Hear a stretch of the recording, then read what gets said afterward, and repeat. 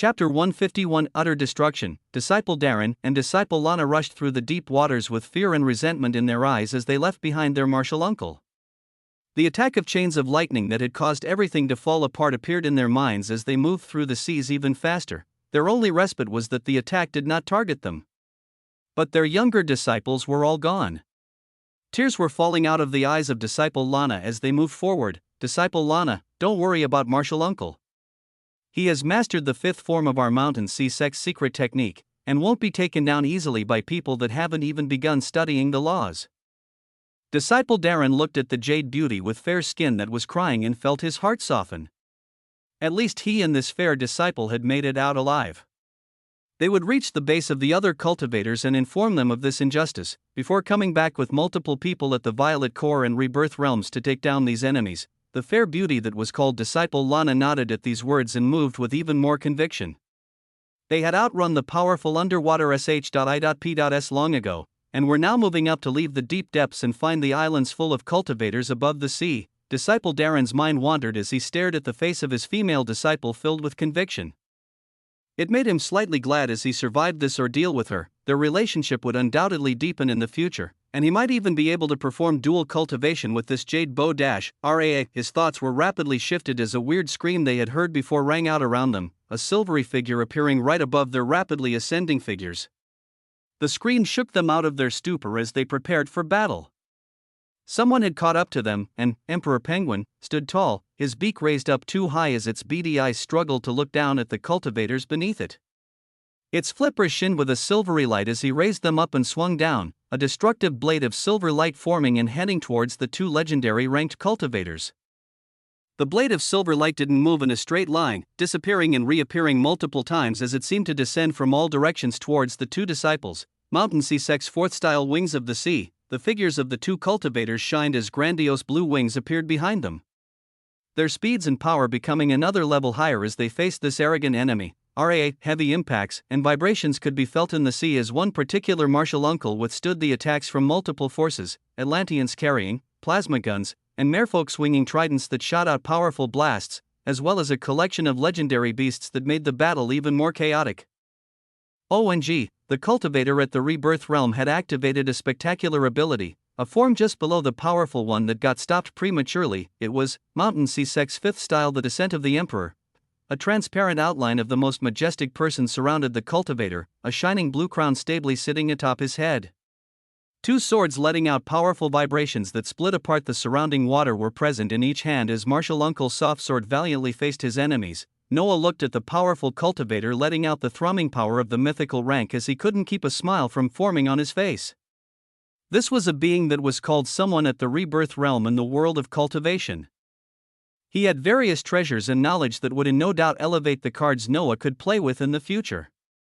Multiple skills continued to be cast as he worked with the Golden Commander Merman that was fighting in close quarters with the boosted cultivator. Noah knew this was a secret technique of the Mountain Sea sect, with those reaching the Rebirth, or really mythical rank, being able to learn and use the 5th and 6th forms.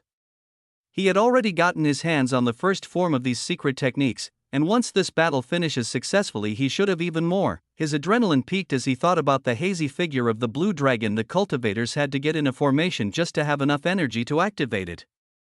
This martial uncle in front of him could use the 5th form right below the blue dragon with ease as he traversed the waters and clashed against attacks from all sides. Boom! Noah had been spamming his epic and legendary skills every few seconds, continuing to put pressure on the cultivator as he was pushed back more and more. The majesty of the secret technique he cast was slowly reducing as more of his energies were used up. I may fall today, but know that all of you will follow after me. The strong voice came from the martial uncle as he realized he was fighting a losing battle. He was fighting a terrifying merman that relentlessly used the water around them to block all attacks. While fiendish beasts continued to pester and throw out damaging skills that wore him down more and more, my heart is strong, and I do not fear death. As for you bumbling fools that don't even have the slightest idea about the laws of the world, just wait for the other sects to learn of this and avenge me. The words seemed to be those of a despairing man when something drastic occurred. The transparent form of a majestic emperor he had been donning that was quickly fading away began to shine brightly again. Noah saw this as his face hardened and he activated the corputed sigil of hegemony, skill that he was saving for drastic situations. The martial uncle was burning his core to let out resplendent strength before his death. He couldn't have that happen, as it meant the loot would be reduced if this cultivator continued to burn the origin that contained many treasures and secrets. Attack, he screamed out with vigor as he sent the command to the beasts and the forces from Aquacati City. The sigil that buffed him and his forces while weakening his enemies spread out, the attacks becoming even deadlier as more and more landed on the resplendently shining figure of the mythical cultivator. The transformed Noah rushed in close quarters as his primal spirits also surrounded him, multiple colorful skills shining out and striking down towards the martial uncle. Boom! It required the cooperation of multiple legendary beasts and primal spirits, as well as a golden commander that was at the mythical rank. But the cultivator at the rebirth realm had fallen in the lost world. Chapter 152. Something beautiful. What was the most beautiful thing in the world? Was it wealth? Power? Freedom? Or the company of a beautiful man or woman? Many people had differing opinions on what they considered beautiful, but Noah felt like the sight in front of him was the most beautiful thing he was seeing since his birth. The resplendently shining skill books, cores, items, and sparkling crystals piled up to a mountain really was too beautiful to look at. He had pushed himself and spammed as many skills as he could in the last moments when the mythical cultivator began burning his core for a last-minute gamble. Terrible skills that tore apart the surrounding seas were targeted towards the valiant cultivator. He had fallen completely after his body became shredded by the many attacks that surrounded him, and Noah was near to take his body and loot into his storage pouch. This wasn't the first body he collected, as any previous cultivators he killed were taken into his storage pouch or spiritual land. The Emperor Penguin had the job of moving around the battlefield and transporting all defeated enemies into the spiritual land with his unique powers of teleportation. When the battle here was finished, he was capable enough as he even brought back the bodies of the legendary disciples that were running away. Noah found himself thinking how this arrogant penguin wasn't too bad after all. He wouldn't kick it off of the fluffy couches when he saw it lazing around next time. When the battle was done, his fiendish sword beast transformation was released as he appeared in the golden-haired body of the Atlantean next to the golden commander that had his powerful trident raised high in the air, shouting for victory. The inhabitants of Aquacati City had effectively stopped and taken down the invaders with minimal casualties. The golden commander looked over at Noah and expressed his goodwill as soon as he saw the body that was fully Atlantean. Brother, you found yourself some very good allies and a peculiar set of skills. The merman said this as he looked towards the long, white mamba, Emperor Penguin, and the other beasts congregating together. A skill that allowed you to fully transform into another creature was rare in the sea, especially when that creature was not sea-based, but it wasn't something that never appeared. Yes. I was lucky enough to form some close bonds after I explored some islands a while back. Noah had been feeling really happy, so he replied with a smile as his eyes wandered at the pile of defeated cultivators and loot in his storage pouch that he couldn't wait to get through. At least allow me to host you in my city before you head towards Atlantis. You'll need a full belly, as well as some information that should help you avoid the dangerous parts. The merman continued to show goodwill after the battle, and Noah was on the tip of his toes with impatience to go through all the loot, but he breathed out to calm himself down while chanting patience in his mind. It wouldn't be too bad to collect more information about the dangers of crossing to lower zones of the sea, and information from a mythical merman was not something to laugh at. He put the piles of shining loot out of his mind for now as he and the 5 legendary beasts went towards the city of Aquacatis with the cheering groups of Atlanteans and merfolk. The legendary beasts had no problems being under the water, and could even create bubbles of air similar to the cultivators if they wished. They looked curiously around them as it was the first time being out of the spiritual land in a while. Merfolk swarmed curiously around the body of a certain sleek penguin as they found its arrogant beak that always seemed to point to the skies to be very interesting. A celebratory night was spent in the underwater city of Aquacatis as Noah and the beasts got a chance to enjoy the delicacies of a new world. It was a very weird sight to see as they watched fish go on to eat other fish, but they didn't complain. The merfolk ate anything they caught raw, while the Atlanteans preferred to cook their meals in their areas that were surrounded by protective bubbles where they roamed like humans inside.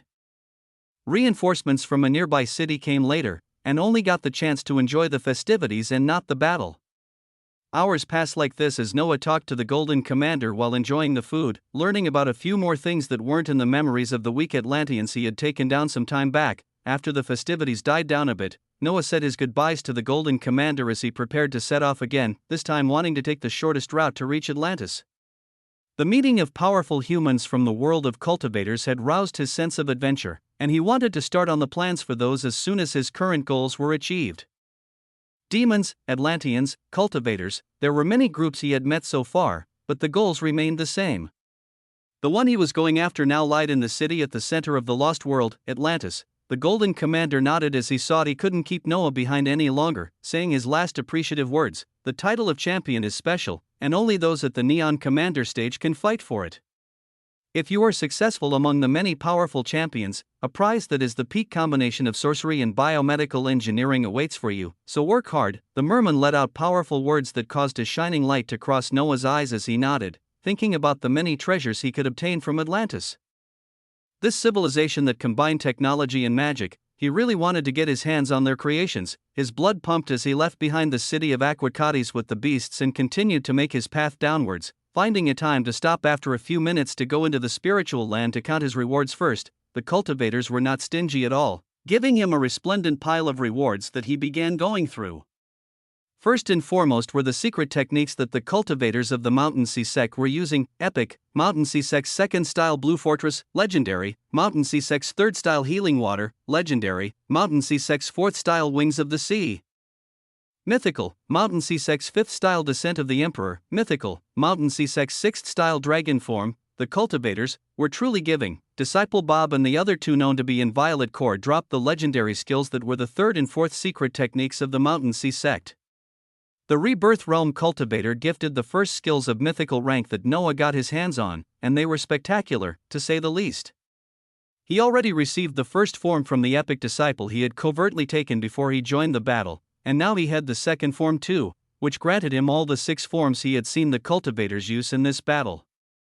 He was itching to try the most powerful style of the secret techniques, but held off and looked at the crystals that thrummed with an enticing power. Low-level water crystal, a crystal containing the ACCU.mulations of the law of water. An insignificant portion is contained. Mid-level water crystal, a crystal containing the ACCU.mulations of the law of water. A small portion is contained. High-level water crystal, a crystal containing the ACCU.mulations of the law of water. A significant portion is contained. There were multiple of these gorgeously shining crystals that were one of the 3 most prized loot to be received from the cultivators. The secret techniques that turned into skills was the first. These crystal containing ACCU.mulations of a certain law were the second, and the third was of course, the memories. Noah's eyes shined and his face remained impassive as he looked towards the many defeated enemies he could use. Memory Plunderer, on. Just how big a picture of the world of cultivation could he build with their memories? Chapter 153 Coquilles. The world of cultivation was something spectacular to see. Wide valleys and mountains with floating lands hidden in the clouds similar to the beast world. Arrogant cultivators studying the laws of the world ran rampant as they looked down on anyone beneath them. Noah smiled at the many memories and secrets he had obtained from the martial uncle of the Mountain Sea Sect and the many disciples he brought to the lost world of Atlantis. He knew more about the Mountain Sea Sect than most other disciples and martial uncles at this point. He wasn't even fazed by the memories of powerful cultivators that surpassed the legendary and mythical rank, as he himself had traversed and touched upon mythical in the span just over 2 or 3 months. Thought acceleration worked in full force as his mind collected the abundant new information and he looked at ways of using it best, coming up with a few drastic ideas that could only be implemented in the future. His mind moved busily as he ignored the beasts that looked like victors coming back from hard battles and going to enjoy themselves as their bodies became smaller and they went towards the beautiful buildings Noah had been making from using the architecture function of the spiritual land management skill these past few days. The beasts enjoyed the colorful blue fruits from the snow vines as they entered the futuristic modern houses that they requested more of to be built. Another great thing happened this night, as the epic Arctic Wolf also finally joined the ranks of beasts that broke through to the legendary rank after consuming many of the fruits from the snow vines. The numbers of beasts continued to change under the panel that Noah looked forward to the possibility of fulfilling the requirements for upgrading the spiritual land to the 4th tier in a few weeks or months. He looked at the many grandiose buildings that now populated the spiritual land. As he went towards the first luxurious modern house he had built. He was now making a habit of cooking and roasting things in this house and relaxing in the bubbling hot pool on the 3rd floor while thinking. He moved across the house while twirling the many water crystals that dropped from the cultivators. He would absorb them slowly and watch as the percentages for anything water element related rose to crazy levels. While nearing the blue fireplace to absorb the gains in peace, he saw the miniaturized figure of the Emperor Penguin. wrapping itself in a white towel as it climbed the steps towards the bubbling jacuzzi upstairs, an expression of arrogance and contentment in its face. Was he giving this penguin too much leeway nowadays? Its usefulness only seemed to increase. And it was one of the more talented beasts in the spiritual land and continued to be the highest in power. The special trait that allowed it to easily send out spatial attacks and teleport around with ease was the envy of many other beasts. This penguin was the only one brave enough to enter and use this house I normally used, with all the other ones enjoying the many other ones I built around the spiritual land.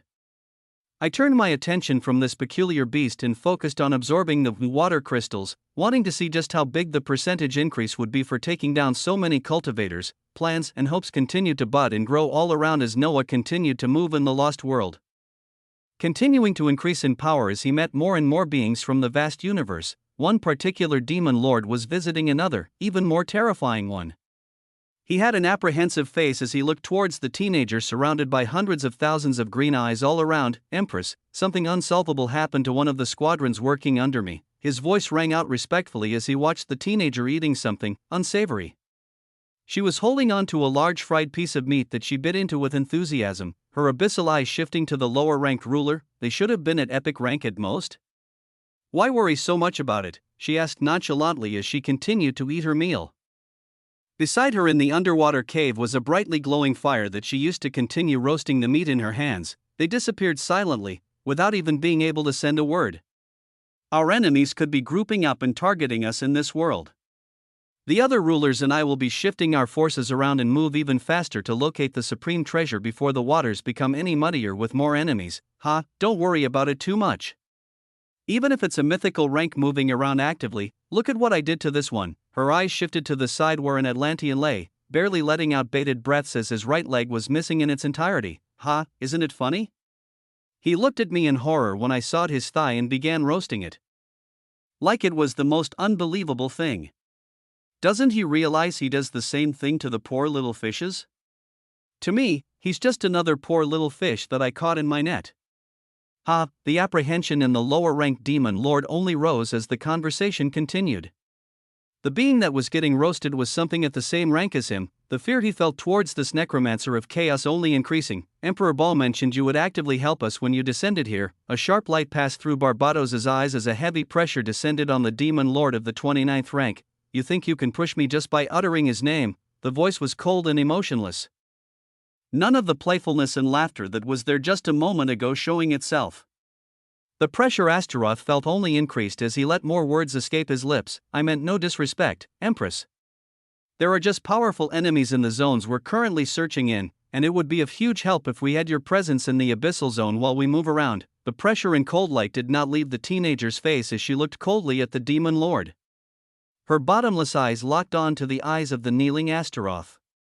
It felt as if the eyes saw through all of his thoughts and secrets, making Astaroth feel extremely vulnerable under the gaze. Barbados spat out the meat she had been chewing on and tossed aside the large thigh she was holding in her hands. What are the coordinates of this abyssal zone? Her cold voice made the demon lord sink even lower as he replied in a small voice.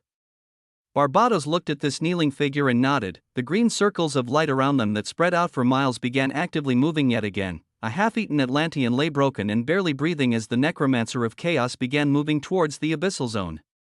The kneeling demon lord looked at this figure of the same rank as him pitifully, a blazing flame leaving his hands to put it out of its misery as he looked fearfully towards the leaving Barbados. The effect that this small sequence of events would have on many powerful beings was yet to occur. Chapter 154 Absurd. After spending the entire night thinking and absorbing the water crystals, that the cultivators ranging from mythical to rank S, a new percentage had appeared under the section of laws in the stat panel. Everything seemed to go well, yet the problem was the absurdity of numbers that Noah was seeing. Law of water 5%, all water-based abilities and skills are boosted by 500%. It was a ludicrous set of numbers to see how much just 5% of understanding of the law of water translated to any water element skills being boosted by more than 5 times. Too ridiculous. Noah's mind was pounding as he imagined reaching just the halfway point of 50% in the law of water, which would translate to 50 times the boost to any water element skill. It was crazy to even imagine, but at the same time, how easy would it be to reach there? He had taken down 3 cultivators at the legendary rank, 1 at the mythical rank, 10s of the epic rank, and even more at rank S. The percentage has risen to 5% from all of those cultivators, so he had to work hard to continue bringing it higher. When he moved out of the spiritual land into the water once again, he felt as if he was in a whole different world.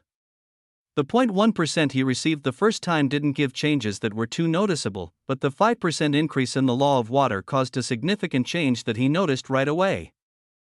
He felt as if the sea around him was cradling and supporting him, and he could easily put the nearby water under his command. The feeling was new and fantastic to feel, making him look forward to obtaining even more water crystals, as well as crystals of other elements in the future. He didn't know when, but the world of cultivation would be on his list of goals sometime in the future. This concept of laws was too fantastic to pass up, especially when they augmented his skills and the rest of his strength so well, a system of power that took the skills of those he defeated from his homeworld, a unique treasure that had boundless potential with crazy features to unlock as he goes forward. And now, easily grasping something as abstruse as laws just by defeating cultivators that worked tens to hundreds of years just to grasp the tiniest bit of them, there were many worlds in the universe, with many more treasures he had yet to get his hands on. In the lost world was the supreme treasure, Trident of Neptune. If he could also get his hands on something like that, and continue collecting other powers and skills unique to different worlds, he soon realized that the concept of levels would become meaningless to him. Could he really be considered a being of a specific rank when he so seamlessly held and combined powers and skills from multiple worlds? Only time would tell. Which meant he needed to fight opponents without becoming too arrogant and losing his life. There were many options to choose from as he neared Atlantis, and he knew just where to test out these spectacular boosts in water element skills, as well as the actual new skills gifted to him by the cultivators. There was a deep-sea creature that many reckless Atlanteans in Merfolk lost their lives to over the years.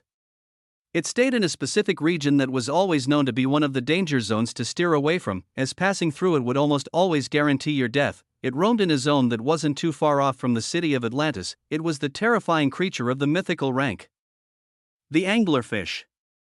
There were very few of this species of fish found all over the lost world, yet any that were found always neared the top in strength. They lived in murky environments when sunlight could not reach, and enjoyed the bleak darkness around them as they had the one source of light that always lured their prey. It had a long fleshy growth atop its head that pointed out a distance from it, where at the end of this fleshy growth was a circular portion that could shine brightly in the dark waters. Any creature that was lured by this beautiful white-blue light would only find death at the next instant as this terrible beast moved fast to swallow them whole. In the bleak darkness below the sea, a powerfully large body was roaming around. An enticing flash of light would shine every now and then, seemingly pulling at the attention of anything nearby. The large creature roamed its territory as usual, and not a single bit of its aura could be discernible as it moved across the waters. A few minutes passed, and a change occurred as it senses some movements. Had it finally found a prey? The creature reigned in the deadly bloodle.u.s.t. It was feeling as its body neared the signal it senses, the enticing blue light atop its head shining even more enticingly. The feeling of shock and horror when it illuminated the target that had swam to it was something it could never get tired of. Enough light was released to show a glowing circle of light, and not much more as the two figures neared one another. Only a circle of light was visible as they both closed in just a few meters near each other, and the creature shined out its light grandly as the entire surroundings were illuminated. How terrified would the creature it caught about to be? A wide smile revealed jaggedly sharp teeth as a tremendous force erupted from the anglerfish as the light expanded, and its prey was laid bare. An Atlantean man with golden hair stood calmly in front of this mythical creature, a light smile that shocked the anglerfish appearing on his face. "Hey big guy, I've spent a few days looking for you in this vast sea." It was a light tone like that of one friend talking to another as Noah finally found the powerful beast the Golden Commander at the city of Aquacates warned him to avoid. A puzzling expression came onto the anglerfish's face before it returned malevolent. Its ugly face stretched as it moved at a fast speed to swallow the creature in front of it whole. Good. I haven't gotten a chance to practice this on something truly strong, so don't disappoint me. A voice filled with enthusiasm erupted as multiple skills were cast. From the first to the fifth form of Mountain Sea's 6 secret techniques, all were cast as a grandiose power sent out a shockwave that pushed back the rushing anglerfish.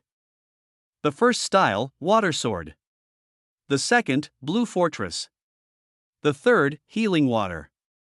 The fourth, Wings of the Sea. The fifth, Descent of the Emperor. Skills from the epic to mythical rank were all cast at once as they came together to form something spectacular. A resplendent blue light was shining out as an air of majesty spread across the waters, illuminating every single spot for more than a mile. Noah stood firm in front of the mythical sea creature that was thrumming with power, its body vibrating powerfully as it felt a threat coming from the being it thought to be a prey. Noah's body was encased in a regal form of a long-past emperor that had an impassive face as a blue crown imposingly appeared above his head. His body that was originally 2 meters long became encased as he now appeared twice as large.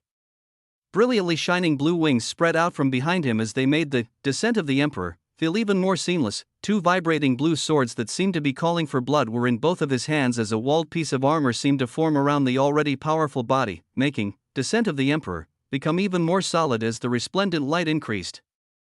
To top it all off, there was a distinct layer of water constantly moving across the shining body, covering any gaps as it made the fifth form of mountain sea sex 6 styles come even more alive. Apprehension filled the anglerfish's cold heart at this prey that turned out to be a predator. Deciding whether to run or fight, it felt the 2 vibrating blue blades pointing towards it as a deadly voice entered its ear. The water around us is actually leaking a smell of fear. That couldn't be coming from something as powerful as you, right? The voice seemed to be taunting it, making the eyes of the mythical beast turn blood red as its apprehensions were let loose. OMG, wrathful energies spread out as beside the anglerfish, multiple creatures just as ferocious as it began being summoned out. Chapter 155 Atlantis come on, a thrilling battle was playing out in some of the deepest waters of the Lost World as Noah's figure enshrouded in the majesty of a powerful emperor seamlessly moved in the water. He was evading sharp teeth from sinking into his figure as the vibrating blue blades in his hands struck down the summoned creatures just slightly less powerful than the anglerfish that were swarming around him. Schluck, whenever his blade struck, flesh would wildly be ripped open as the vibrating blades split apart muscle and bone like it was nothing. Every single creature that the anglerfish summoned was being torn apart with ease as Noah moved closer to the powerful beast. His blue blades thrumming excitedly, the shining wings on his back made his speed swift in the water, and when any attacks landed on him, only a dent could be heard as he was wrapped around in the blue form of mountain sea sex first 5 styles. The form of healing water wasn't even given a chance to shine as not a single attack got through the outline of the blue armor. OMG, the mythical anglerfish let out wild power as it felt the threat of death approaching, the fleshy protrusion shining with a blinding light that began boiling the area around them as the intense battle continued. The water around them began boiling as the light continued to get brighter and brighter, and yet Noah continued to move as if nothing was wrong. His blades continuing to land of the slippery body of the ugly fish, it would continue to struggle as it summoned out more and more creatures, but its current opponent was too much of an anomaly as all of its efforts were in vain. It was a powerful beast of mythical rank that many Atlanteans and merfolk steered away from, and yet it continued to be pushed back by Noah's relentless attacks until the vibrating blades began causing heavy damage to it. Schluck, a dense mass of muscle began being cut up as the wings on Noah's back shined, his figure becoming close to a blue streak of light as he seemed to have stopped playing and moved around the large body of the mythical beast while tearing it apart with the vibrating blades. It was a desolate sight as the beast struggled, its usual routine of going around its territory looking for prey going sideways this day as for the first time in its life, it experienced the feeling of something that was being preyed upon. OMG, a blast of blue light exploded out in the dark sea as the mythical beast was shredded into a mass of flesh and bones. The power Noah was showing was overwhelming for those on the same level as too many things elevated his power to a whole new stage. Only a blue light emanating from the majestic form of descent of the emperor remained in the depths where a powerful creature used to prowl as Noah collected cores, a mythical skill book, and a blue glowing item. Summon creatures of the deep. You've traversed the deep waters and become familiar with the terrifying creatures in it. Summons a maximum of 2 creatures, pearl of sea, an expansive space for the storage of all things lies within. A smile appeared on Noah's calm face as he collected his new gains. His eyes were already looking below the dark waters to a location calling out to him far below, the city at the center of the lost world. It couldn't even be called a city as it stood grandly at some of the deepest depths of the sea, acting like a beacon of light that stretched out for miles. Noah stood a few miles away from the city of Atlantis as he just observed it first. It felt like he was looking at the most technologically advanced magical city as resplendent blue and white lights could be seen everywhere he turned. Just in the surroundings of the city, there were growths of gorgeous-looking plants that pulsed in pink and purple light. There were crowds of merfolk and Atlanteans going around as he came across a sight he had only seen in other beings' memories. He saw an expansive set of what looked like illuminated roads that were stacked on multiple levels, all leading towards a large 20-meter triangular gate that was the entrance to Atlantis. Masses of exquisitely built sh.i.p.s and submarines were effortlessly moving around as even more floating vehicles that put the automotive industry in his homeworld to shame went back and forth on the illuminating roads separated by multiple levels. This wasn't the most stunning sight though, as groups of deep-sea fish that can be considered behemoths had reins and large saddles fastened on their backs. All sorts of fish could be seen being used as rides, ranging from huge whales to great white sharks, to stingrays that let out arcs of lightning. Near the blue glowing triangular gate, there were huge golden statues on either side standing grandly. One was a merfolk hoisting a golden trident, his face powerfully overlooking all those that entered. The other statue was an Atlantean decked in a powerful armor with the largest plasma gun pointing out to the dark sea. Just the statues themselves let out an oppressive feeling of power for those seeing it for the first time. Noah calmed his beating heart as he watched this magnificent sight that was the center of a large world. He could only see outlines of shining buildings and skyscr.a.p.air spreads out for miles behind a thin film of light that covered the entirety of Atlantis. His figure moved closer towards the throngs of Atlanteans and merfolk as he felt the champion's trident in his storage item begin to vibrate. He looked at the powerful inhabitants of Atlantis that ranged from rank S to epic, and even the two legendary guards standing beneath the two statues of their respective races. There were even more commanders at epic and S rank patrolling the entire area as the movements in and out of Atlantis looked to be heavily regulated. He began to take a closer look round the triangular gate as the expansive wall that was behind the statues made itself clear. There were things that seemed to be cannons lining up the wall all around. A blue light continued to circle through their exquisite exterior as they aimed their deadly ends to any intruders that would dare to cause troubles. Noah felt like he would only continue to be astounded by Atlantis as he neared the triangular gate, the vibrations of the champion's trident becoming stronger and stronger. A neon commander that was near the large gate seemed to have sensed something as she looked towards Noah's figure, taking the trident in her hands thereafter and smacking it towards the blue illuminated road below them. A shining blue light erupted out in a cylindrical fashion from her and a thin line stretched out to connect to Noah. Surprised and expectant gazes occurred over the throngs of Atlanteans and merfolk as the woman causing the scene voiced out in a chirpy voice, "Another champion has arrived, W.O." Cheers rang out as the inhabitants of Atlantis and the small area Noah was in congregated and looked around him enthusiastically. The light identifying him died down as the mermaid that caused it came up to him and said cheerfully, "Champion.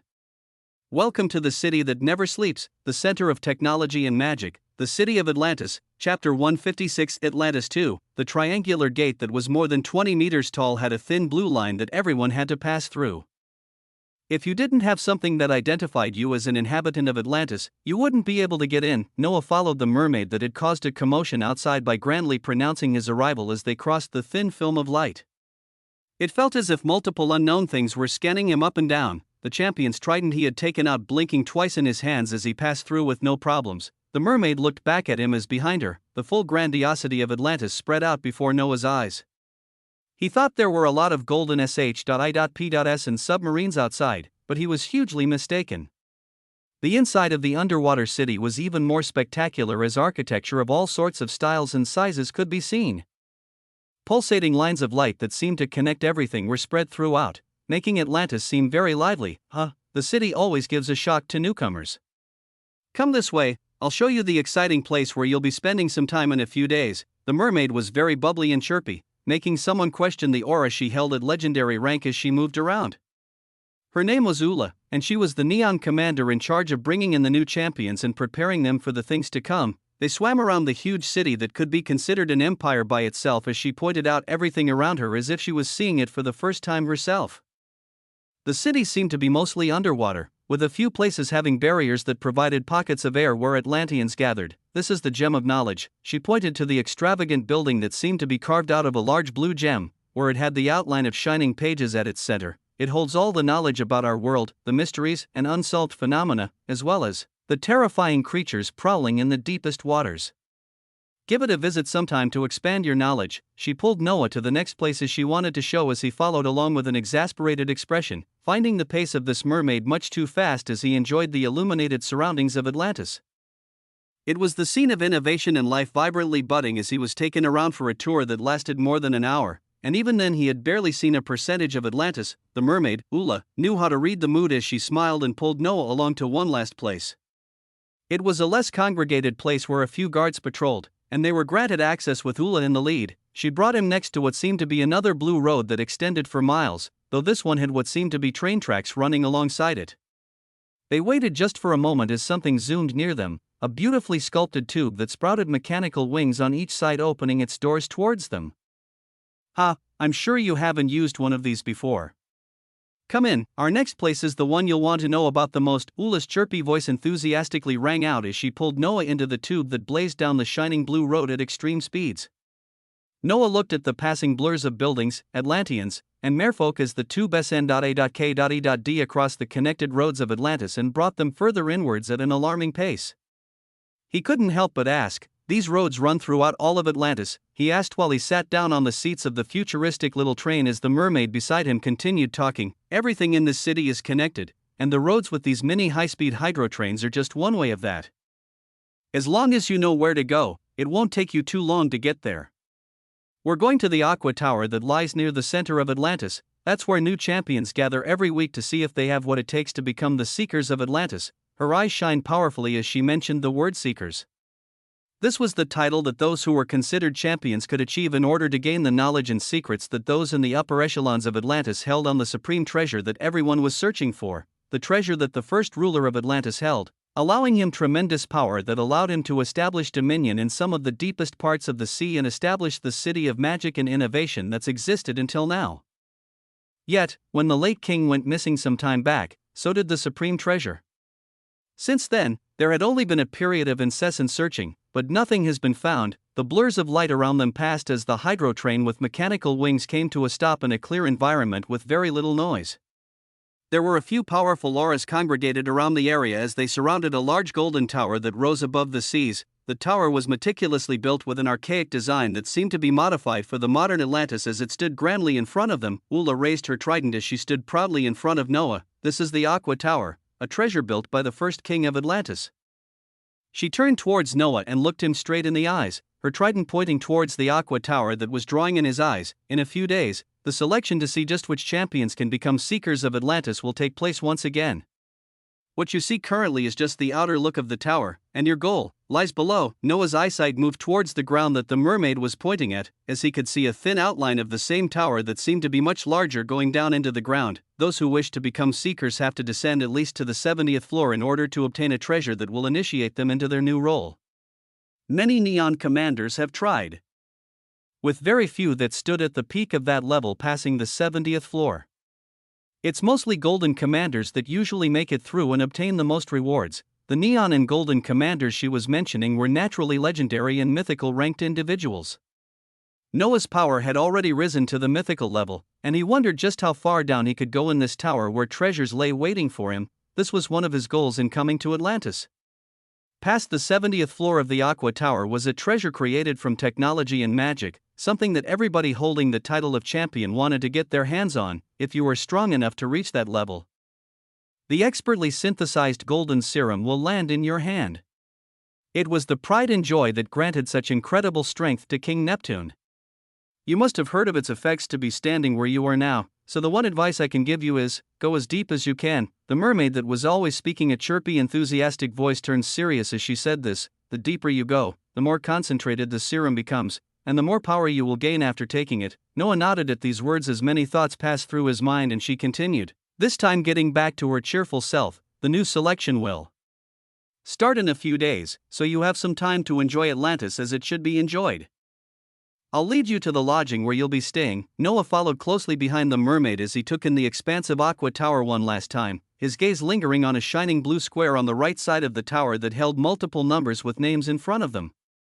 At the number 1 spot, which shone in a golden light, stood a name that would bring awe to any that looked. It was written King Neptune, Chapter 157, World Connection. Noah spent the next hour after that being shown around even more places, even visiting one of her apparently favorite restaurants before the mermaid Ula dropped him off in an exquisite lodging for Atlanteans.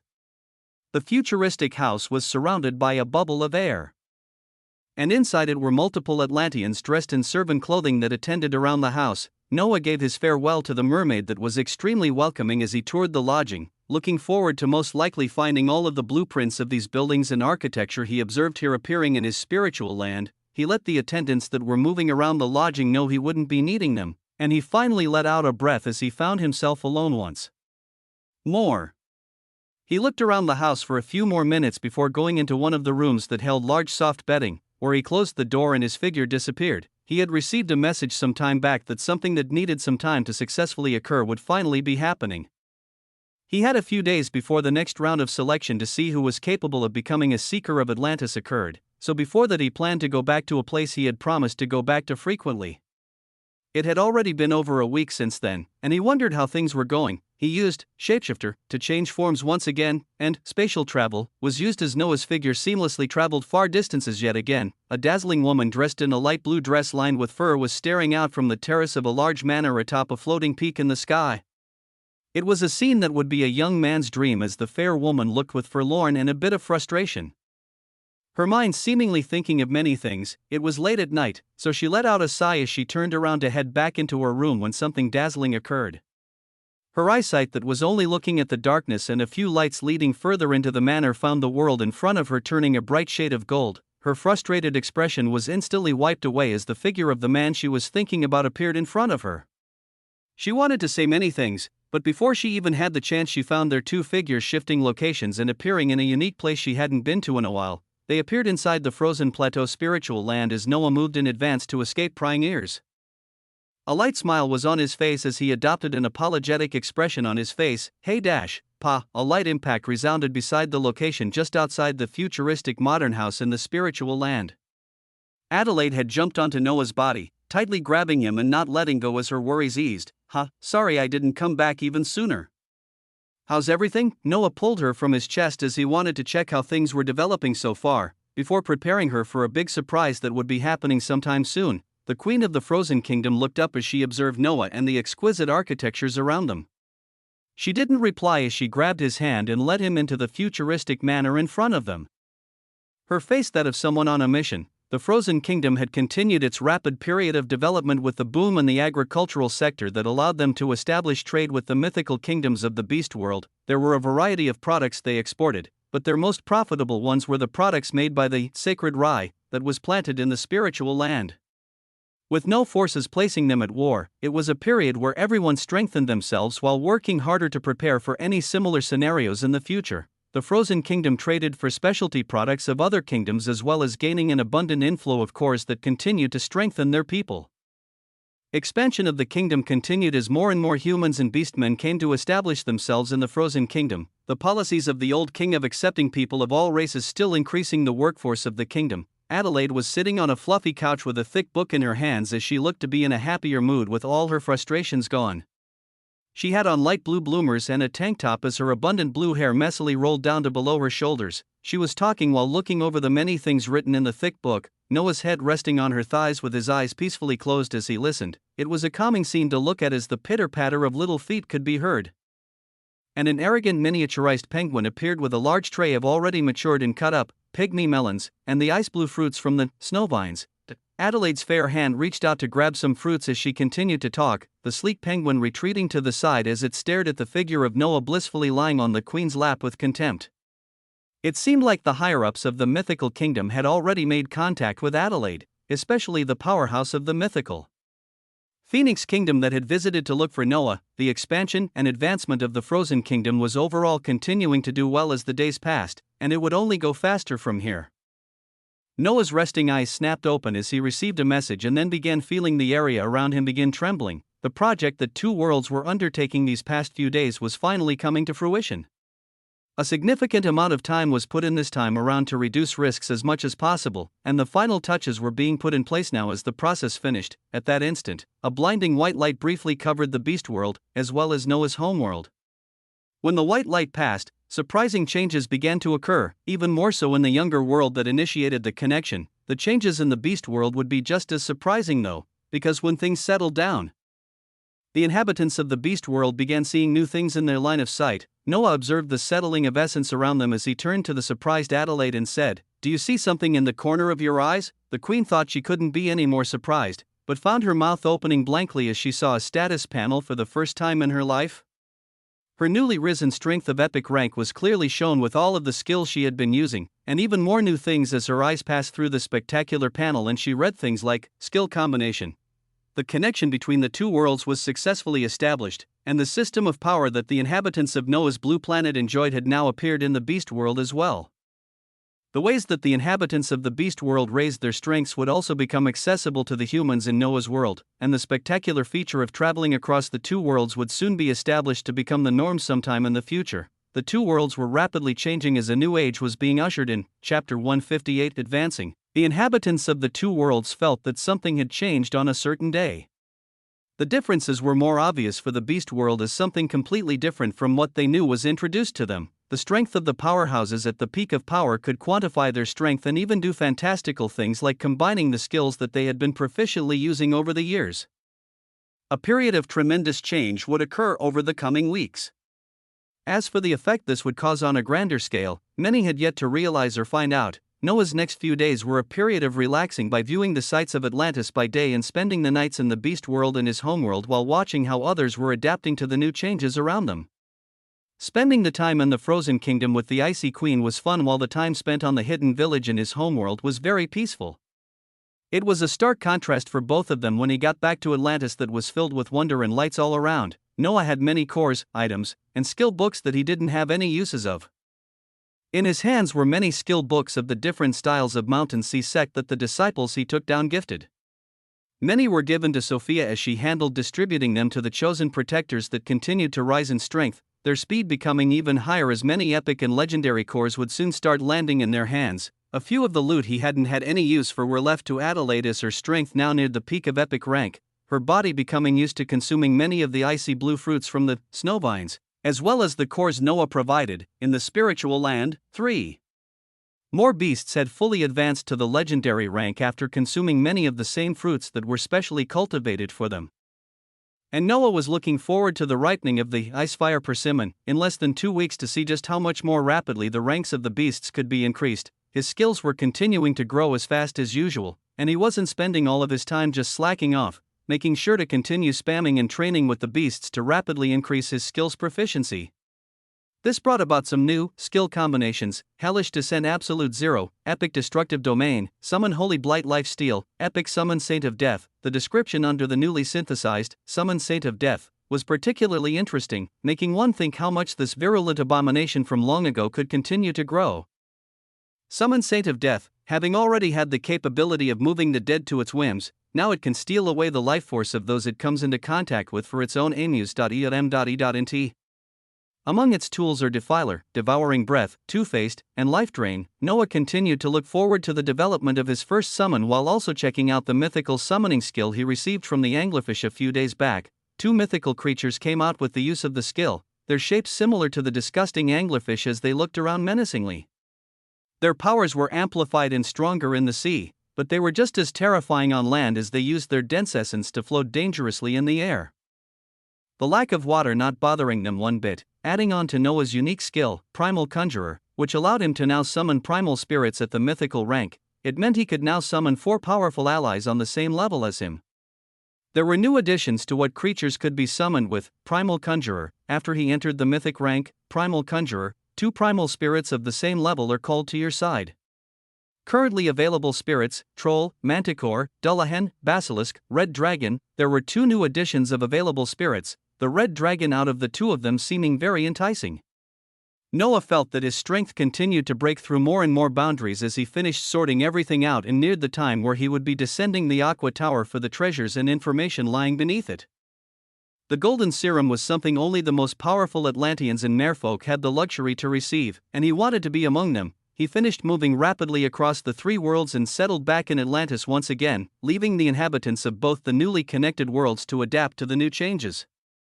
His homeworld was undergoing the process where the essence and the surroundings continued to increase every hour as the feedback between the beast world stabilized more and more. With the connection of 2 worlds, it was something spectacular for Noah as he now had the reserves of 2 planets to use.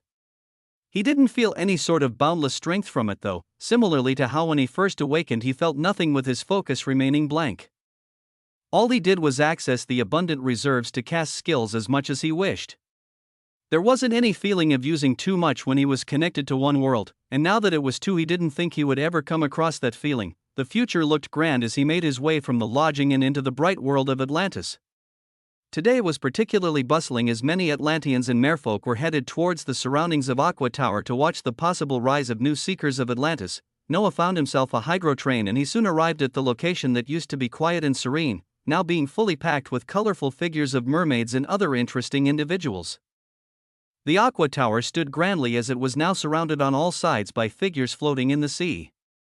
The information on how the event would be going down was already given to Noah beforehand as he found other champions letting out waves of fearsome power standing in front of the doors of the tower. He swam across the masses and soon joined the group waiting below, drawing in their attention as their eyes briefly turned to look at the new arrival that would be competing with them. There were two Atlanteans boasting the same golden hair as he was, both decked in colorful pulsating suits that made them stand out. There were also two mermaids and a merman holding onto piercing tridents as they floated grandly near the entrance. Today, 6 champions would be descending the Aqua Tower, and new seekers would possibly be chosen. Merfolk and Atlanteans gathered as they looked at the 6 figures letting out waves of power at the center of all the attention. I see Judith is trying the challenge once again, but he can never seem to pass the 61st floor in the past year. Haha, you think it's that easy? This is a challenge where golden commanders shine, and he has yet to promote his strength to that level. Various discussions were occurring as Ula appeared in front of the 6 of them, the event about to begin. Who's that handsome lad on the side though? I don't think I've ever seen him before. Oh, that guy? I saw him arriving in the city a while back. It's fresh fish that might either surprise us or become another repeater for the months to come before he gives up. Don't count him out. It could be the dark horse of this race to the depths of the Aqua Tower. Noah's figure that wasn't seen before was drawing some attention from the floating merfolk and Atlanteans as the discussions and collections of more and more of them packed the surroundings of the tower. The challenge to become seekers of Atlantis, gaining the golden serum that gave huge advancements to the strength of the body, as well as the knowledge of the last remaining clues that would locate the treasure of the first king, would soon begin. Chapter 159 Overwhelming Pressure. The tower in front of them was massive, but the inside of it was even more spectacular. The 6 champions were entered through the wide doors of the tower as soon as the set time reached. Noah felt the changes around him as he felt slight pressure after he entered the first floor, with no other changes besides that. The first floor was an expansive room of brightly glowing fauna, giving the tower a calming look as the 6 champions looked among one another and then descended onto the wide black space at the center of the room that transferred them to the next floor. Outside of the Aqua Tower where Atlanteans and merfolk were congregated, a bright blue screen had appeared beside the large tower that showed 6 names. 3 were neon in color and 3 were golden, signifying 3 legendary and 3 mythical individuals taking this challenge today. The inhabitants of Atlantis watched the movement of names on the screen with rapt attention while discussing their movements. In a few minutes, all 6 names were on the 20th floor as they passed through them with ease, their powerful bodies withstanding the pressure as if it was nothing. Noah continued to feel the increasing pressure around him, but every time he entered another floor and increased pressure descended, his body would adapt and the pressure would be reduced. He wasn't forced to use any skills to take the pressure head-on so far. Another tens of minutes passed and the names in a golden shade that signified mythical individuals on the screen were leading ahead and had reached the 50th floor, with the ones at legendary stage still passing through the floors in the 40s. It's exciting so far. Not a single dud that has suddenly dropped out has appeared below the 50th floor so far. I'm jealous just imagining what the one to reach the furthest floor today will receive. Can you imagine the enhancement that comes with a golden serum that is highly concentrated? Someone might even be able to gain the golden sea body that we've only heard about from history. That myth? There were very few in history that were able to reach the 100th floor. It's unlikely you'll see history write itself today. There were many discussions and arguments going around as the inhabitants of Atlantis watched the names continuing to descend down the Aqua Tower. Bula was closely watching the names, even more at the golden shining name of Noah. He was the Atlantean from the city of Laquinia that just arrived in Atlantis and was trying this for the first time, yet he followed the others with ease as his name remained in the top 3 of those descending down. The floors of the Aqua Tower were all similar in their designs, having resplendently glowing faunus growing amongst the pristine floors with pulsing blue lines running on the walls. The arduous journey down the tower continued as the Atlanteans and merfolk finally noticed a change. One name had pulled away from the others, who was leading. Their sharp eyes saw the glowing name that read Noah, as he stepped on the 65th floor faster than the other 5 champions. The moment his feet landed onto the floor, he felt a crumbling pressure that he couldn't withstand with his body alone. His face hardened as he quickly activated the 5th style of Mountain Sea Sect, Descent of the Emperor. Zoom, a shining light resounded out as the regal aura and outline of an emperor wrapped around Noah, a shining blue crown appearing above his head as his shoulders that were slumped raised again. He let out a deep breath as his body was raised, the pressure still palpitating but bearable. He glanced around the floor that didn't seem to have any sophisticated machines or items that continued to cause this increasing pressure, and even going down to a similar sea level on the outside shouldn't change the pressure by this much. Noah knew why he was here though, so he persevered. His advance was unhindered as he continued, his goal being the most concentrated serum at the lowest floor of the Aqua Tower, as well as the information he would gain from reaching the lowest floor. Surprised gasps and discussions continued outside as an unknown name took the lead for the challenge to select more seekers of Atlantis. In a location not too far from the Aqua Tower, an Atlantean with the usual golden hair stood atop a ferocious war shark as he observed the happenings of the tower below him. The rapidly moving name that continued to descend through the floors caught his eyes as his figure came closer to the Aqua Tower. The appearance of the war shark that moved closer to the Aqua Tower caught the attention of the surrounding Atlanteans and merfolk as the discussion quieted down somewhat. The person appearing was undoubtedly someone of high importance. He stood grandly atop the war shark as the masses parted, coming near the entrance of the tower where Ola, the mermaid that had been taking care of Noah, bowed down towards him. "Prince." The man referred to as the prince nodded towards Ula as he asked, "What do we know about him?" "He's an Atlantean that appeared in the city of Liquinia a while back. He passed through the trial of becoming a champion with ease, and now seems to be doing the same." The prince nodded as he continued, "That's all we know?" "Yes, Prince." A sharp light passed through his eyes as he heard this and looked at the name that continued to rise higher in the ranks as it continued to descend. The 70th floor was soon reached as the watchers outside floated with bated breaths. Would a seeker be crowned just like this? They didn't have to wait long as a blue light was released from the tower, expanding outwards as cheers were released from the floating Atlanteans and merfolk. The release of blue light signified that the 71st floor was reached. The sharp light in the prince's eyes increased as a light smile appeared on his face. Finally, yet another seeker would join them.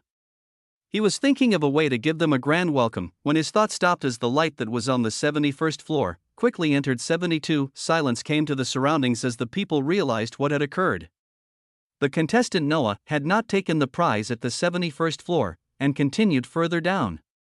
Excitement began to course through the bodies of those watching as a thought appeared in all of their minds.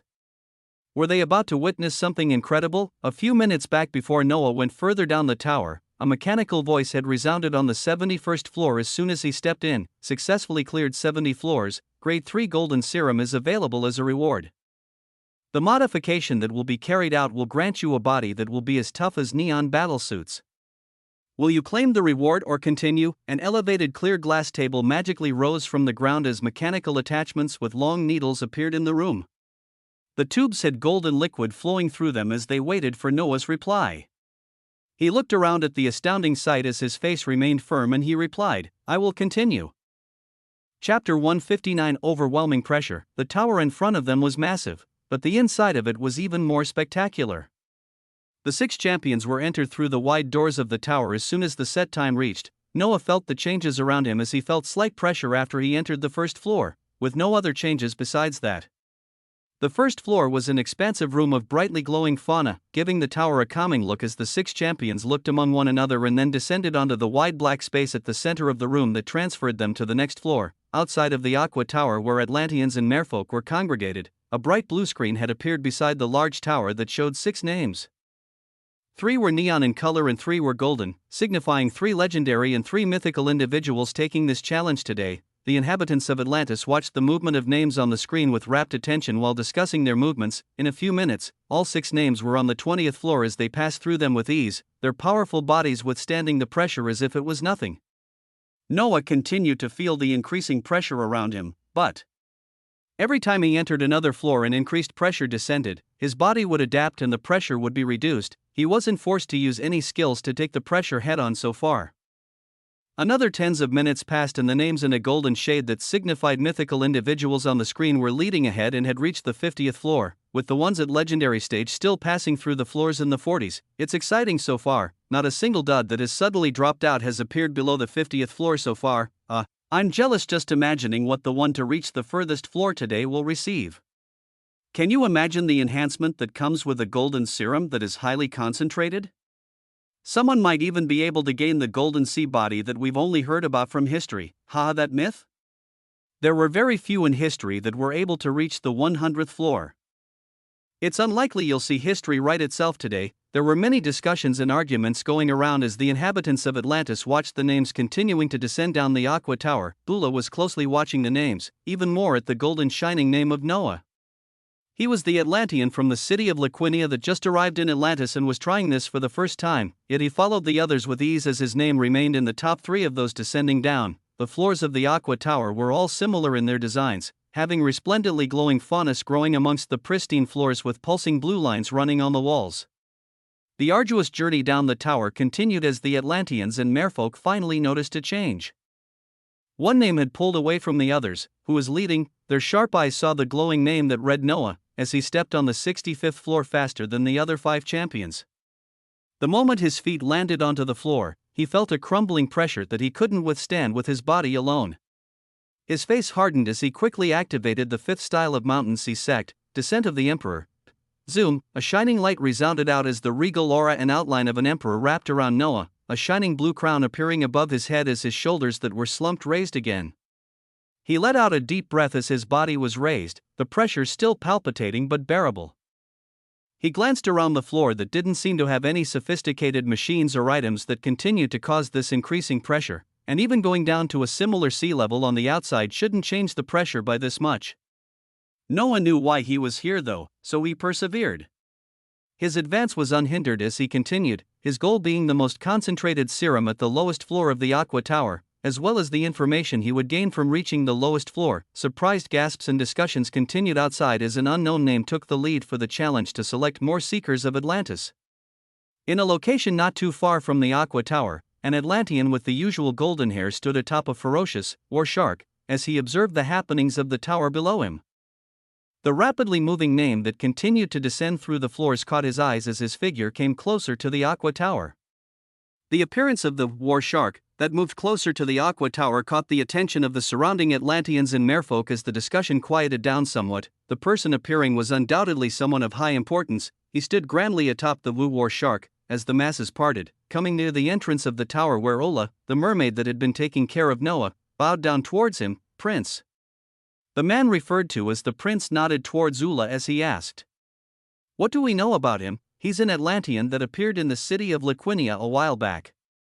He passed through the trial of becoming a champion with ease, and now seems to be doing the same." The prince nodded as he continued, "That's all we know?" "Yes, Prince." A sharp light passed through his eyes as he heard this and looked at the name that continued to rise higher in the ranks as it continued to descend. The 70th floor was soon reached as the watchers outside floated with bated breaths. Would a seeker be crowned just like this? They didn't have to wait long as a blue light was released from the tower, expanding outwards as cheers were released from the floating Atlanteans and merfolk. The release of blue light signified that the 71st floor was reached. The sharp light in the prince's eyes increased as a light smile appeared on his face. Finally, yet another seeker would join them. He was thinking of a way to give them a grand welcome when his thought stopped as the light that was on the 71st floor quickly entered 72. Silence came to the surroundings as the people realized what had occurred. The contestant Noah had not taken the prize at the 71st floor and continued further down. Excitement began to course through the bodies of those watching as a thought appeared in all of their minds. Were they about to witness something incredible? A few minutes back before Noah went further down the tower, a mechanical voice had resounded on the 71st floor as soon as he stepped in. "Successfully cleared 70 floors, grade 3 golden serum is available as a reward. The modification that will be carried out will grant you a body that will be as tough as neon battlesuits. Will you claim the reward or continue?" An elevated clear glass table magically rose from the ground as mechanical attachments with long needles appeared in the room. The tubes had golden liquid flowing through them as they waited for Noah's reply. He looked around at the astounding sight as his face remained firm and he replied, "I will continue." Chapter 160, A blue dragon adorned with a crown. "I will continue." The tone was steady and carried no doubts, the mechanical voice replying a second after, "Good luck." The many mechanical arms holding golden liquid inside them and the long vacant table retracted as the expansive black space to the lower floors appeared. Noah did not take any chances for the lower floors as before he descended. He cast the first 5 forms of mountain sea 6 styles as he felt his body continue to come under increasing pressure. The skills seamlessly mixed together as he felt the strain disappear. The blue fortress still caused the outline of the Emperor to become even more solid as the wings of the sea, and healing water continued to give support as his steps became easier and any fractures that formed were immediately covered. The Aqua Tower was a trial only those born in the depth of the seas could complete, with only the most talented of Atlanteans and merfolk having powerful bodies and abilities to withstand increased pressure to begin with. It weeded out those that were weak and only let the strong pass through to obtain the reward. Someone at the Neon Commander level, or really legendary rank, would have to be at the top of this rank to withstand and make it to the 71st floor, where a grade 3 golden serum would be administered for them to gain a boost that would make their bodies as tough as the battle armor they wore. If anybody had the skills to descend down more floors and obtain a serum of an even higher grade though, Noah disregarded the thoughts of the grade 3 serum as his figure quickly went down the wide black space that would transfer him to the next floor, going down further below as he looked forward to discovering just how strong this pressure could become. The pressure only continued to increase on the next floor, and Noah's figure was transferred to the next floor instantly as he felt the pressure crushing down on him once more. His body, encased in the Descent of the Emperor and surrounded by the other 4 styles of techniques, remained strong. A blue light shined out as his body adapted, and he continued to move forward. The heavy pressure seemed to cause cracks to form on the blue form that he was encased in.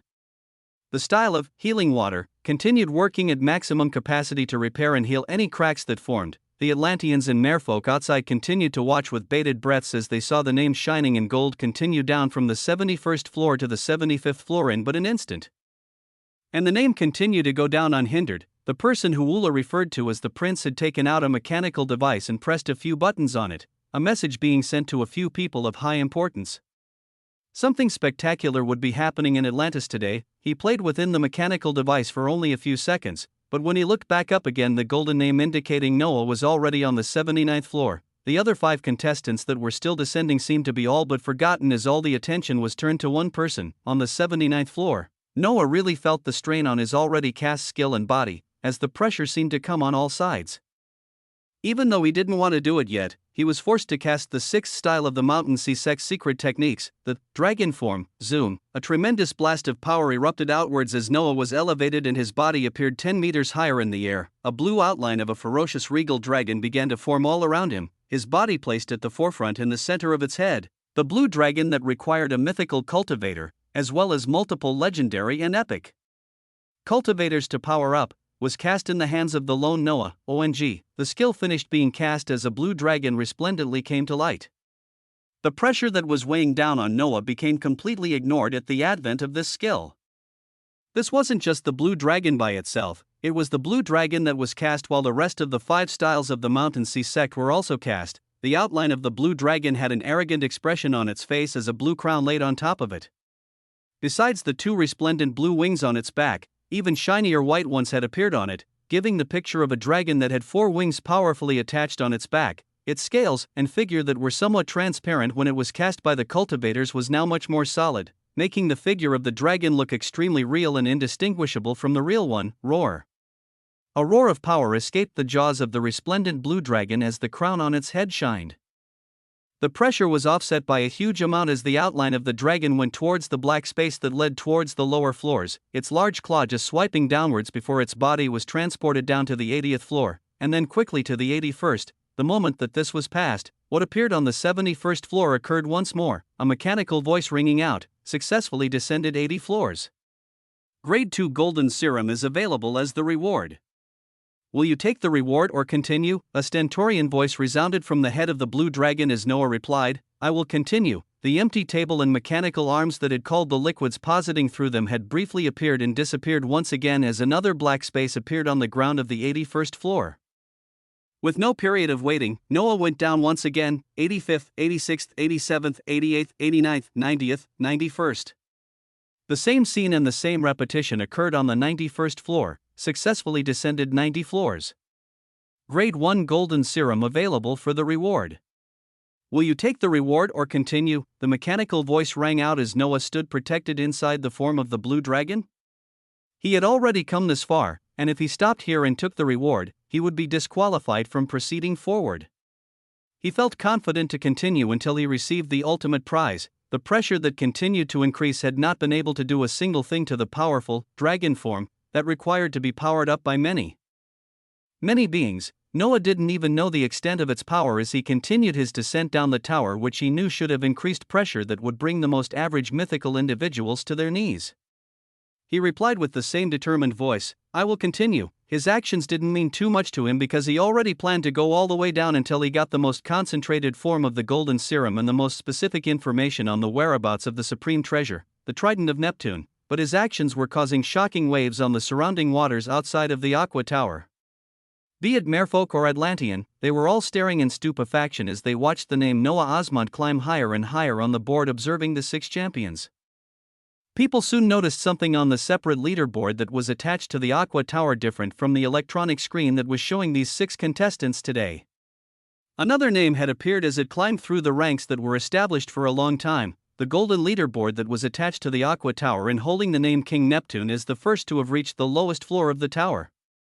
Everyone below that was either an astounding commander or the most powerful figures in Atlantis who held their positions either on the 90th floor, the 94th, or the 99th. There were only 50 names on this leaderboard, and Noah had gotten on it as his ranking continued to shoot up. Bula was glancing over in shock at this Atlantean that she brought around, not realizing they would produce this many surprises.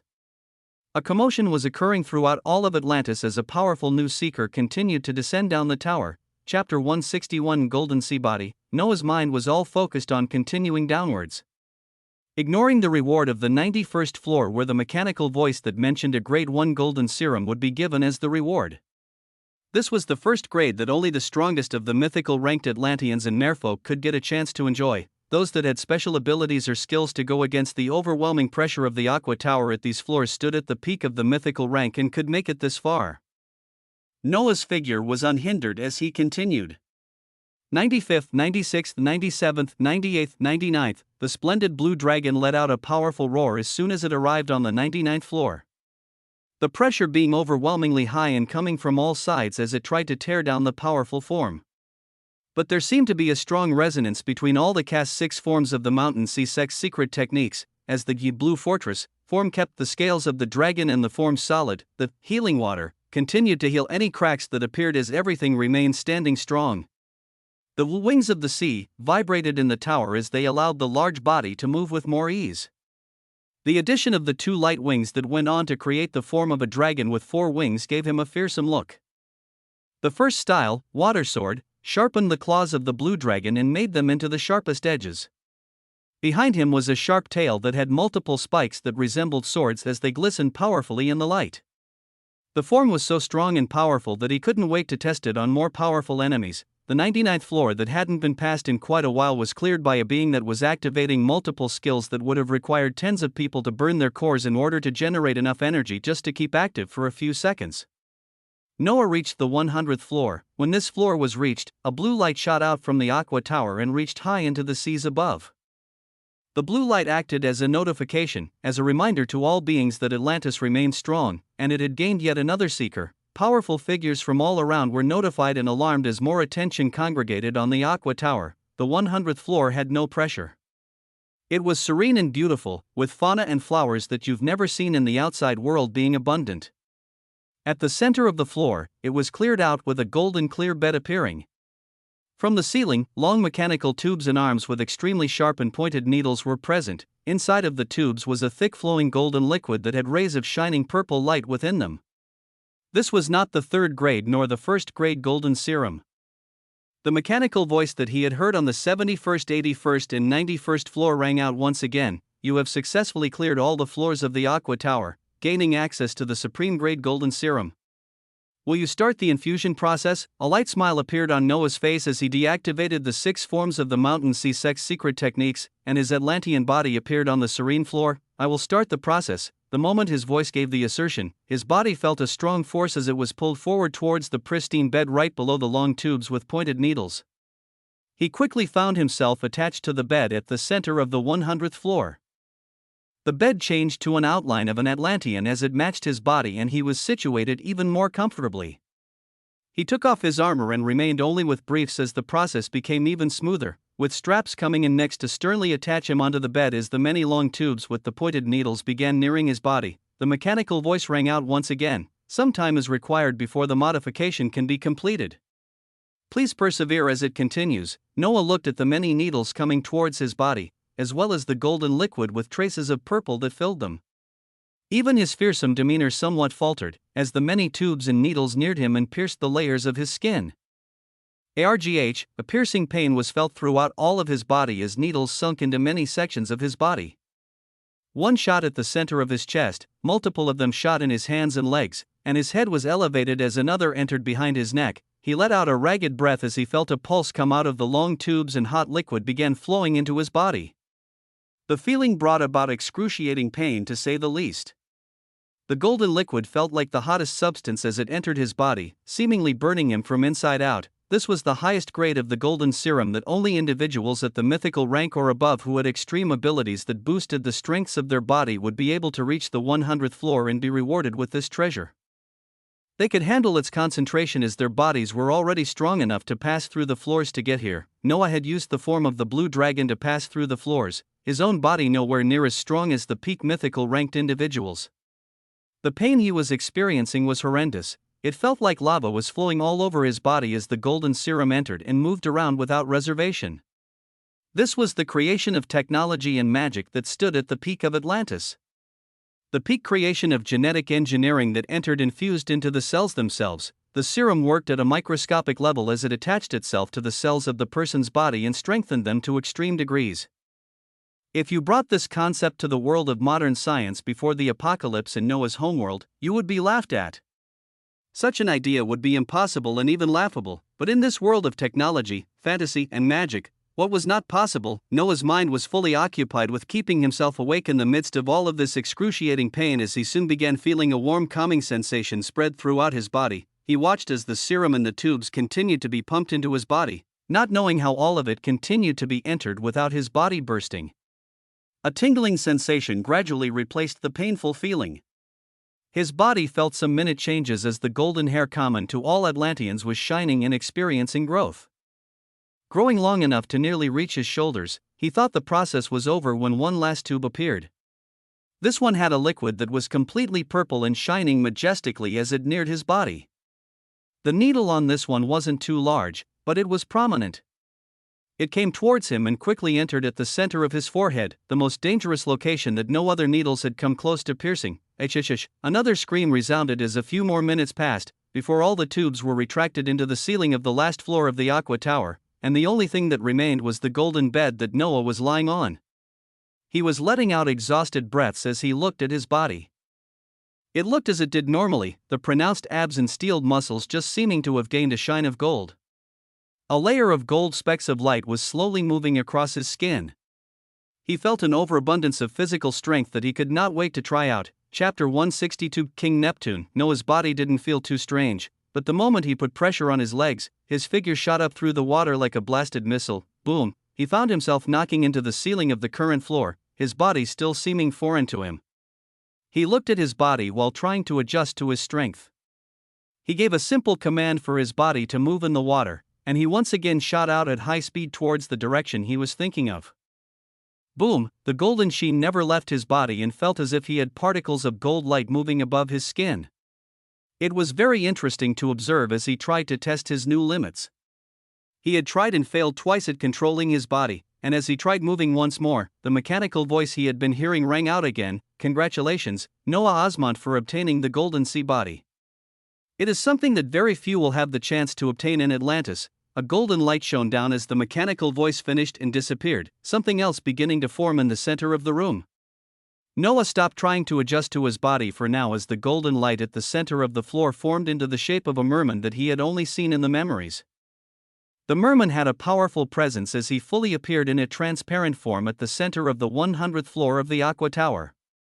The figure that seemed to be a hologram looked towards Noah, a slight smile appearing on its face. I see we have gained yet another strong fighter for the city of Atlantis. Noah looked at the appearance of this hologram as the memories in his head and the many statues he had seen of this merman matched in his mind, and he voiced out, King Neptune.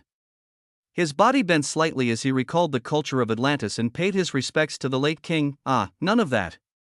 I am but a relic of the past, long gone. This form that you see, this is the strand of consciousness that I left before I set out on my journey.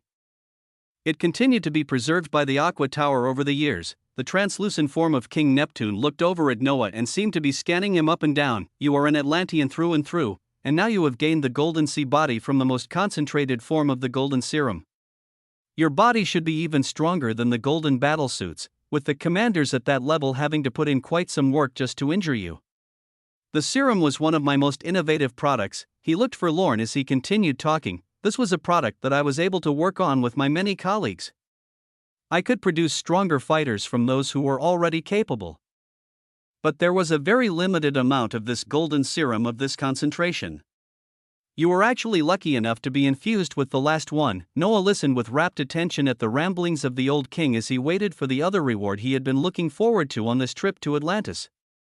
The normal proceedings would be to receive the reward from the high-ranking individuals from Atlantis after passing the 71st floor and becoming a seeker, allowing you to learn the information about the trident of Neptune that every powerhouse in the Lost World was currently looking for. But his clearing all the way until the 100th floor was monumental and had triggered the appearance of the strand of consciousness of King Neptune. This meant he would be receiving the highest level of information from the source itself. Those are times of the past though, and we should be looking into the future. The future does indeed look grim. The blue form of King Neptune became grim as light exploded outwards, forming into blurry figures of 3 people. 2 were completely unfamiliar to Noah, but their clothing resembled those of the cultivators he had come across before. One of them was an image that once gave him cold shivers when he viewed memories of it. It was the one that stood at the peak of the demon world, the oppressive tyrant. "Ball, let me tell you about my death, and how those like you can move quickly enough to reclaim my most prized creation. The Trident of the Sea, the Trident of the Sea. Also commonly known as the Supreme Treasure, the Trident of Neptune." Noah's body settled down as he listened closely to the information coming out from the legendary King Neptune himself. "Before Atlantis began the game of cat and mouse, we were prospering and on our way to inventing things that would normally remain only far-fetched dreams and hopes. We had created a powerful weapon that could command the sea, and had a breakthrough in genetic engineering to learn how to improve the strength of our bodies." The voice of Neptune thundered throughout the last floor of the Aqua Tower, as information only those at the highest echelons of Atlantis were privy to was being given without hesitation to the recently advanced seeker. But things never go that smoothly. The era of innovation was halted with the invasion from 2 worlds, those from the world of cultivation and the demon world setting their sights on the many treasures of Atlantis. We were truly strong though, and defended against the advances of both forces, later on even managing to kick them out as I undertook the project that was my highest achievement, the creation of a world engine. Boom. It felt like thunder had echoed in Noah's brain as a brand new piece of information he had not come across before appeared now.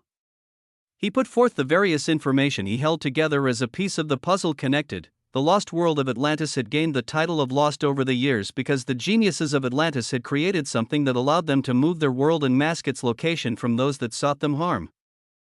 The location would be found out in time as their enemies had many means, with the example of the unique skill that Orias used to have that allowed her to simply locate the coordinates of the world by teleporting into it for the demon side, while the cultivators had their own mysterious means to discover the world again. Noah only knew this, and never knew just what treasure the city of Atlantis had created to be able to do something like this.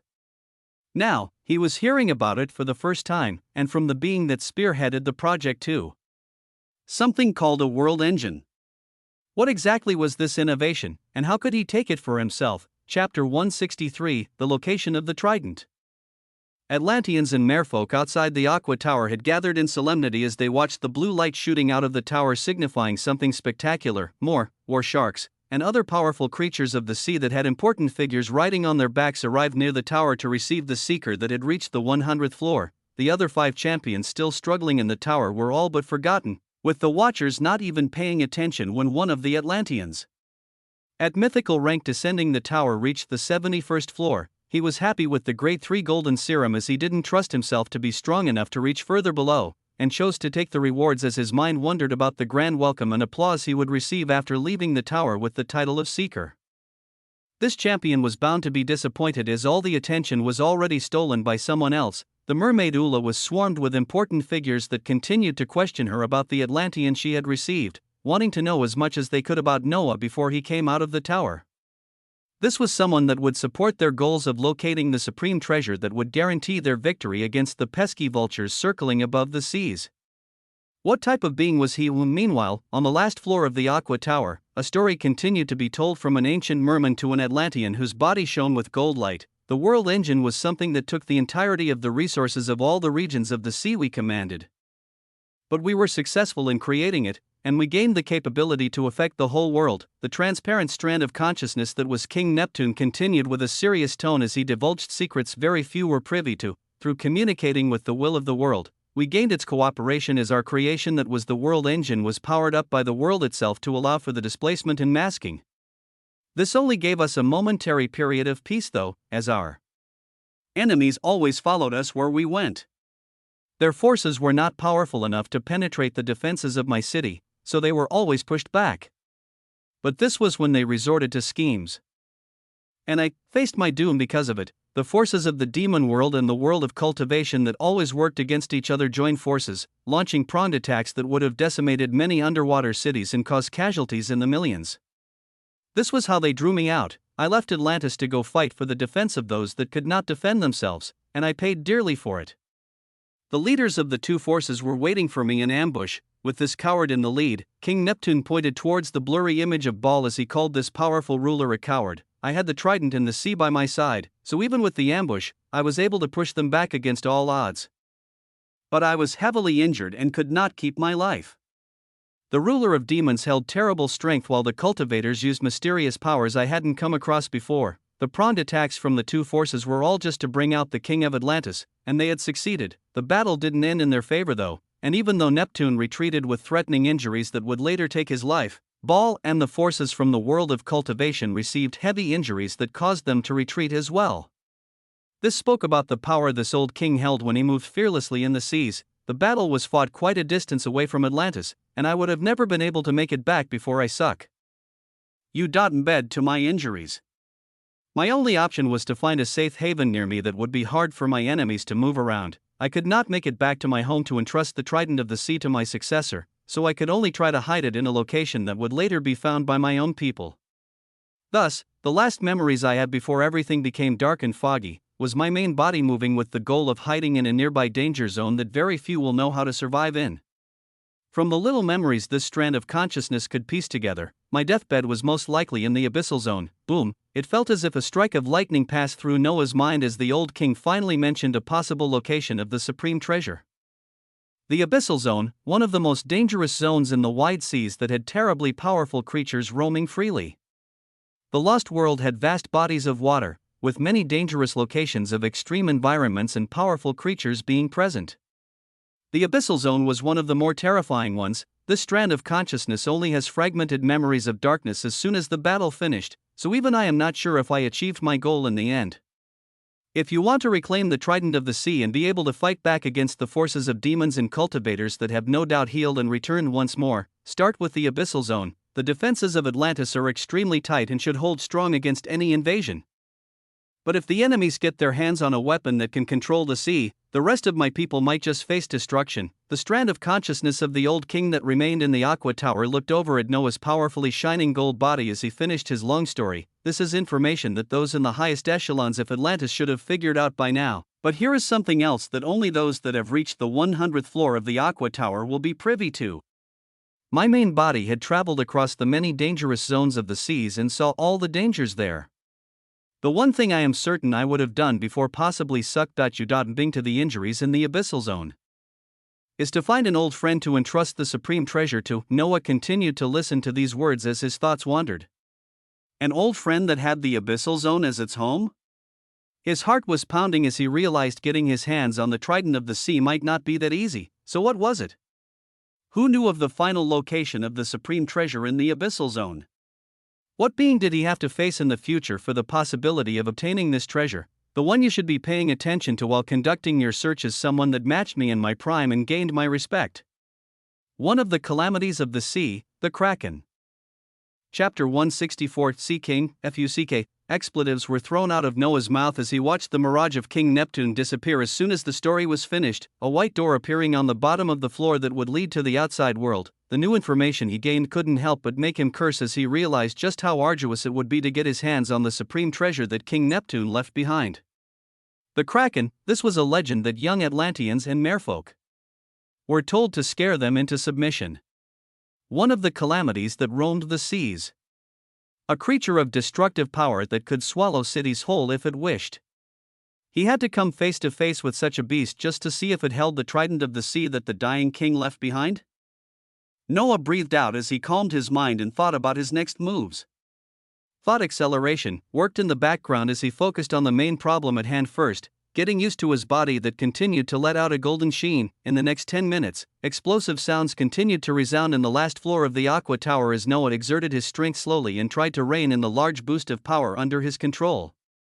The smallest contractions and flexions of his muscles would send him shooting out with high speed, and it took him a few minutes to get it under control. After some time, he felt his body vibrating as he observed the gold light being drawn in under his skin.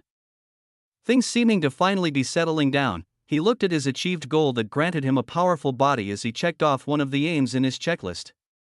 His NAKED body became Dr. A.P.Ed with the deep sea armor, as he prepared to head towards the white space that would take him out of the Aqua Tower and put him into the outside world where his commotion should have drawn in a few key figures. His body passed through the white space as he flashed out, appearing on the same clearing beside the tower. The illuminated sea around him had the same quietness that he felt when he came to the Aqua Tower with Ula for the first time. This was a huge mismatch as the area was surrounded by even more figures than when he first entered the tower. Magnificent war sharks and killer whales, with exquisite saddles and reins on their backs, floated in the sea carrying powerful auras that looked towards him. Noah found the Atlanteans and merfolk floating in the surrounding waters bow towards him as a thrumming wave resonated outwards with their voices. Sea King, Sea King, Sea King, W.O., Sea King. This was a title granted only to those that stood at the peak of power in Atlantis. Someone who had made their way to the lowest floor of the Aqua Tower was naturally granted this title, as they were put in the category of some of the strongest warriors Atlantis had to offer. On the leaderboard attached to the tower, the name Noah Osmond had reached the 5th position. Meaning only 4 other beings had reached the 100th floor of the Aqua Tower along with King Neptune. This didn't mean that Noah was more powerful than the beings that ranked in the top 10 of this leaderboard. Many of them had their names etched into the rankings when they were younger, and left with the rewards of differing grades of the golden serum before rising in strength over the years. Since they had already gone down the tower and achieved the infusion of the serum, they would not descend again in the future as there was nothing to gain for those who had already received a reward. Noah looked around him and felt the vibrations explode out as he received a welcome unlike any other as soon as he came out of the Aqua Tower. Merfolk raised their tridents up as they began to glow in colorful lights, while Atlanteans raised their plasma guns that glowed bright blue as the cheers continued. All right, order. A strong voice reverberated outwards, originating from a humongous golden whale that looked to be carrying the most luxurious seats around. The cheering Atlanteans and merfolk heard this voice and were shocked, turning around to find a figure that they rarely saw. Ocean Master. Shocked voices resounded out as the identity of an Atlantean in a purple armor was ascertained. This was the current ruler of Atlantis, a being holding immense power that continued to push back against the invading enemies in taking the title of Ocean Master.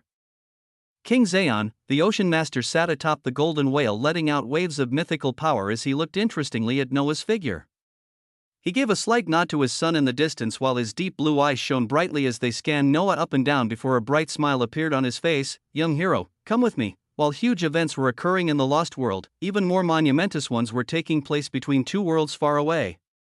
It had only been a few days since expansive changes began to occur on both worlds as the concentration of essence in the surrounding environments were elevated to high degrees. For the beast world, something foreign appeared in front of their eyes as their strengths were quantified into observable numbers, and they gained the power to strengthen themselves even more from the many possibilities the new system provided. Skills that would take them years to learn and master could be obtained with ease from enemies they defeated, and they could combine skills they had been using all these years to elevate them to a higher level. The day after this change began, the leaders of the remaining kingdoms in the beast world as well as the leaders in Noah's blue planet received similar messages from the wills of their worlds, and that was to prepare for an even larger change where gateways would appear between their worlds. The dark sword, Kazuhiko, was floating valiantly on a sharp sword as he felt the congregation of essence in the air, his heart thumping as he waited for the door that would lead to a world he had only heard about from an envious guy. He, as well as that boring mountain of a man from the Blessed Empire, had both met with Sophia some time ago, learning of a few of the mysteries surrounding them and the reason they led in power in their world. They had received messages for them to go to a hidden village where this meeting occurred. Besides the abundant amount of information and how they would be moving from now on, they were also granted with many skill books and cores that allowed for their strengths to increase rapidly, both of them nearing the peak of epic rank currently. There were many things to plan for and observe as the planetary cores of the two worlds set the stage for a peaceful and mutual cooperation between the two sides while the construction of the gateways continued. Chapter 165 Gates appear between two worlds, far from the United Federation. The man who considered himself the protector stood proudly at the center of the blessed empire as he observed the changes as well. He knew a bit more about Noah's arduous journey that made way for them to get where they were now, and could not wait to take center stage as well. After spending a significant amount of time talking to the innocent-looking Sophia, he set his personal goal for the beast world about to open its doors to be the treasures called spiritual lands. The image of a floating landmass appearing above the empire was still burned into his mind as his own sense of adventure had begun wildly burning one more. This was his own personal goal, and the blessed empire, as well as the United Federation as a whole, would have their own goals. Just like finding a route to a new land that held tons of riches, both worlds were now being connected, leading to a potential trade of goods, skills, and many more things at a much grander scale. Proper people were already notified of the impending establishment of gateways as plans went underway to prepare for something rarely seen in the universe, the creation of a budding economy between two worlds. The remaining mythical beasts in the beast world watched the formation of large white gates that settled on easy-to-access locations near their mythical kingdoms. The Imperial Phoenix was puzzled to hear the will of the world that rarely made its appearance over the years come with a message and a huge surprise thereafter. She looked over the stat panel that showed all her spectacular skills in a unique fashion as she shook her head incredulously, still not fully believing it. She had discussed with the blue tortoise and white tiger as they put their heads together, combining their skills and watching the results with fiery eyes. They knew the implications of being able to strengthen their power like this. Reaching the rank above mythical would not be an issue for them, and all they would need would be time. OMG, the Phoenix watched as the large white gate near her kingdom stabilized. A resonation of essence ringing out as it now stood grandly. A hazy white light covered it as the Imperial Phoenix wanted to be the first to test it out.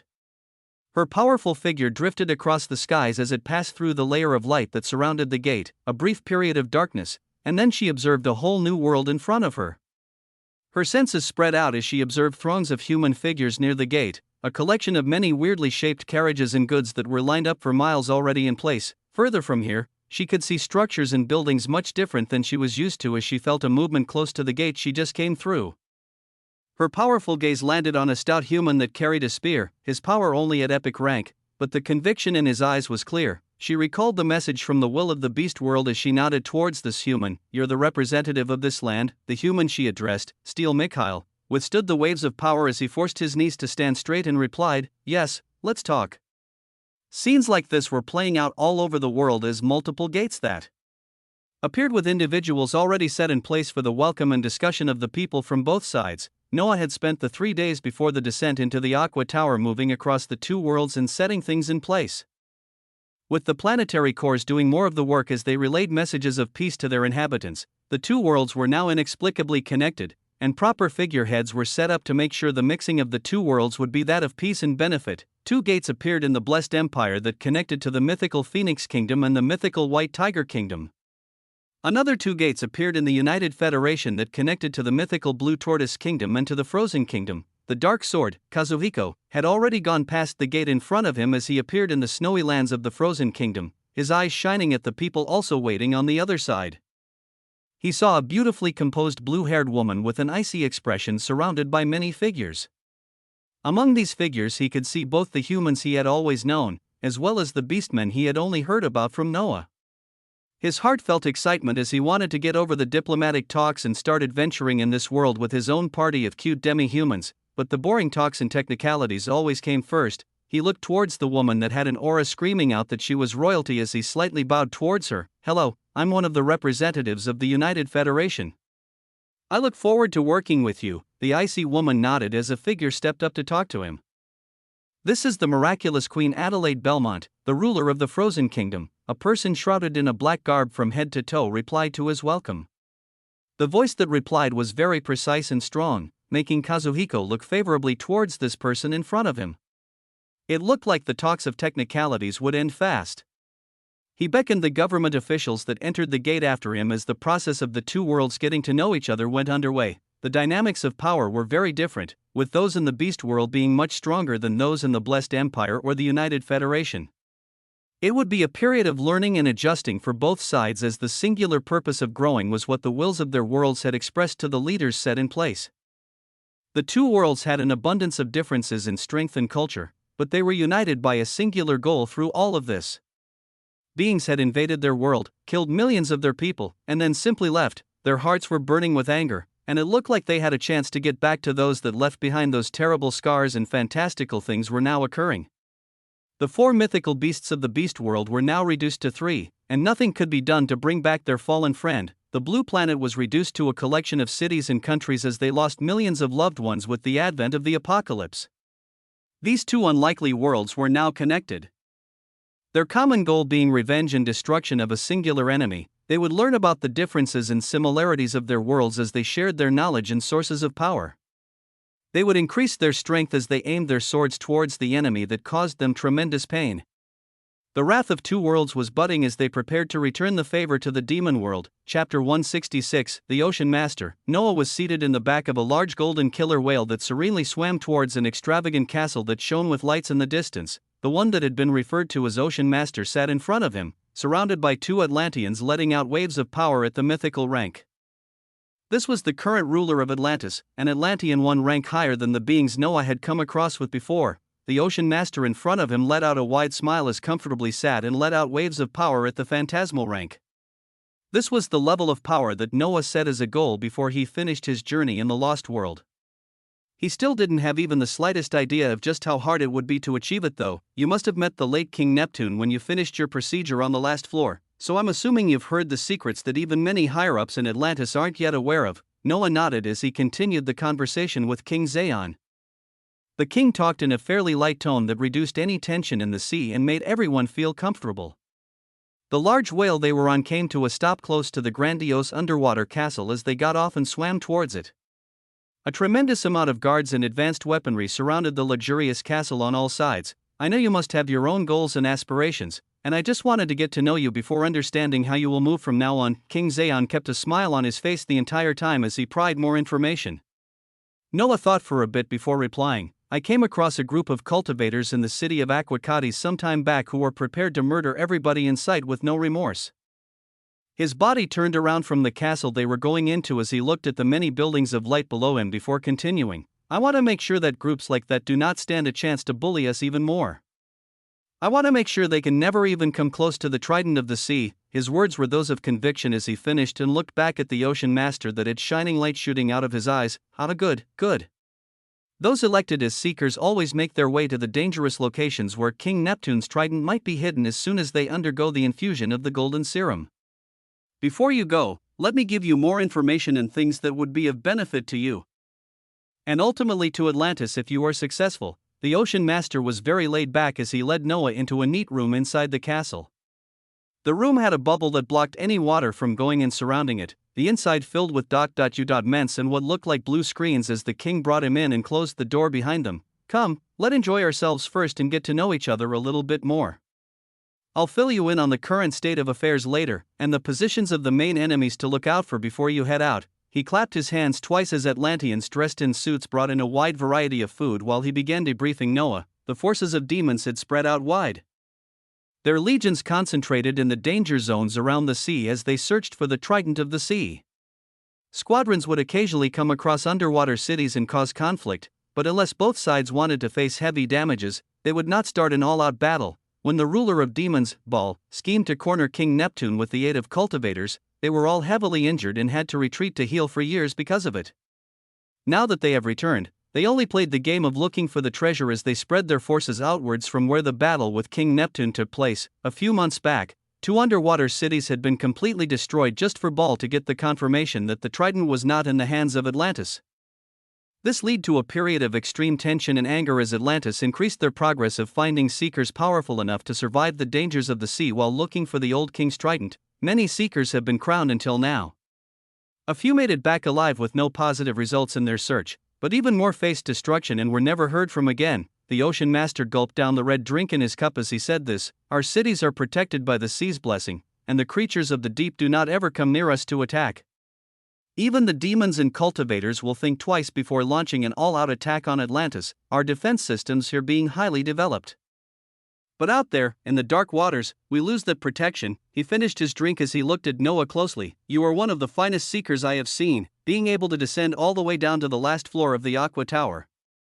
I hope you find success and regain our honor, bringing the treasure of the sea back to the rightful hands of the children of Atlantis. Noah nodded with a serious expression, even though he had plans of his own.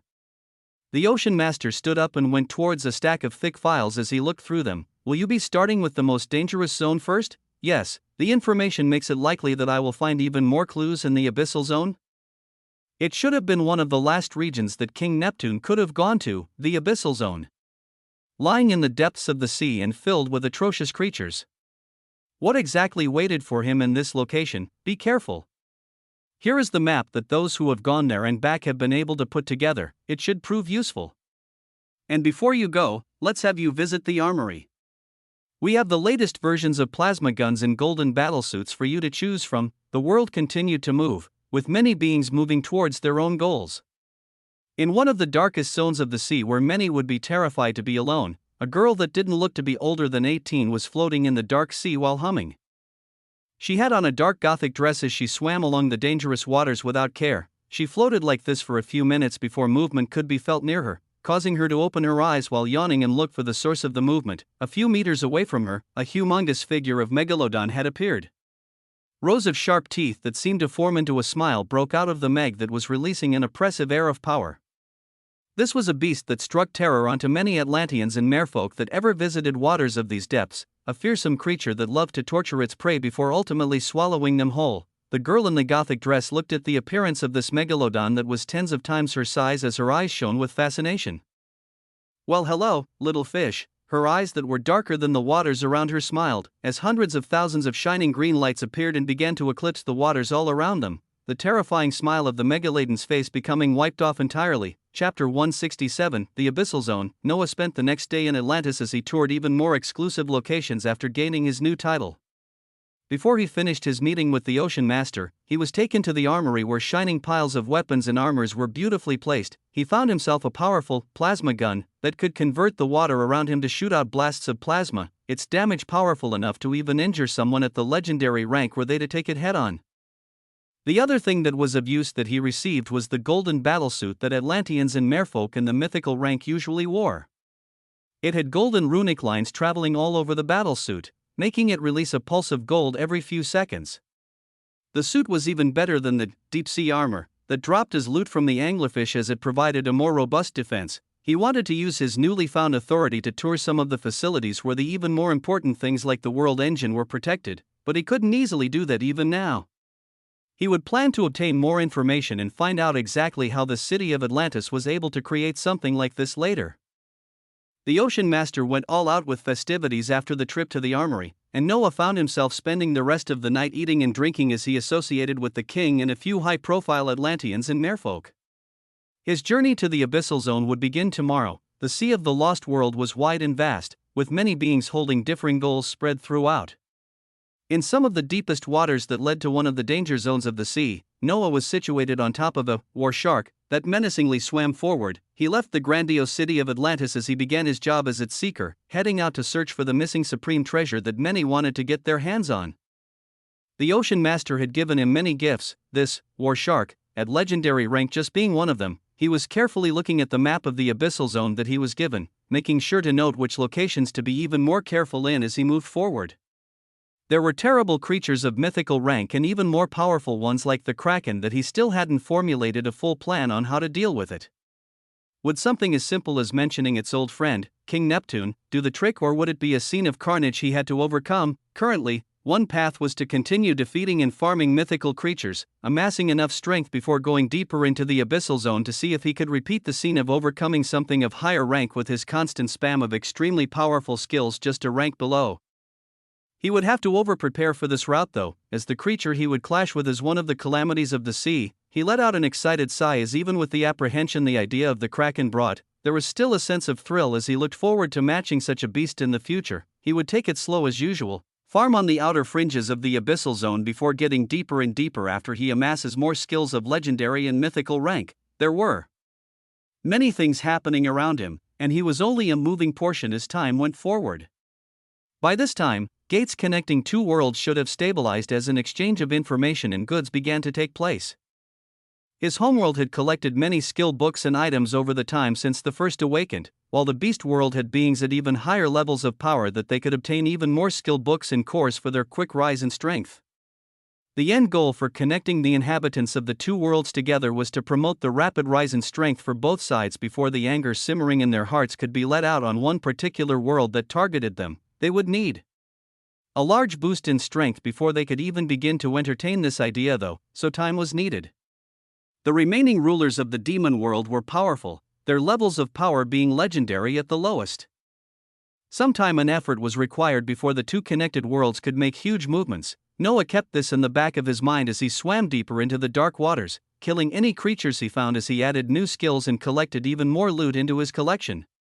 The lowest level creatures he came across as he entered the outer fringes of the abyssal zone were of epic rank, and he had come across two legendary deep-sea creatures in just a few hours. This time around, he tried battling using just the physical force of his body, and he found himself ripping apart the slippery fish with his bare hands. The strength of his body had legitimately reached an extremely high level that neared the peak of mythical rank with the infusion of the supreme-grade golden serum. He looked through the skills he'd obtained so far from farming the creatures in the abyssal zone these past few hours. Epic, water blast, a powerful blast of pressurized water hones in on your enemies. Epic, bombastic, highly pressurized pockets of water will form and explode on command. Legendary, hydrothermokinesis, chosen areas can be superheated to extreme levels. Legendary, hygrosyrokinesis, chosen areas can be frozen below absolute zero. Noah was enjoying the new additions as he looked forward to delving deeper into the abyssal zone. He ushered the Wu War Shark. He was riding on to go forward when something disastrous happened. Ringing, a blaring sound unlike any he'd heard before was ringing into his mind as crisis avoidance released the largest warning he'd ever received. His mind worked at high speeds as he didn't even bother to see what threat was coming towards him as he cast the unique skill, spatial travel, right away. FUCK. The skill did not activate as Noah felt the sea constrict around him. Any movements or skills that allowed for teleportation or spatial movements all blocked. Now this is curious, you tried running so fast that you almost slipped by me. Let's have a look at you. A playful voice rang out as Noah found the figure of a girl that seemed slightly younger than he was, yet floating in the waters of the abyssal zone without any level of care. His eyes grew wide with apprehension as he recognized the girl he was looking at from certain memories he had plundered before. Well, hello there, little fish. Chapter 168, An Unstoppable Force. The moment Noah recognized the face of the ruler of the demon world innocently coming towards him, blinding blue light erupted from his body as he activated his skills rapidly. Thought acceleration worked in overdrive as a sense of fear struggled to erupt from Noah's mind. He had accidentally met a terrible enemy much too early. Well, what's this? You can actually struggle from a spatial lock that I set up. The girl, losing out maddening levels of power, was still coming towards him nonchalantly as hundreds of thousands of green lights began appearing. The scene in front of Noah was one of the worst possible things happening as he watched the legion of undead that was controlled by the necromancer of chaos. Barbados, damn. Too early, much too early, Lulu, he howled out as all the 6 forms of Mountain Sea-Sex 6 secret techniques were activated, a humongous dragon with a shining blue crown beginning to form as it lit up the dark sea, now surrounded by hundreds of thousands of burning green eyes. If he couldn't quickly escape, he would fight back as he used the few seconds he bought himself to think of a way out of this. Summon creatures of the deep, and Primal Conjurer was cast as 2 terrifying figures of anglerfish erupted out from a dark runic circle, while another 2 primal spirits were summoned from the unique skill, Primal Conjurer. The primal spirits summoned out were red dragons that instantly elevated the cold temperatures around them, their eyes staring menacingly at the enemies around them. In but an instant, 4 mythical summons were at Noah's side. The legendary skills, Whirlpool, and Corrupted Sigil of Hegemony, were cast next as the sea around them became destabilized by a forming whirlpool. The blue runic circle that would only last 30 seconds spread out with Noah at the center as he gave the command to the 4 mythical summons beside him. Attack. His mind worked at high speeds as he continued trying to cast, teleport, and spatial travel, to no avail, the frustration in his heart increasing as he tried to find a way from this terrible calamity. His body, encased in the blue dragon form, roared out as a signature move of all dragons erupted out from his jaws. A deadly blast of blue light shooting out from the dragon with the blue crown, the anglerfish summoned from the summoned creatures of the deep, rushed forward with their deadly fanged teeth as they bit down towards the figure of the girl. The red dragons followed Noah's lead as roiling breaths of flames appeared under the sea against all odds, heading towards the being that locked the entire area around them. The responses this girl faced all of these attacks, now you are the most interesting Atlantean I have ever come across. Let's see if you can keep up. Death's domain. Light words escaped her lips as dark light erupted from her and went to cover every nook and cranny of the sea for miles. The light covered Noah and all of his summons as they felt a sluggish feeling, their skin beginning to tingle as a burning sensation appeared. Noah roared out as he cast more attacks, every single attack skill from epic to mythical being cast and flying out as roiling flames, lightning, and storms of ice and bones wildly flew towards Barbados. Healing water went to full drive as any injuries and cracks that the blue dragon form suffered were quickly healed. Even though his summons were heavily injured and bleeding from the area of effect attack from Barbados, he himself had healed up in the next second as he moved with even more attacks. I have little pets too? Why don't you try a few of them? Barbados let out light words as a few of the shining green lights surrounding them came forward with powerful auras. Noah's eyes moved rapidly as he ascertained the auras of multiple mythical ranked beasts surrounding him and his summons. Preposterous-looking creatures of horrid sizes neared as their shapes became clear. A deathly aura surrounded them as they ranged from deep-sea creatures to huge skeletons wielding bone swords. Most ridiculous of all was a massive creature that Noah could only connect to a famous creature of the deep, a megalodon. ONG. The undead creatures attacked in their own ways as rays of dark lights rushed towards them, with a huge skeleton warrior smashing down their bone swords that split apart the waters of the sea. Noah looked at these coming enemies as a ray of light seemed to appear in his mind and split apart every speck of darkness. Yes, he had met an insanely powerful enemy much too early, but he could still somewhat withstand her for the time being as she wasn't acting too seriously. But most amazing of all, the enemy commanded forces of beasts at mythical rank to swarm him. This was dangerous, but also provided a tremendous opportunity. If he could take down these creatures and take their loot for himself before their terrible master decides to finally become serious, he might just find a way out of this. Noah moved decisively as he summoned yet another beast from his skills, this time one that was more special to him. And one that could possibly play a huge hand in this fight. Summon Saint of Death was cast as a deathly aura erupted from Noah, a mass of flesh and bones coming together to form into the figure of a man with a similar face to his. The Saint of Death was only an epic skill, but it had many skills that were geared towards the undead. It looked at the many moving corpses surrounding it as the fair white hands rose out and snapped, only a light snap that released low vibrations, but the moving undead mythical creatures came to a halt halfway through their attacks. Noah's eyes shined as he read the thoughts of the summon, realizing that because of its lower rank, it could not control these powerful creatures under the command of another master, and could only hold them in place for a few seconds. But these few seconds would be enough for Noah. His large blue figure of the dragon moved out as it aimed for the mythical creatures that had their movements still halted, ignoring the face of the chuckling Barbados that looked at the scene of her frozen undead in amazement and nothing else.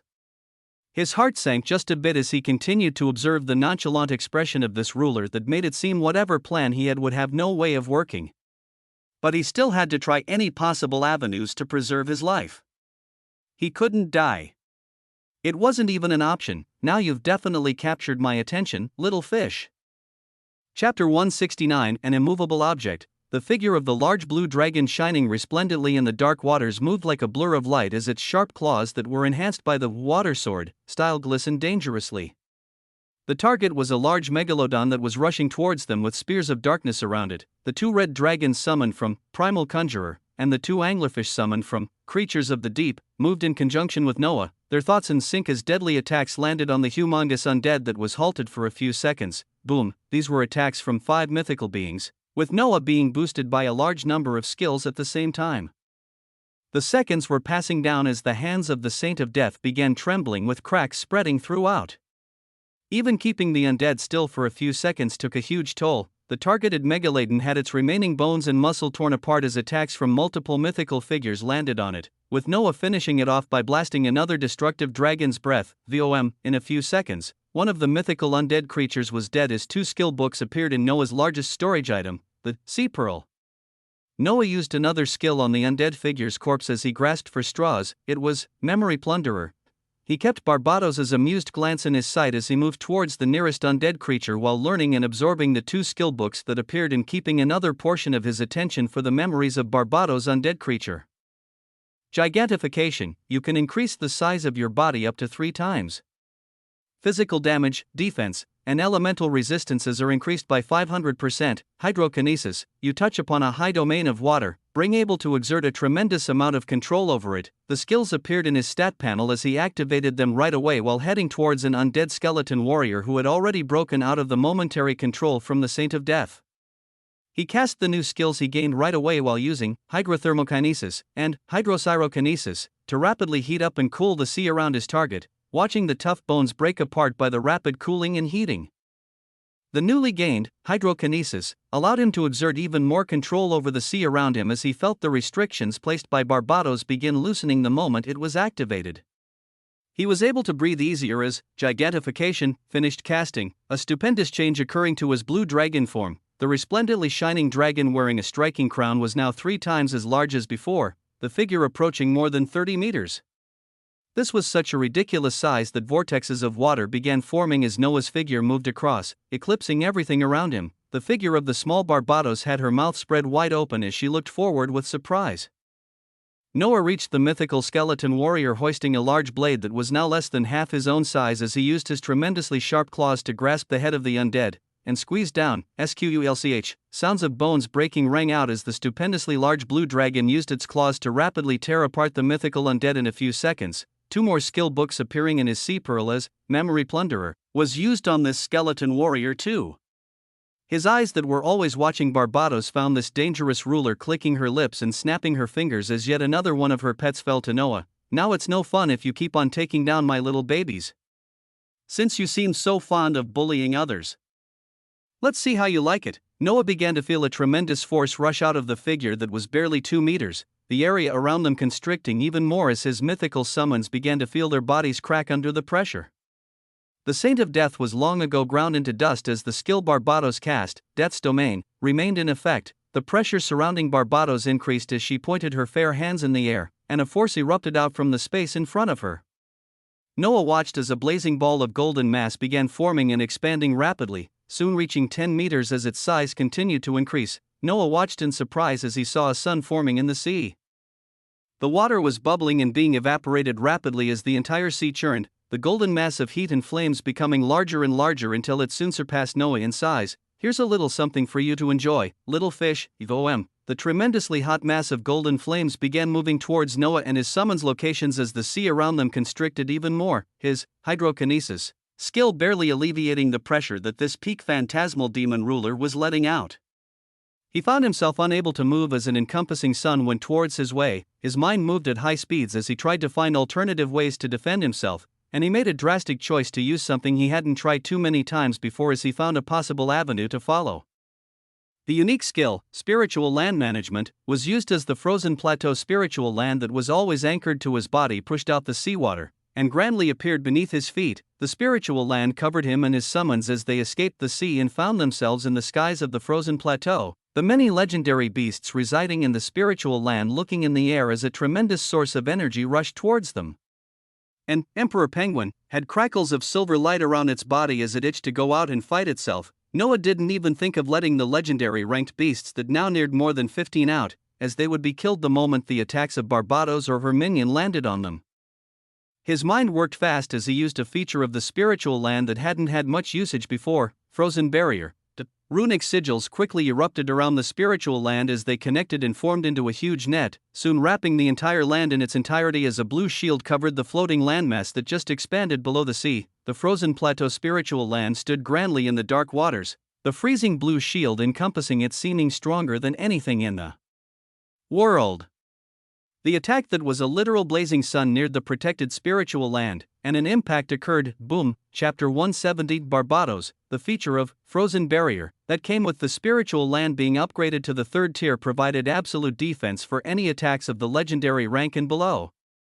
It didn't matter if it was a single legendary individual or hundreds attacking the spiritual land, as long as the 1 minute of defense did not run out, no attacks would bypass into the spiritual land. This was because the energy the spiritual land could provide to keep up this barrier exceeded any damage that legendary ranked individuals could inflict, thus it could be called an absolute defense.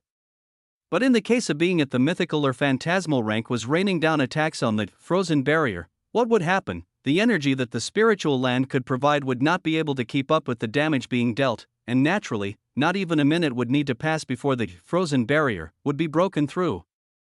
But then came an anomaly. What if the concept of energy was trivial to the master of the spiritual land? What if enough energy could continue to be provided to the frozen barrier, as it continued to defend against the attacks of a phantasmal ranked monster? Noah's draconic figure shone resplendently as the blue crown atop its head released airs of majesty.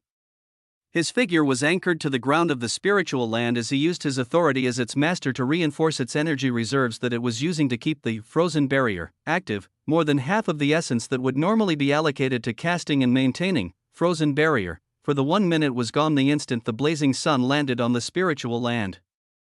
Noah was like an endless spring though, as this energy was soon filled up again a second later, with the frozen barrier holding strong. Yes. This was Noah's biggest gain that he had not needed to explore or use before. A barrier that provided absolute defense when faced with anything in the legendary rank, but the energy reserves to keep it active for its full 1 minute would be drained if attacks from higher ranked beings came, with the problem being mana. Noah was the perfect solution. This meant that with the usage of frozen barrier, a feature of the spiritual land that could be used once every 24 hours and only lasted 1 minute, it was 1 minute where absolutely no attacks would come through into the spiritual land. The only possibility for it to be broken through was if an insanely powerful attack of multiple higher ranks came which instantly shattered the barrier, unlike Barbados's attack that drained more than half of the allocated energy, but this weakness would also be fixed as the spiritual land was upgraded into the next tier. If its container continued to increase, it would be able to better handle attacks that drained even more energy. Noah looked at the blazing ball of fire that had exploded out and formed into snakes of fire that surrounded the spiritual land. Mana was leaving from his body and into the spiritual land like water flowing down a waterfall, the frozen barrier continuing to be kept reinforced as the 1 minute was now 50 seconds. 50 seconds, and he had to figure out how to escape this ordeal within this time. He didn't know if Barbados would get serious and rain down attacks that could break through his defense the moment that the 50 seconds ended. Even now, he could pick up her playful voice that seemed to have found the most curious thing in the world. "Whoa, you have your own isolated space treasure? Those are rare." Her voice was nonchalant, but her attacks weren't. Another blazing sun appearing in the quickly boiling and evaporating seawater as it went towards the spiritual land once more. Noah kept the seconds counting down in the back of his mind as he thought of ways to get past this. The memories he had plundered from the Megalodon and the other mythical undead skeleton warrior he took down flowed in his mind rapidly as he focused all his attention on putting, though acceleration, on overdrive. He already knew Barbados from Oria's and Gremry's memories, understanding a little bit about her and her powers. He knew her unique and ultimate skills, which made him even more apprehensive towards her as he tried to keep fear from bursting through. The blazing sun she was throwing towards the spiritual land was just one of her unique skills, this one being called Hellish Enforcer. Noah continued to peruse through all the memories from the 2 rulers he had killed, as well as the mythical undead he had just taken down to see if there was anything he could use to get out of this. Space continued to be locked down, and he still could not teleport away. 30 seconds remained as another blazing sun exploded and a new one took its place. Wow, how much longer can you hide in there, little fishy? I'm sure your energy should be close to empty by now. Or will you surprise me some more? It was a playful voice that didn't seem to have a care in the world, like it feared nothing and nobody. It feared nothing and nobody. A blinding light seemed to explode in Noah's brain as this thought came, and he breathed heavily while looking towards the small figure of Barbados outside. No, that wasn't right. There was somebody that this powerful ruler feared. Somebody she hated in her bones, and yet she couldn't go against. Noah went back to his memories as he looked at the interactions of the rulers of the demon world and Barbados. Among the many hundreds of years of memory from the 2 demon kings, the ones involving Barbados were many. The other rulers feared her, and there was only one person that she feared, the oppressive tyrant, Baal. Barbados was a character that craved destruction and mayhem, earning her the title of World Destroyer. She was unruly and wild, but she was reined in after a significant battle a few hundred years ago. The one known as the Necromancer of Chaos was beaten down into submission by the most powerful ruler of the demon world, Baal. Ever since then, she could only grit her teeth and follow the commands of Baal like every other ruler. And from the memories of her mythical skeleton warrior that had been with her for years, Noah knew even more of her thoughts and habits. He knew exactly what this powerful demon empress felt about the ruler standing above her. He had obtained the memories of the only beings Barbados surrounded herself with, and putting together these memories as well as the previous ones from the two demon kings caused a plan to form in Noah's mind. It was a plan that he would never pursue if it wasn't the last possible way. He had gone through many things and perused through hundreds of years of memories from multiple beings. The one thing he was confident of was that every single person wanted something. He now possibly had an idea of what Barbados wanted, and if he could successfully use it to his advantage. This terrible meeting today might not just end with him keeping his life, but with a possibility of something much greater. 10 seconds remained in the activated, frozen barrier, as Noah looked at Barbados, who was creating another blazing sun with a surprised expression, as if it was unbelievable that Noah could still keep up his defense against her attacks. With just a few seconds remaining, Noah spoke towards Barbados for the first time as he grasped at yet another straw to keep his life. After frozen barrier ended. It was a straw that went directly against his goal of the destruction of demons, while at the same time going towards accomplishing this goal by allowing him to keep his life and even possibly set himself up in a better position. Are you still planning to heal under the great Baal's feet, O Barbados? He spoke in a mystifying manner as his voice resounded out calm and collected, and as it reached Barbados, he found her smiling expression becoming completely wiped away as her face scrunched up like she had just swallowed the worst food. Chapter 171, Scheming Using Stolen Memories. Her playful tone completely changed as, beside the blazing sun already in place, another one began to erupt right after, a deadly cold voice coming out of her fair mouth. You just had to go and fuck ruin my day while I was having fun. I'm gonna rip your limbs and cook them in front of your dying face, little fish. Her voice was now laced with poison as the blinking green lights around the sea surrounded the spiritual land. Her figure carrying two golden suns neared as a terrible aura spread out. The seventh ruler of the demon world had now gotten serious. I didn't mean any disrespect, and just wondered why you still choose to be under his heel with a power of this level. Barbados's figure stopped at these words as the barrier that covered the spiritual land began fading away. Noah looked at this as his heart palpitated, and he used size regulation to return the spiritual land to a miniature size while using anchor to attach it on his body yet again. His large draconic figure appeared in the open waters again as he stared at the now wrathful Barbados that was carrying two suns. He kept his apprehension inside as he spoke again. I can understand your compliance after he thoroughly thrashed you 437 years ago. Yet I don't recall you challenging him ever again after that. The Necromancer of Chaos that I know should have definitely fought for her freedom after all these years. So I was wondering why you would be on his treasure hunt in the Lost World and not relaxing back in the world of the dead you've been creating. Noah calmly weaved information that not a single soul besides the rulers and Barbados herself should know as he became more and more convinced about the possible success of his plan. He continued to look through the memories of the demon kings as he grasped for any more information he could weave into the bullshit he was spouting out. As well as a way to make the things he said valid, Barbados heard his words as her power erupted out even more powerfully. The two suns she had summoned that were boiling and evaporating, all the seawater around them disappearing as her aura became more condensed. Who the fuck are you? Noah looked at this as his heart pounded. He observed the violent expression on Barbados's face as he replied, my identity is somewhat special, but it wouldn't matter to the subject at hand. I'll speak more clearly so we can communicate better. What do you think about the idea of taking down the oppressive tyrant who has had you underneath his feet for the past 437 years? Silence. The oppressive air that Barbados released stopped as her face became impassive again. You're either batshit crazy or just plain insane to be saying the words you're saying after you've barely survived against my attacks. You think someone like you can even talk to me about that bastard Baal? Noah's adrenaline was spiking as it seemed to be going in the direction he wanted.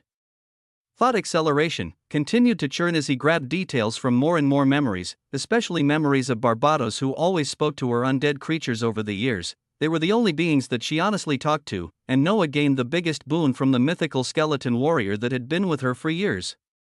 He hadn't even gotten the chance to look over and learn the two mythical skill books that dropped from the skeleton warrior as he rapidly shifted through the many memories. I'm sure you've gathered that I am only at the mythical rank.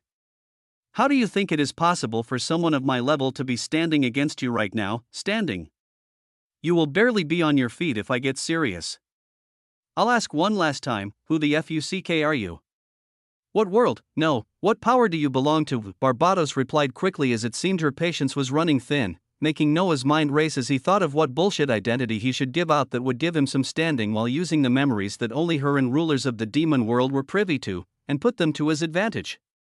His mind perused through the many memories as he looked at the larger worlds and powers of the universe.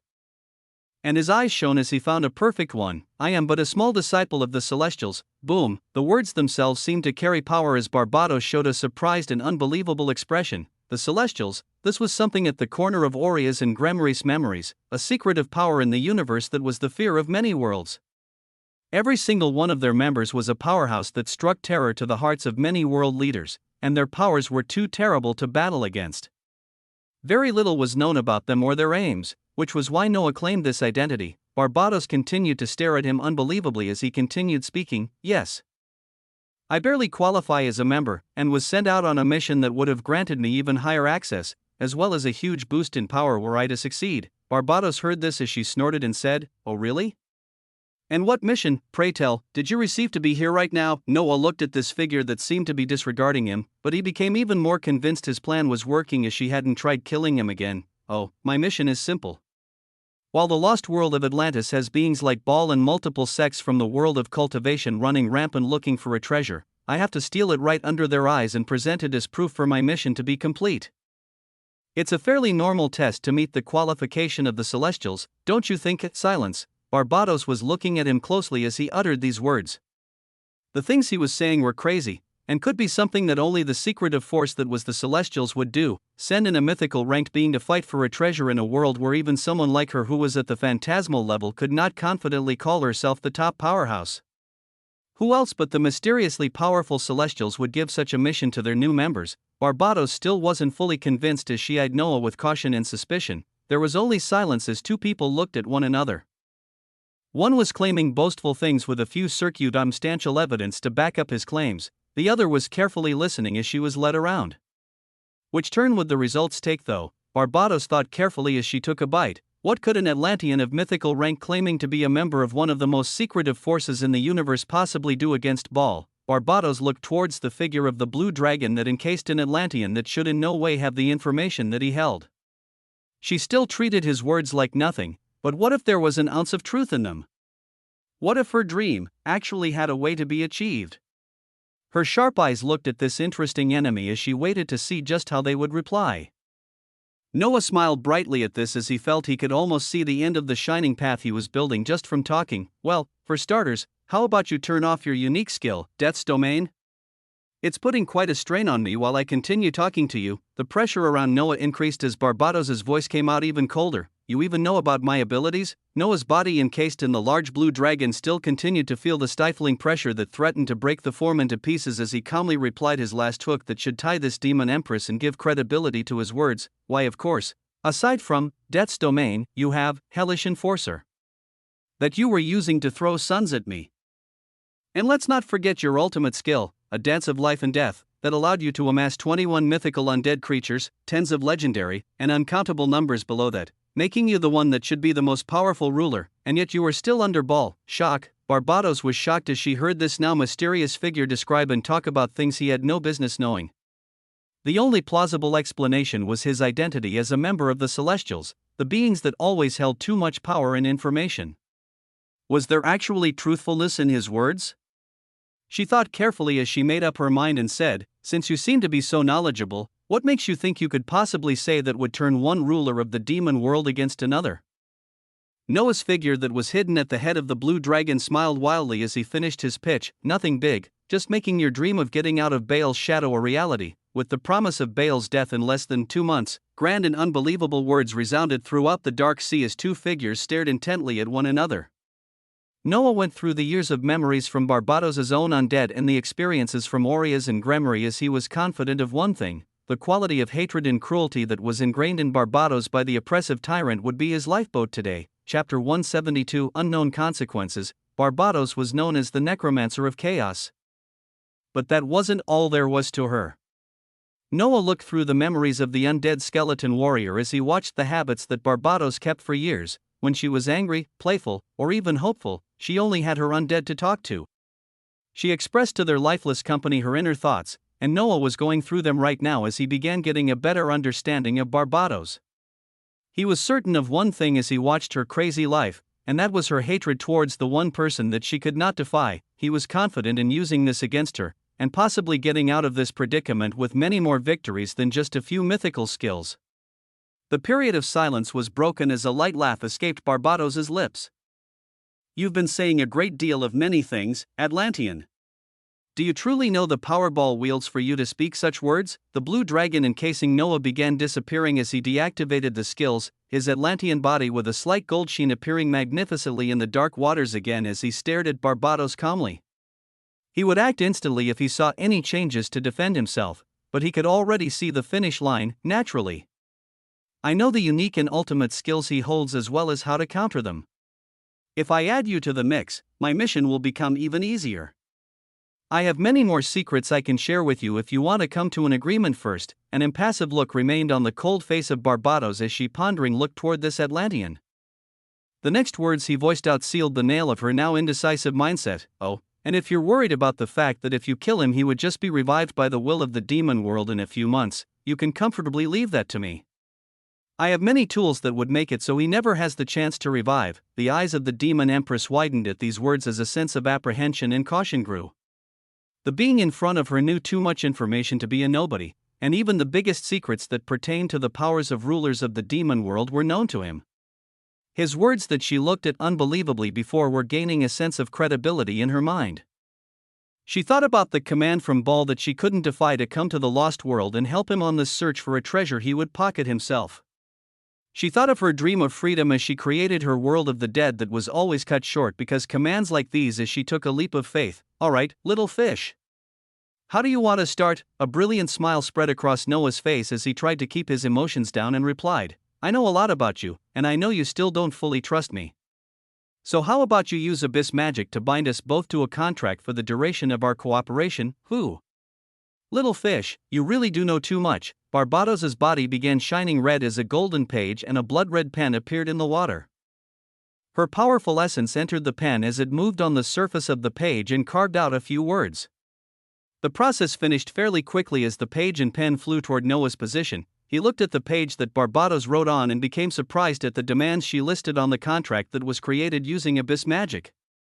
This was one of the abilities that rulers ranked 10 and below could use, a contract ritual that bound two beings. The two parties would choose their terms and restrictions before the contract could be established. There was only one condition and restriction that Barbados wrote of the golden page: the little fish will erase Baal's life in 2 months. If the condition isn't met, he forfeits his life. The condition was fine, but the restriction was not. Noah's face became cloudly as he used his essence to push the golden page and pen back. "The restriction involving my life is too big. I won't ask for your life, you do not ask for mine." A cold aura spread out as it looked like Barbados would soon explode with power yet again, but Noah remained firm. She looked at him coldly while putting more essence into the pen and rewriting the restriction. The golden page came back as Noah read it once more. "The little fish will erase Baal's life in 2 months. If the condition isn't met, he will lose his manhood and never again be able to copulate." The restriction wasn't as extreme as the first one, but it was terrifying to think about. Noah nodded his head as he put his own mana into the pen and wrote his own conditions and restrictions. Barbados will aid Noah Osmont the 2 months before Baal's true death. Barbados will not lay claim to or destroy Noah Osmont's belongings. If the condition isn't met, she will release the souls of all the undead she has collected. Her face scrunched up as she read the restriction and looked dangerously at Noah, but she folded the golden page nonetheless and then performed the final portion of the abyss magic to finalize the contract. A golden light shone out as the folded page broke into 2 pieces. One staying with Barbados and the other going towards Noah. He caught the half page in his hands as he brought it close to his mouth and observed Barbados doing the same. The both of them then swallowed the pages as a red light covered both of their bodies briefly, and the contract was complete. "Wow, I really didn't think you would do it. This means you aren't actually full of shit and can actually take down that monster." Noah let out a breath of relief as soon as the contract was finished, finally coming to the conclusion that his life was not in any more danger. for the duration of this contract, until he achieved his original goal of taking down Ball as he already planned. He would also have the peak phantasmal ranked Barbados to help him. This was one of the traits of demons that he loathed, the fact that they would betray their own people the moment it was to their benefit and granted them what they wanted. He calmly looked at the figure of Barbados that neared him and floated just a few inches away, her abyssal eyes looking at every part of his body. Alright, I don't give a shit if you really are a member of the Celestials or not, or how you know so much information. Now that you've signed that contract, either Ball dies, or you lose your DICK. If Ball doesn't die, you'll still lose your DICK, but I'll just kill you right after as well. If everything goes wrong, then he will just kill me for my betrayal once or twice before he believes I'm reined in again. So I won't really lose much, you know. Her voice had become playful again as the cold and disastrous power she let out had all but disappeared. The blinking green lights of hundreds of thousands of undead were still surrounding all the miles of the sea around them as two completely opposite beings entered into a contract that would have colossal consequences across worlds. Noah looked at this dangerous individual that would have caused his death if he hadn't found a solution as he did, and began planning how to move with her in the picture. How do you best put to use a phantasmal ranked individual who surrounded herself with the undead as her only company and was a little crazy and messed up in the head? Well, little fish, I will aid you up until we put your shitty words to the test in a few weeks.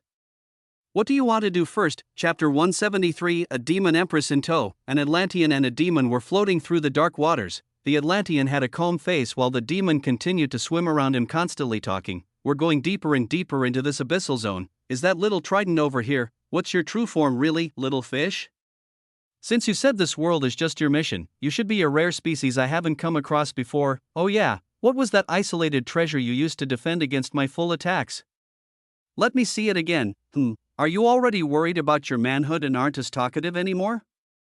After the contract had been made and Noah guaranteed his life against this powerful demon empress, he had gone back to his loner ways and kept the conversation to a minimum, but Barbados with her warped mind could not stop talking. She only ever had undead for companionship over the years as she continued to build up her world of the dead, and they were the only ones she would crazily talk to aside from the other rulers of the demon world. Noah looked with annoyance at this phantasmal ranked being that had to aid him now as he said, all you need to do is aid me, and I'll keep my end of the deal in 2 months. For now, we'll explore the abyssal zone while I take down some of the deep sea creatures here. A light passed through the dark eyes of Barbados as she replied, yes, you seem very interested in killing things, and I've noticed their origins quickly being drawn to you when they die. Is this an ability of yours? The hundreds of years old demon continued to pry secrets from Noah as time passed, wanting to know more about this interesting being. Noah thought for a moment as he knew his movements and skills would be under a lot of scrutiny for the next few days and planned accordingly to make sure Barbados didn't learn too much about him. I'm actually a connoisseur of sorts, and enjoy trying new things for the worlds I visit.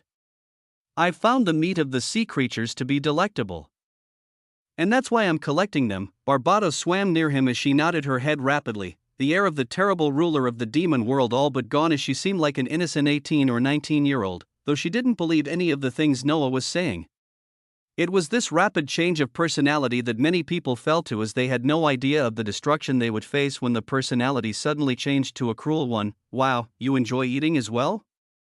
Me too.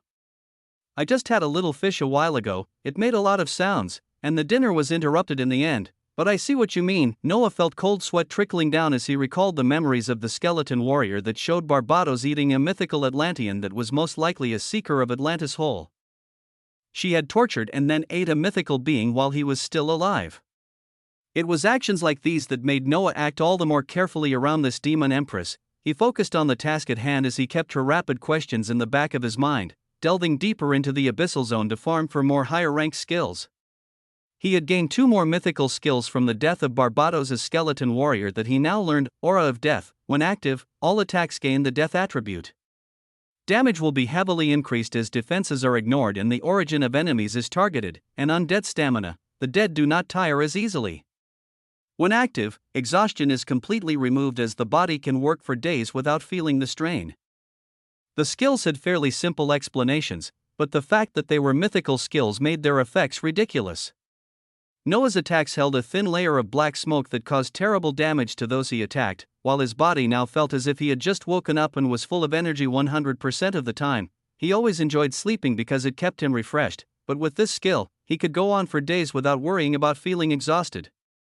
He moved across the abyssal zone with a demon empress in tow as he took down yet another mythical sea creature, this one being a terrifying, killer whale. The legendary whale he had received from the king of Atlantis as a gift had died the moment Barbados appeared earlier.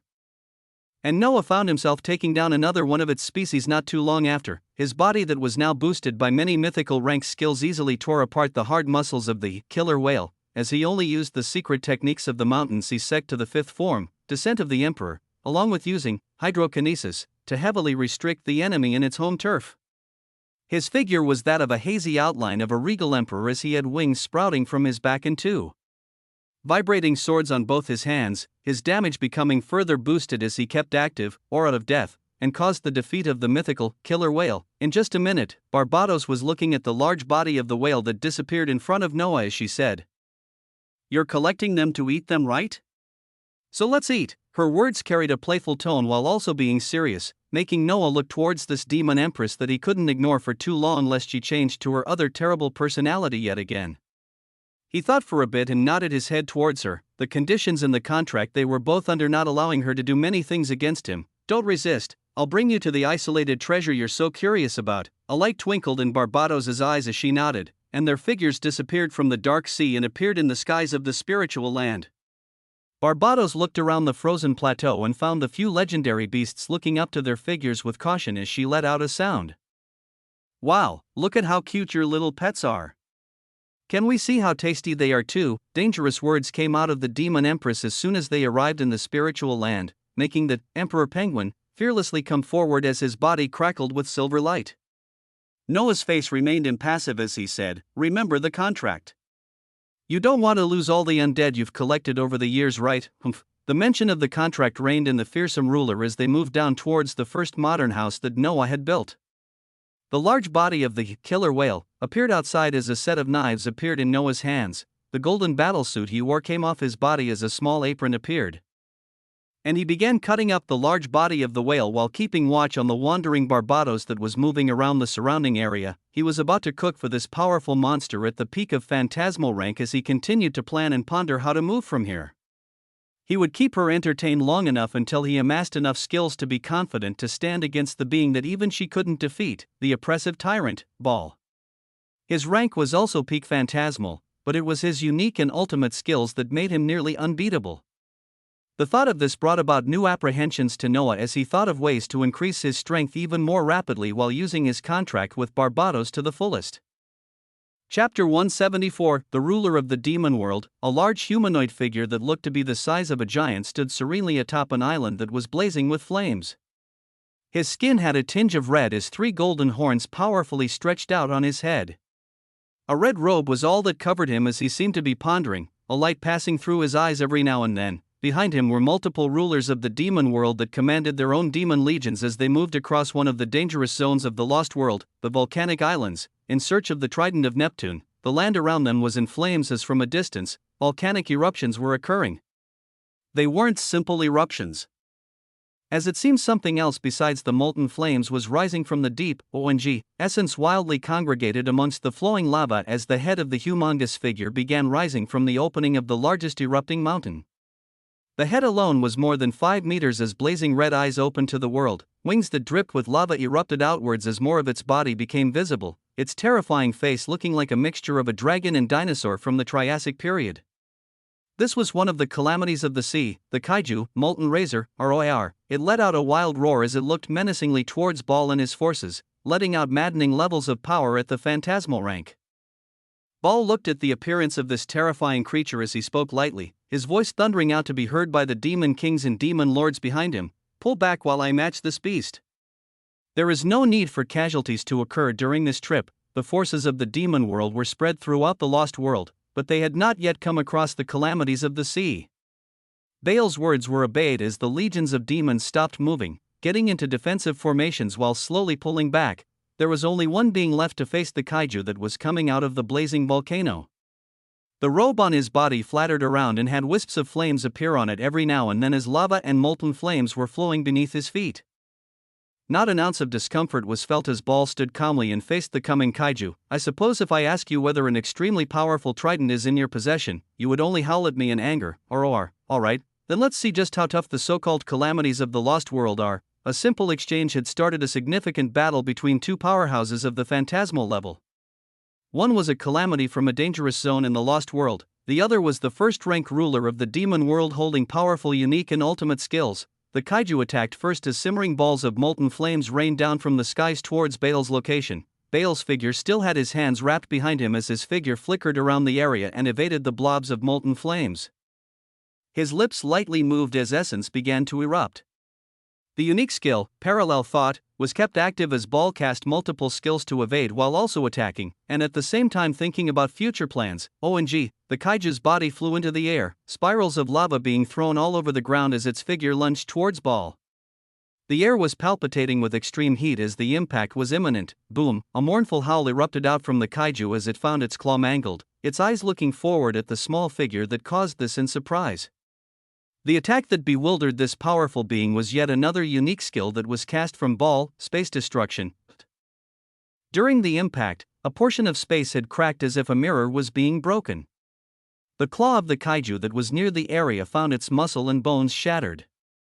A red light erupted out as flames appeared on the mangled claw, and a few seconds later it became as good as new. The kaiju looked carefully towards the floating figure that injured it first as it began fighting even more ferociously. The battle between the two phantasmal ranked beings would continue for another hour before a clear victor could be decided. Lands quaked and lava flowed. The battle continued as those watching from the distance apprehensively looked forward. Sometime later, the area had become horrendously destroyed as one figure still floated in the air with his hands behind his back. His regal robe had rips throughout as patches of his skin seemed burnt against all odds. His enemy was in a worse stage as it breathed heavily, its head barely being able to lift off the ground. Its body was filled with dark flames that did not seem to be letting up. They continued to burn endlessly as they gnawed more of its life force. This was a calamity of the sea that was raised in the depths of volcanoes, and yet its body was sucked to perilous flames that could not be put out. A deep sense of terror was ingrained in its bones as a weak voice came out of its mouth. You will not succeed in your quest, demon. Baal looked at this dying calamity calmly, the wounds inflicted on his body slowly healing as he neared its large body. Maybe, maybe not. You are not the one to decide. He came close to the flaming mouth of the kaiju as he placed his hands on the creature's head. You should be one of the protectors designated by this world, and even influenced by it as you rose to this level of power. A dark aura began to erupt out of Baal's hands as the terror the kaiju felt only intensified. So before you die, transmit these last messages to this lost world, and the city of Atlantis that it so desperately wants to protect. I have grown impatient of searching for what I want by moving across its wide seas. I will now be heading directly to the heart of its prized city. The dark aura from his hands went on to fully cover the large body of the kaiju that was more than 30 meters large. This was the casting of the ultimate skill, one of the 7 deadly sins, gluttony. Let the world know that salvation still remains for it. All it has to do is to deliver me the trident of the sea before I utterly destroy its people. My forces will face heavy casualties, but it will be nothing compared to what I will do to the inhabitants of this world. A decision has to be made before I reach Atlantis, or you will have an all-out war. The words were coming out in a calm manner as the kaiju felt a terrifying feeling from the dark smoke that covered the entirety of its body. The death of one of your protectors now is only a taste for what is to come. OMG, the ultimate skill. Gluttony was cast as a piercing scream resounded out. The rulers listening in the far distance had dark faces filled with fear as they heard the scream of the kaiju that was getting its origin pulled out of its body. A few seconds later, there was only silence as nothing remained of the large body of the kaiju. The area in front of Baal was empty as he let out a light burp and patted his stomach. He turned around from the area of erupting flames and looked back towards the rulers and the legions of demons behind him, his clear voice ringing out and reaching them the miles away from where they were. Contact those arrogant cultivators. We make way for the city of Atlantis. Chapter 175, Adumania I. While momentous events were occurring in different corners of the world, in the frozen plateau spiritual land, a scene that would surprise any knowledgeable beings was taking place. The terrifying demon empress that seemed to have multiple personalities was sitting on a table salivating at the dishes placed in front of her. It was a sautéed mythical, killer whale that Noah himself cooked while activating the skill that always guaranteed the best tasting meals. The powerful ruler dug in the moment the plates landed on the table as she devoured bountiful meat from a mythical ranked creature in large bites. Little fish, what the hell did you do to make it taste like this? Amidst her mouthfuls, She was letting out compliments to the chef freely as she enjoyed herself. Noah looked at this figure that was threatening to kill him not too long ago but was now nonchalantly eating without a care in the world. As even he found this contrast a bit difficult to accept, he was lost in thought when he found his hand being pulled down, and saw a miniaturized emperor penguin that was tugging on his sleeve while looking suspiciously at Barbados. The penguin's eyes shifted from Barbados onto the many plates of cut-up killer whale as he looked at Noah with his beady, silvery eyes. Noah sighed and nodded as he watched multiple plates disappear from the table with a silvery light as the emperor penguin grabbed some for himself and the other beasts of the spiritual land. This was the meat of a mythical ranked being, the essence collected in its meat and bones being extremely thick and would be a great source of strength. Barbados noticed a few plates of the killer whale disappearing when she lifted her face up, and a stifling pressure erupted out as her gaze landed on the emperor penguin. "Little bird, the fuck are you doing?" The emperor penguin was pushed to its knees at the stifling pressure Barbados released as Noah jumped in between them and looked sternly at her. "There's tons of meat just from just that one whale. I'll continue to make some more, so don't do things like that. If you accidentally kill any of my forces, the deal will be off." The pressure was lifted as the terrifying demon empress only heard that there would be more of the glistening meat she was eating, and she went back to enjoying herself. The penguin she had pressured down rose up with an arrogant expression as it stared fearlessly at this phantasmal ranked individual and used its ability to take a few more plates before its body flashed away. They were in the futuristic house that held a wide kitchen for Noah to work with as he spent the next few hours cooking and enjoying the meat of a mythical ranked being. When Barbados was on her 20-something plate, her face of bliss and contentment stopped as it quickly turned wrathful and sour. Noah wondered what had caused her to change now as shocking words came out of her still chewing mouth. "Ball has grown impatient and is collecting all forces towards the city of Atlantis. He'll be striking up another deal with the cultivators once more to besiege Atlantis." The demon empress released horrendous information as she went back to eating the glistening meat while her face looked towards Noah impassively. Noah's eyes turned into piercing slits as he heard this new information and asked the nonchalant demon empress in front of him, "How long till their forces group up and arrive?" "Well, he's coming from some dangerous zone in some corner of this world while the cultivators are spread throughout. I give the little fishes of Atlantis 2 weeks before the full force of 2 large worlds knocks at their door." She was licking her fingers and grabbing yet another plate as she talked, treating the food in front of her more important than the disastrous information she was letting out. "Oh, since you aren't even a native here, do you care what happens to the fishes in Atlantis? You seem to have many unique tools and skills, which makes me believe that your promise of taking down that asshole Ball in 2 months might be a possibility, but I doubt you will be anywhere close to matching him when he attacks Atlantis and grabs that trident for himself." The mouthful Barbados made Noah think some more as plans rapidly shifted in his mind. He still had plans for Atlantis, and couldn't have Ball raze it to the ground so soon. "Well, I guess I will be depending on you now," he thought this as he looked down towards the spiritual land. The numbers of legendary beasts passed more than 15, and he was already bolstering the strength of talented beasts like the emperor penguin, and a few others that had reached the realm first as he prepared to upgrade the spiritual land to the next rank. Yes. This was another path of a rapid increase in strength that he could take on top of obtaining the Trident of the Sea.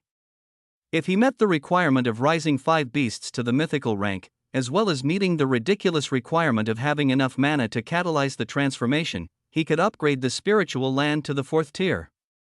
He looked at the panel accessible through Spiritual Land Management as the ideas came together. Spiritual Land Management, Frozen Plateau 3, Beasts, FXXX, EXXX, D45 342, C14 322, B8 323, I1 234, S4 99, Epic 125, Legendary 17, Plants Whitefall Trees, Snowvine, Sacred Rye.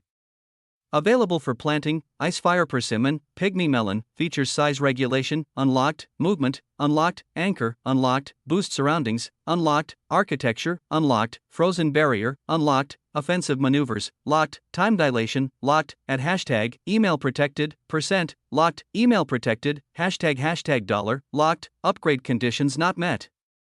At %% carat hashtag dollar, the 4th tier had many things that Noah looked forward to. Most of all were the features of offensive maneuvers and time dilation. He wanted to see just what surprises these 2 features held. The Icefire Persimmon, that had been growing abundantly in many fields across the spiritual land, would be maturing by the next day at the latest, and these were the resources specifically cultivated to help the beasts born in the spiritual land advance through the ranks. for the talented ones like the Emperor Penguin, they should break through without a hitch. For the others, they just needed a little push. Noah had been making this process even faster by leaving behind legendary cores and skills for the beasts to learn and propel them to the peak of that rank. Where only a slight force would be needed for them to break through, as of now though, he had many mythical cores, as well as 2 skill books from the mythical killer whale he was roasting that he had not yet used. If he gave these, as well as the consumption of icefire persimmons, he should have 5 mythical beasts in no time. After that, the upgrade to a 4th tier spiritual land would be a breeze. He would then find out just what spectacular things he could accomplish with the new features, especially time dilation. The one thing he needed was time, so what if he actually had a lot of it to spare? A confident smile crept up Noah's face as a demon empress stuffed her face with a mythical whale while looking at him quizzically. Chapter 176 Adumania 2. A few paths were laid out in Noah's mind as he turned to look at the powerful Barbados. The city of Atlantis would be alerted as soon as large movements of forces begin to move in the sea, so he didn't have anything to worry about there. What he would focus on now is the spiritual land upgrade while heading towards the calamity, possibly holding the trident of the sea in this abyssal zone, will make our movements too. Why don't we start with a little aid from you? The apron he had on disappeared as a golden battlesuit covered his body once again, looking to Barbados for a reply. She looked up at him between her mouthfuls and said, "What do you want?" "Little fish, you have hundreds of thousands of undead moving across the depths. I want you to move seriously for a bit and use them to look for and capture at least 2 mythical creatures." Noah was preparing to boost the strength of 5 beasts to the mythical rank, and having them absorb cores as well as learn the skills of the mythical rank will do just that. While he prepared to move around the spiritual land for the maturing of the icefire persimmon, he could have Barbados go out to collect even more cores for him to use. What's in it for me? The demon empress looked down towards Noah impassively as she licked her fingers clean, making him rub his temples as he looked towards her. "Besides it being on the contract, I'll cook any of the deep sea creatures you manage to bring. They might taste even better than this killer whale if they are rarer and more exotic." These words caused a light to shine on the cruel face of the demon empress as her small figure stood up. "I'll be back." Noah calmly watched a red light erupt out from Barbados as her figure began to fade away into nothingness. He let out a breath as he appeared on top of the spiritual land and sent a command to the legendary beasts that were either eating or training. The message was very clear: the time for their advancement had come. Raa beasts clamored in the spiritual land as they congregated together for this event, looking forward to seeing who among them would lead the way once more. One particularly arrogant penguin didn't have any worries as it watched Noah bring out mythical cores and skill books. In a few hours, the icefire persimmon, specifically cultivated for the advancement of beasts in the spiritual land, would be matured, and then a world-defying process of mass advancement would occur. Barbados was moving across the dark seas as hundreds of thousands of green lights were surrounding her. She had a face devoid of emotions as she sent commands for her pets to spread out and look for any signatures of life as she actively looked for mythical sea creatures. Her endeavor with the Atlantean was simply one of curiosity and for the possibility. But it was turning out better than expected. She was still only 50% sure of the Atlantean's words based on the abundant amount of information and unique tools he held, but she was sure of Baal's strength even more that even now she expected this endeavor to fail. "Well, I will at least enjoy myself before then." If it failed, Baal would definitely extend his wrath towards her and even possibly kill her 1 or 2 times, but so what? It was nothing new. This was done before multiple times when she didn't want to be compliant. The only thing she would remotely care about would be her pets, as they would lose the energy anchoring them down when she died. She hated recalling how many times she had to build up her army of the dead from scratch after reviving in the demon world. The oppressive tyrant did not get his name for nothing. If things did not go his way, he would take them by force, and he had the strength to do it. If the little fish's words are true though, her eyes twinkled at the possibility of freedom that she never believed she would come across, before they soon became deep circles of abyss. Her gaze turned to the side a few nautical miles from her as a small smile crept up. The undead that she had spread to cover a wide net had caught something big. Barbados moved in large strides as her figure appeared and disappeared, moving yet again to another target, and Emperor Penguin looked towards the brothers he had known all his life as he prepared for a breakthrough yet again. The master that had taken over the spiritual land wasn't bad at all, and had helped them immensely while introducing surprising new things. never in his wildest dreams did the penguin expect the treasures used for the catalyst of their strength be grown at such unbelievable speeds. It shocked many of the beasts when they first saw it with their own two eyes, but now it seemed like the norm. He was currently watching a few of his brothers consume mythical cores for the chance to break through from the legendary rank and advance forward. His talent was much higher, and should be able to break through as soon as he consumed a few icefire persimmon, so he told the spiritual landmaster to start with the advancement of his brothers and sisters first. The shining flippers on his body tightened as he yearned for more strength, never wanting to be pushed down again. His thoughts moved towards the arrogant figure of a demonist that had made him kneel just with a glare as silver light erupted from his eyes. He would show them all just why there was such arrogance ingrained in the bones of the Emperor Penguin. The first beast to be born in the spiritual land, as well as its strongest, looked forward into the future. Chapter 177 Upgrade the Spiritual Land. Noah was overseeing the advancing of multiple legendary beasts in the spiritual land as he provided cores of the mythical rank for the advancement. He was saving and stockpiling more cores and skill books to boost the strength of Steel Mikhail and Kazuhiko. But he could always obtain more later. The powerful Barbados should even come back with 2 or 3 mythical creatures that would add even more to his collection. It had been a few hours since she left and the process started, some of the fields holding an abundant amount of icefire persimmon, shining a blue and red light as the fruits fully matured. There was a resplendence of light as it seemed two opposing forces were trying to occupy the same thing, but they melded together to form into glistening blue-red fruit handing off large trees. The surrounding beasts were roused by the allure of the fruits as they looked towards Noah, where he nodded to the Emperor Penguin, as he took the lead in absorbing them. With the beasts absorbing the cores already having their auras changing to become mythical, RAA, the beasts were full of enthusiasm as the process went on in full swing, with Noah monitoring any changes as more and more fields where icefire persimmon was growing became resplendently covered in mystical lights as they matured. During this process, a hazy red light formed into the figure of Barbados as she returned into the spiritual land that Noah had anchored into the area of the sea they were fighting in before. Her appearance came with a mischievous laugh as her dangerous aura ran about unbounded, around her appearing 2 creatures that were covered in transparent dark chains with barely any signs of life remaining. Noah's eyes turned up at the appearance of 2 mythical deep-sea creatures that were near death as he affirmed the abundant usefulness Barbados would have from now on. She could spread her army for miles to look for enemies, leaving and finding these 2 creatures after just 2 hours.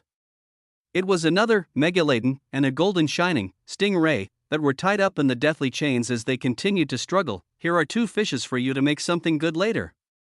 Now, what more surprises am I going to be seeing from you, little fish? Barbados's eyes were wandering around as she looked at the figures of the Emperor Penguin and other beasts absorbing essence from the icefire persimmon fruits.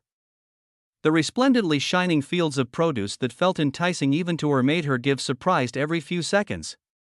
Light passed through her eyes as she tried to pry the secrets of this figure that claimed to be from a powerful organization. Noah felt her piercing gaze as he activated the first 5 forms of mountain sea sex secret techniques and went towards the bound mythical beasts beside her, the 2 vibrating blue blades in his hands carrying the deathly glow of aura of death as they struck down towards the non-moving targets. He wasn't worried about Barbados looking at the process about to occur, as he understood her personality after looking over the plundered memories. She was a cruel being who had very few interests, with the recent things he introduced to her being new and foreign piquing her attention. But to her, they would just be that, interesting things. As long as she didn't stand to benefit from him or her trust wavered, he would find himself faced with the cruel demon empress that ate a mythical Atlantean while he was still alive without batting an eye, because to her, he was just another one of the little fishes she saw in the sea.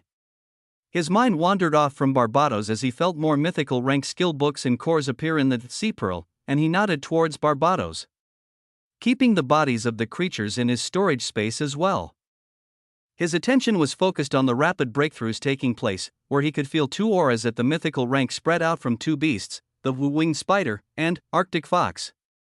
The arrogant penguin wasn't far behind as his body began shining with a radiant silver light, the essence of the spiritual land seemingly congregating around him as he continued to absorb many icefire persimmon fruits. Barbados looked at this sight in stupefaction, as she felt like she was watching this Atlantean growth mythical ranked beings as if it was nothing. Her surprise only increased as a 3rd aura that pulsed at the mythical rank spread out, with a 4th and a 5th one soon after. This didn't stop as Noah had inadvertently appeared next to a few more legendary beasts and had them absorb more mythical cores on top of the icefire persimmon fruits. He could feel his blood boiling as something exciting was in front of him yet again. An arrogant howl could be heard where a penguin glowing in silver could be seen floating in the skies, its body letting out crackles of power at the mythical rank. A glossier sheen had appeared on its sleek fur as its beak could be seen pointing towards the skies. Noah looked at the progress of everything as he confirmed more than 5 beasts had crossed the boundary to the next rank as he pulled up spiritual land management and saw the conditions to upgrade to the next rank had been fulfilled. All he had to do now as the master of the spiritual land was put in the required energy to catalyze the reaction.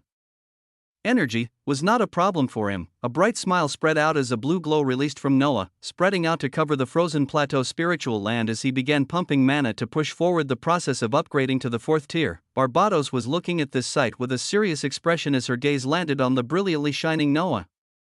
He looked like the center point that was causing a huge change as the isolated space treasure they were in began shaking. The beasts around them were howling as if calling forth the advent of something new. The land around them was vibrating, seemingly resonating with the mana that Noah released as a change began to occur. The water around the spiritual land in the abyssal zone was churning as the upgrade caused a significant disturbance, releasing waves of power that spread out for miles. Powerful creatures of the deep quite a distance away felt this tremendous surge of energy as their attention was captured in a certain location. Chapter 178 Time. Resplendent lights were shining in the spiritual land and outside it, as a hazy shield that was isolating everything in the floating landmass became more and more distinct. An excited howl erupted from Noah's mouth as he poured out more and more mana without reservation, feeling the amount required for the master of the spiritual land to provide reaching the maximum capacity in a few minutes. As the process was about to finish, a blinding light erupted out with the frozen plateau spiritual land at the center and spread out in the dark waters of the abyss. Almost as if signifying the birth of something wondrous, there were all sorts of colors still shining inside the spiritual land as the beasts howled excitedly, feeling the changes as dense essence congregated around and was raised to even higher levels around them. Grandiosity was spread out from the spiritual land as Noah checked the changes under spiritual land management, frozen plateau 4, beasts, FXXX, EXXX, D47 342, C15 322, B9 453, 1634, S540. Epic 150, Legendary 15, Mythical 7, Plants Whitefall Trees, Snowvine, Sacred Rye, Pygmy Melon, Icefire Persimmon. Available for planting, Ice Phoenix Fruits, Spirit of the Arctic, features size regulation, unlocked. Movement, unlocked. Anchor, unlocked. Boost surroundings, unlocked. Architecture, unlocked. Frozen barrier, unlocked. Offensive maneuvers, unlocked. Time dilation, unlocked. Treasure hunter, locked. At $%, locked. Upgrade conditions not met. At $%, his mind was fully locked into the singular feature that he was looking forward to the most, time dilation. The abstract concept of time can be manipulated in a small area. 1:5 ratio, unlocked. 1:10 ratio, locked. 1:20 ratio, locked. There were amazing words listed under the description of time dilation that made Noah's heart palpitate. New information was sent to his mind from the spiritual land about the new changes. And the one that dealt with time dilation was the rise of runic monoliths in the underground area of the spiritual land. The many runic monoliths surrounded an area of 2 acres, forming into what looked like a circular enclosure. Thin blue lines spread out from each of the monoliths as they connected to one another. This was the area where time dilation could be applied. This was the newly created time space, an area of more than 2 acres where whoever entered and stayed in 5 hours in that area would be equivalent to 1 hour outside of it. Noah's eyes shined with excitement as he couldn't wait to begin his training regimen in this location. He could spend a bit over a month in the time space to raise the proficiency and spam skills as much as he wished, combining them continuously with ease thereafter. This was a plan he had in the back of his mind, but never expected to be implementing it so soon. The main way he rapidly increased his strength was to kill enemies of the next rank and absorb their cores and skills to attain their rank. He always lagged behind in his combinations as he had to spend a significant amount of time to raise the proficiency of his skills before he could combine them. His highest combined skill was currently epic, while he has amassed many more skills at the mythical rank through defeating enemies. But, with the use of this time space, he might be able to rise up even faster with skill combination, achieving a phantasmal rank skill that would put him far ahead. Since awakening from rank F, he had only been active for a little over 2 months to achieve mythical rank. If he spent 1 month in the time-space, which would be equivalent to less than a week in the outside world, that would be more than 1/3 of all the time he spent since awakening. The rapid rise in strength during that time, his eyes shined as he thought of the ridiculous things he was about to do. He wanted to quickly get started with his training before he went searching for the Kraken, when he felt a few oppressive auras gathering outside the spiritual land. "Hey little fish, while you were there spacing out, a few more fishes surrounded your isolated space treasure." The nonchalant voice of Barbados rang out from the fantastic modern house Noah had built first as the demon empress had her feet up while relaxing at the same fluffy couches that a certain arrogant beast enjoyed as well. Noah turned his attention to the outside world where he found 3 large deep-sea creatures surrounding the spiritual land menacingly as they were attracted by the abundant explosion of energy during the upgrade. His eyes shined as he turned towards the other unlocked feature after the upgrade, wanting to try it out on these newly appearing mythical deep-sea creatures. Offensive maneuvers. The spiritual land becomes a tool for destruction.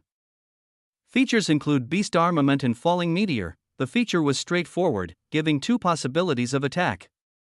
Noah looked at the newly advanced mythical beasts as his eyes shined. He would try the beast armament first. His thoughts were delivered into the spiritual land management. Unique skill as a blue and white light began to shine on the bodies of the emperor penguin and the other 6 newly advanced mythical beasts.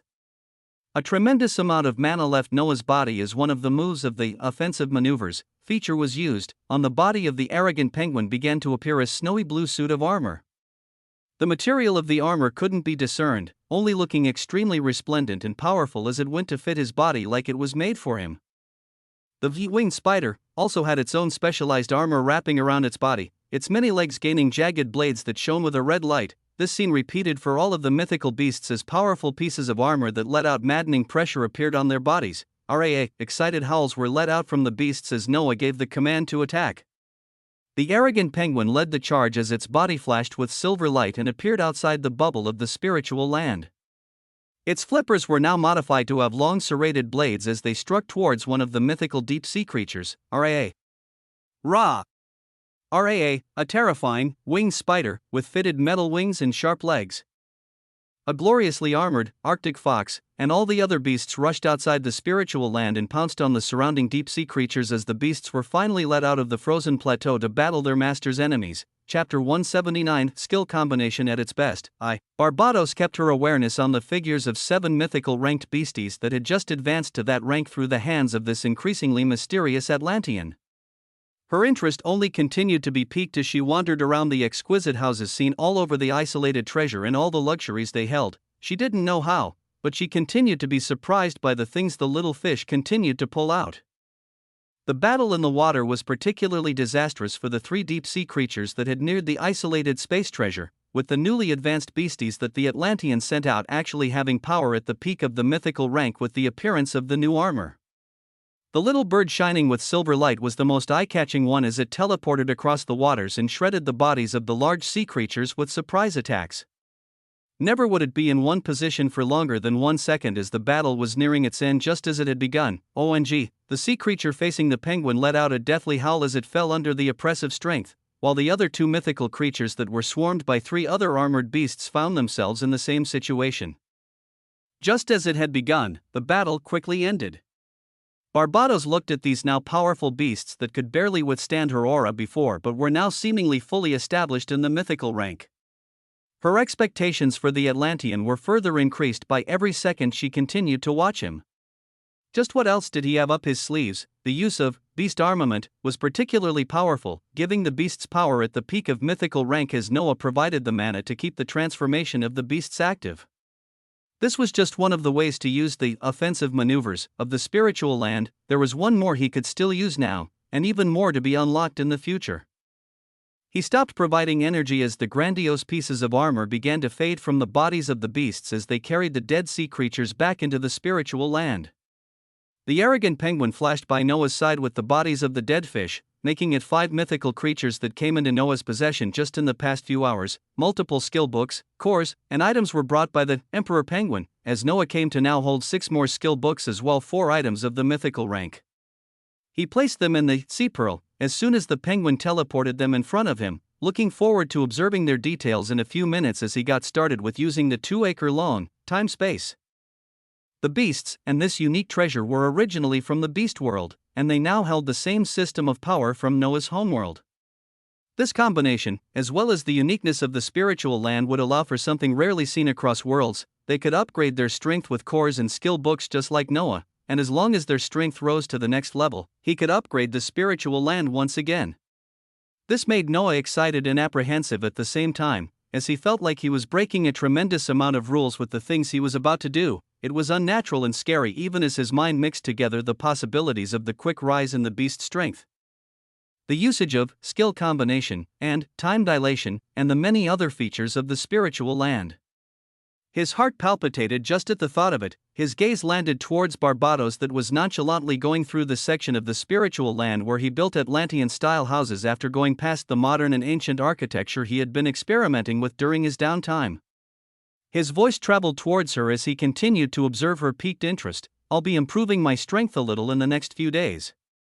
I can trust you to not destroy and kill anything if you become bored." Her ears twitched as she turned towards him from quite a distance below, before a nonchalant reply came. "I don't think I'll be bored for quite a while, little fish. Just provide me with some of that amazing food you made before every day until we get to the time limit of the contract, and I'll be your best friend, you know." Noah listened to these words and he believed them, as they lined up with the personality he had watched in the many stolen memories. He nodded towards her and prepared to move to the underground section of the spiritual land while giving directions to the Emperor Penguin and other beasts to follow him. The beasts had more of a connection to the spiritual land and had a sense of what Noah was now trying to do as they moved excitedly. The figures flashed in a silver light that spread from the Emperor Penguin, as they all appeared outside the area of many erected monoliths that were connected to each other with thin blue lines. The monoliths encircled an area of 2 acres as they stood imposingly, a source of power that they hadn't come across before being felt. The 2 acres was a huge section of land where the manipulation of time would occur.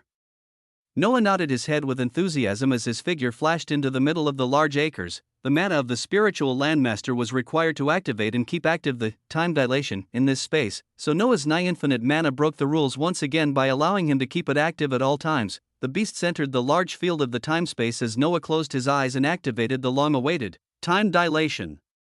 A burst of blue light released from him as the thin lines connecting the many risen monoliths around the 2 circular acres of land equivalent to 871,000 square feet lit up. The area larger than 2 football fields was briefly covered with a blinding silver light as those in it felt something change, but they couldn't grasp what.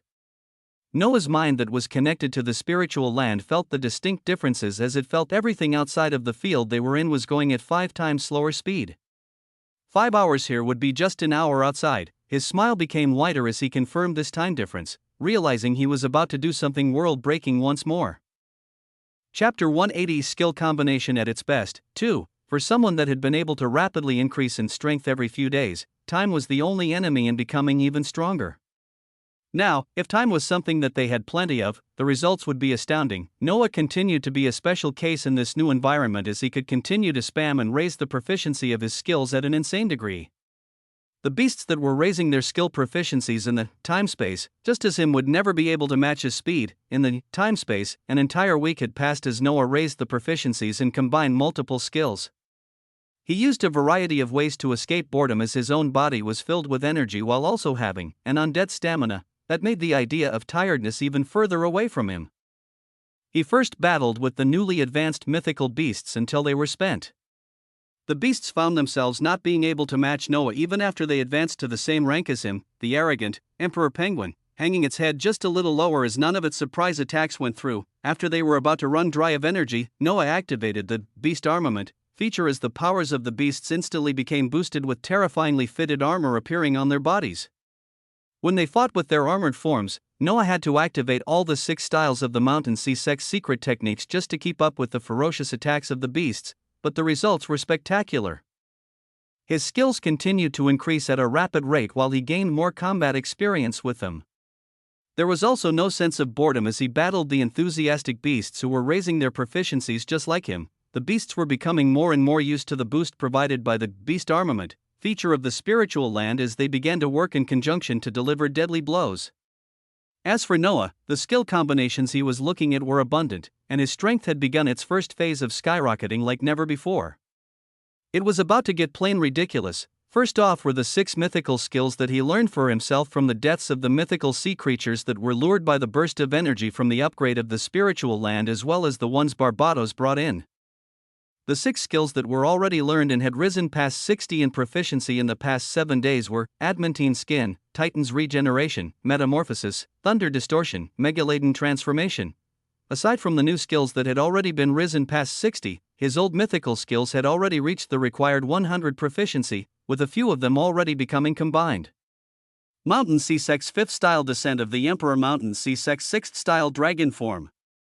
Mythical, Descent of the Dragon Emperor, summon creatures of the deep gigantification. Mythical, summon destructive titans. Aside from the rapid and spectacular appearance of these new mythical skills, there were also many legendary combinations. Mountain Sea Sex 3rd Style Healing Water, Mountain Sea Sex 4th Style Wings of the Sea, Legendary, Healing Wings, Whirlpool Hydrosyrokinesis, Legendary, Whirling Frozen Death, Corrupted Sigil of Hegemony, Demon King's Haki, Legendary, Demon King's Banner. There were also the skills that graduated from epic to become legendary, as the spectacular efficiency of skill combination, added to time dilation, continued to exceed all expectations. Fiendish Sword Beast Transformation, Summon Saint of Death, Legendary, Summon Death Reaper, Destructive Domain Storm of Ice and Bones, Legendary, Devastation. This was just in one continuous week of training and spamming of skills. This 1 week was only equivalent to a day and a half in the outside world. One of the things he did run into for the first time was not having equivalent skills to combine for the lower rank skills. There were many skills ranked epic and lower that would be considered null in any helpfulness towards Noah's level, but there were a few that he still used and continued to be crucial. Examples of these were the rank E, language comprehension, recorder, cook, as well as the rank S, thought acceleration, and crisis avoidance. They were skills that were not combat related, but boosted his power and or had their own usefulness. Noah continued to spend the days in the time space as the proficiencies of skills continued to spike at a fast rate, coming out for an hour or two a day to entertain Barbados as he felt the thrill of visibly growing in power every day once more. In the first week he spent in the space affected by time dilation, which was equivalent to a day and a half in the outside world, he had gained 2 mythical skills and 3 legendary through combinations. The week after that, the 6 mythical skills that were more than halfway maxed during the first week had reached 100 and were also combined, producing another 3 mythical skills. Noah stopped spreading his focus to lower ranked skills as he focused on achieving a phantasmal ranked skill as soon as possible. Only legendary skills and higher continued to receive his attention and combination as during the 3rd week, after 21 days, he had multiple mythical ranked skills that were maxed in proficiency. 21 days. This was equivalent to 4 days in the outside world, and he had achieved the conditions to obtain a phantasmal rank skill through skill combinations. For Noah, it did not matter if he had the strength of phantasmal rank, as long as he had a skill of that rank that required mana, he would dominate any average being in that rank. The beasts practicing with him in the time space had only been able to raise 1 or 2 skills to mythical rank, and weren't anywhere near ready to combine skills to reach the phantasmal rank. They could not replicate his horrendous cheat of spamming skills continuously and simply watch as the proficiency rose every hour, and they were about to be left behind in rank once again. Noah looked at the additions of mythical skills that were now already maxed in proficiency as he chose carefully what his first phantasmal skill should be: Megaladen Transformation, Metamorphosis, Mythical Deep Sea Terror, Adamantine Skin, Titan's Regeneration, Mythical Titanium Body, Thunder, Distortion, Aura of Death, Mythical A Rain of Death and Lightning. Besides these 3, he already held Descent of the Dragon Emperor and Summoned Destructive Titan. Between these, which ones were compatible and would come together to form his first phantasmal skill? Chapter 181 Phantasmal. A terrifying sight was occurring in the underground area of the frozen plateau spiritual land as powerful mythical beasts found their bodies sinking lower into the ground at the pressure that their master released. The arrogant penguin that normally had its beak raised high was looking towards the ground with clouded silvery eyes as it felt a hit to its confidence once more. Its beady eyes peered at the sight in front of it once more as the oppressive feeling was enforced. In the large space where time dilation was kept active, a ferocious kaiju was swiftly moving its 3 heads around the area as it acclimated to its new form. The body of the kaiju shone with a black metallic sheen as it looked extremely real. Its power pressing down on everything around it. This was the phantasmal rank skill combined from Descent of the Dragon Emperor and Deep Sea Terror. The first phantasmal skill that Noah grasped was called the Dictatorial Kaiju Hydra. The form of a pinnacle 3-headed dragon is activated. The first head releases toxic poison that melts all it touches, the second head releases destructive lightning that shreds apart enemies, and the third head is blessed with the pinnacle control of the water element. The cast skill allowed Noah to feel a tremendous amount of power in the body of an enormous kaiju that felt like his own flesh and blood. It wasn't just a hazy outline of a dragon while he remained in his Atlantean form inside the body, but a completely transformational change when the skill was cast. It was extremely painful the first few seconds as his body expanded and changed forms, but after the transformation was complete, the power he felt could not be denied. He had to get used to the feeling of three heads as each of them had their own vision and could move independently. The skill, thought acceleration, granting him a huge help that allowed him to quickly adjust. He was about to continue testing the powers this new skill held when he felt a movement with his expanded senses that caused him to look in a certain direction. In the ceiling of the underground area of the spiritual land, a hazy red light had appeared as something looked to be drilling through the frozen ground. The figure of Barbados appeared grandly as her eyes piercingly looked for the tremendous pressure she felt when she was relaxing in a bubbling jacuzzi. Her eyes expanded to become even bigger as she saw the huge formation of monoliths surrounding a large area that pulsed with a mysterious power. She felt her heart beat faster as she recognized the type of power she was feeling in the area on top of the powerful aura of a three-headed dragon. Her mind worked quickly as she came to multiple conclusions. Fuck and G hell, are you really some big shot member of the Celestials? You were playing with the power of time down here this entire time? You jumped to Phantasmal in the span of a few days. And that's actually the least surprising thing. Just who the hell are you, little fish? Her figure was floating confidently in the air without a single thread of clothing as she showed off her full figure without any reservations. She didn't even bother placing anything on her body after coming out of the jacuzzi, her powerful body drilling through the layers of the spiritual land to reach the underground portion. Noah's tremendously large body, that was the dictatorial kaiju Hydra, looked at this questionable figure he had entertained these past few days as his voice thundered out from his three draconic heads, the vibrations sending out waves of power that caused the sky to tremble. My identity remains the same as I told you, whether you believe me then or now doesn't matter. At this moment in time though, it means we can continue to move forward with the next phase of plans. His three heads were focused on different parts of the Demon Empress's body as he watched a gothic-dressed Dr. A.P.E over her as she moved closer to the field where Noah had deactivated, time dilation, her eyes shining with interest as she looked over his body that was larger than 20 meters. This is genuine phantasmal power, and extremely powerful at that. With this type of ability, your words might actually not be bullshit, little fish. She floated across the skies as she went around Noah and observed the pulsating monoliths around the large field. Hey, why don't we battle again so I can see just how powerful you've gotten? You could stand against me before, but if you can defeat me now, I'll even allow you to have a taste of the body of a demon empress your eyes feasted on just now. What do you say, little fish? Why don't we have another bout? Barbados's body was crackling with death energy as a red light expanded, her power bubbling and ready to go. Noah's ears perked up at her ridiculous words as his power pulsed out just as powerfully, her provocation riling up his own interest to test the power of his first phantasmal skill. We can test things again in the sea. After we're done we will head towards the location of the Trident of the Sea right away. Noah's thundering voice reverberated again as a silver light covered his large body, teleporting himself out of the spiritual land and into the dark waters of the abyssal zone. The powerful figure of the Demon Empress appeared right after and the waters around them began to vibrate. Noah activated the size regulation and anchor feature of the unique skill, Spiritual Land Management, as the vibrant spiritual land reduced in size rapidly until it could barely be seen before it attached itself silently to his body. The battle intent from Barbados was high as she stopped being surprised by the things this Atlantean did and focused more on the contract that seemed to have more and more credibility as she observed more of this interesting being's strength. Come on, little fish, let's see just how much more of my interest you'll capture. Blazing red suns began appearing around her as destruction and mayhem began around them. Deathly energy was in the air as transparent figures began forming around her as well. These were the dread spirits that Barbados could summon and control under the usage of her ultimate skill. Their power was palpitating as Noah faced these attacks without fear this time. His body that was that of a kaiju roared with its three heads as a green poisonous light came from one head, purple lightning began to roar out from another, while a blue light shone powerfully in the other. Waves of destruction spread out in the dark waters as two powers of phantasmal rank clashed. Chapter 182 Kraken Eye. Damn, little fish, what kind of messed up stamina is that?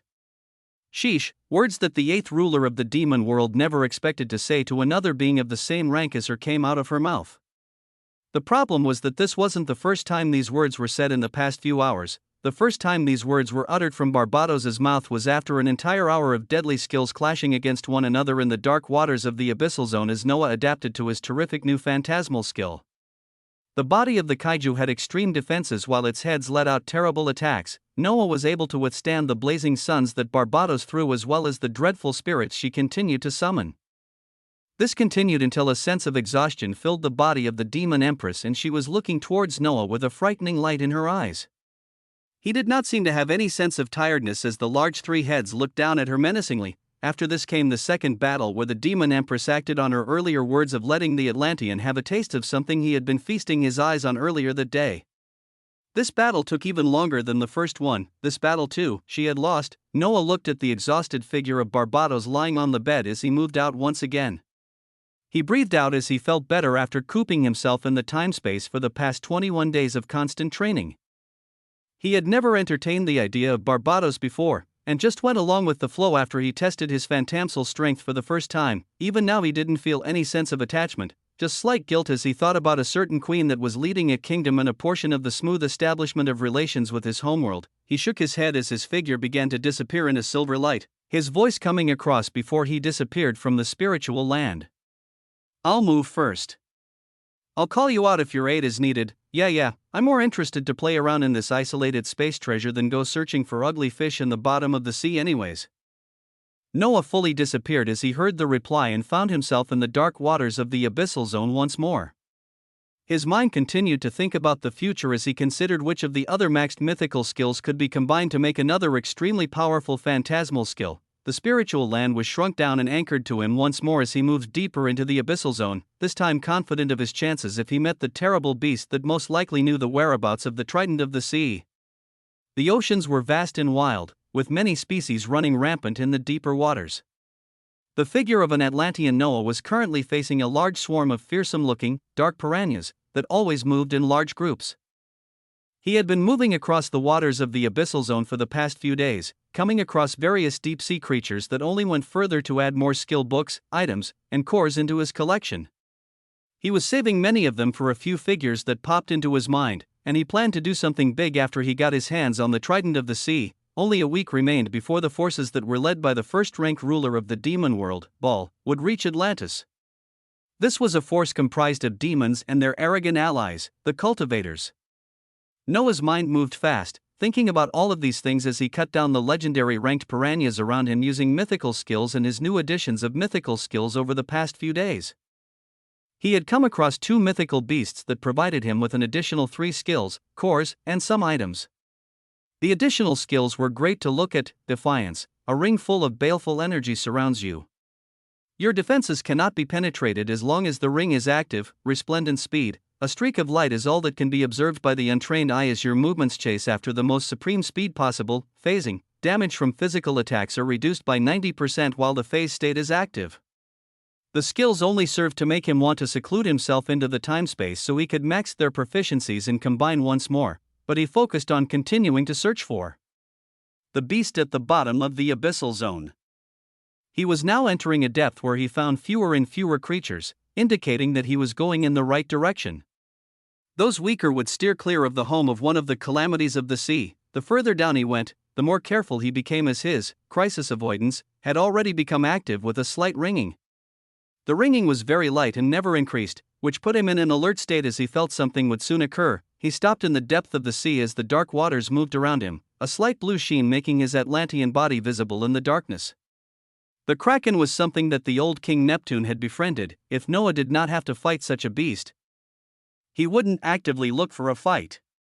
But his skills were ready at a second's notice if anything dangerous were to occur. The waters around him were slightly vibrating as they seemed to signal the arrival of something. No, not the arrival, just the appearance. Because it was already there, a sharp light flashed through Noah's eyes as he began seeing the form of something huge make itself visible all around him. His crisis avoidance was still only letting out a faint signal, meaning no heavy malicious intent was being thrown towards him, but the appearance of dark shining skin almost seemed to say otherwise. Like a never-ending wall was blooming in front of his eyes. the shining skin of a tremendous behemoth that was melded with the environment was becoming visible. The body covered the entire region in front of Noah as behind him appeared tremendously long arms that could only be tentacles. They appeared and seemed to wriggle endlessly as they looked both slippery and sharp, waving along the waters as they covered the entire area. What looked to be a wall in front of Noah suddenly had two maddeningly powerful red eyes snap wide open as an oppressive force finally spread out in the dark waters. It was a terrifying sight in the depths of the abyssal zone as one of the calamities of the sea, the Kraken, appeared. It wasn't just powerful, it could also completely erase its entire aura and become invisible at a moment's notice. A booming voice roiled out in the dark waters as the red eyes shone with a dangerous light.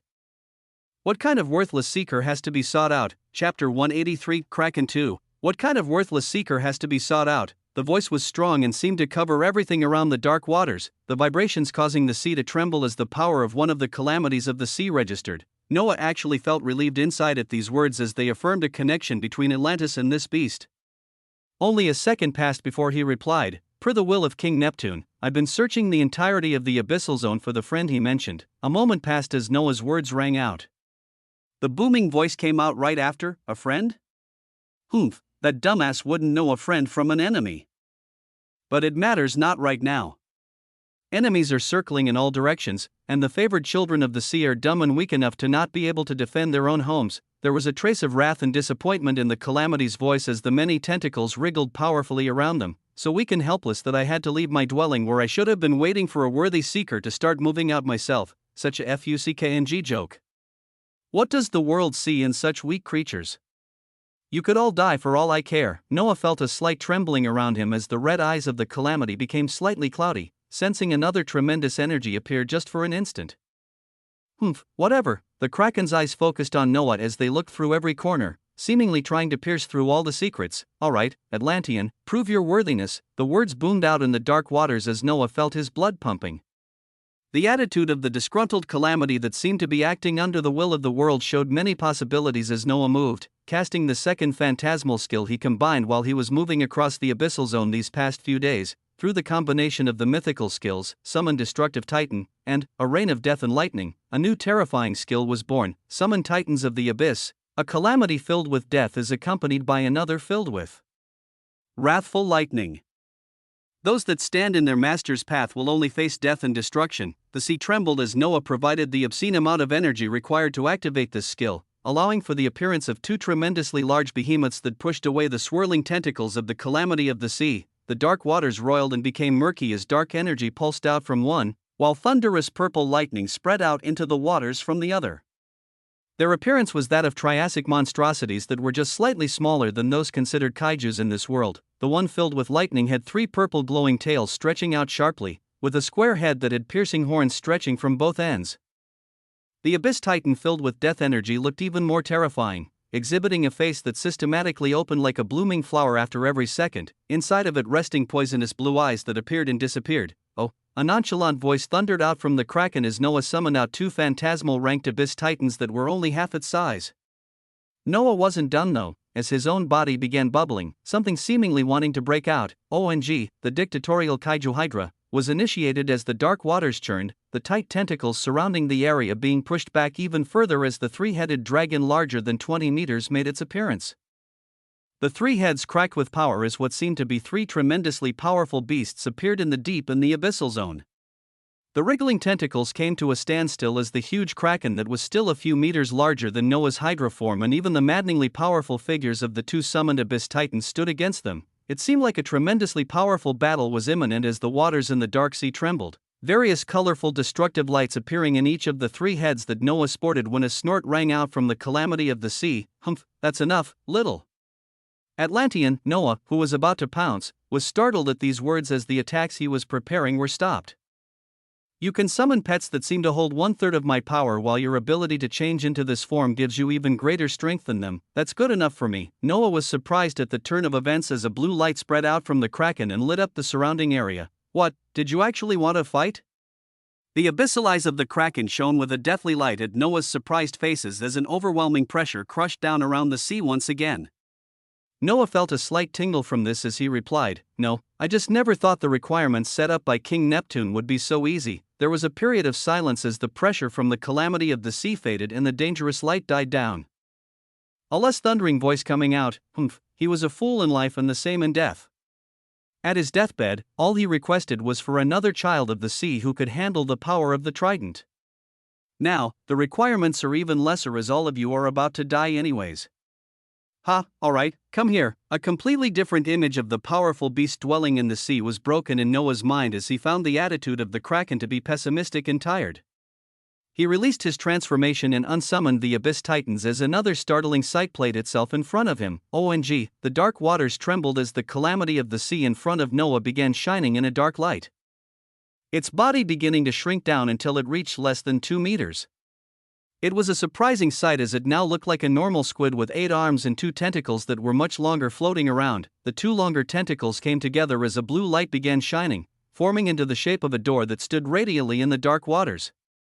The thunderous voice of the Kraken had changed into a squeaky one as it ushered Noah toward the newly created door. "Hurry up, we have to go save your little city as soon as you finish inheriting that shining fork." Noah followed the now miniaturized calamity of the sea into the glowing blue door as the task of finding the trident of the sea managed to be much easier than he expected.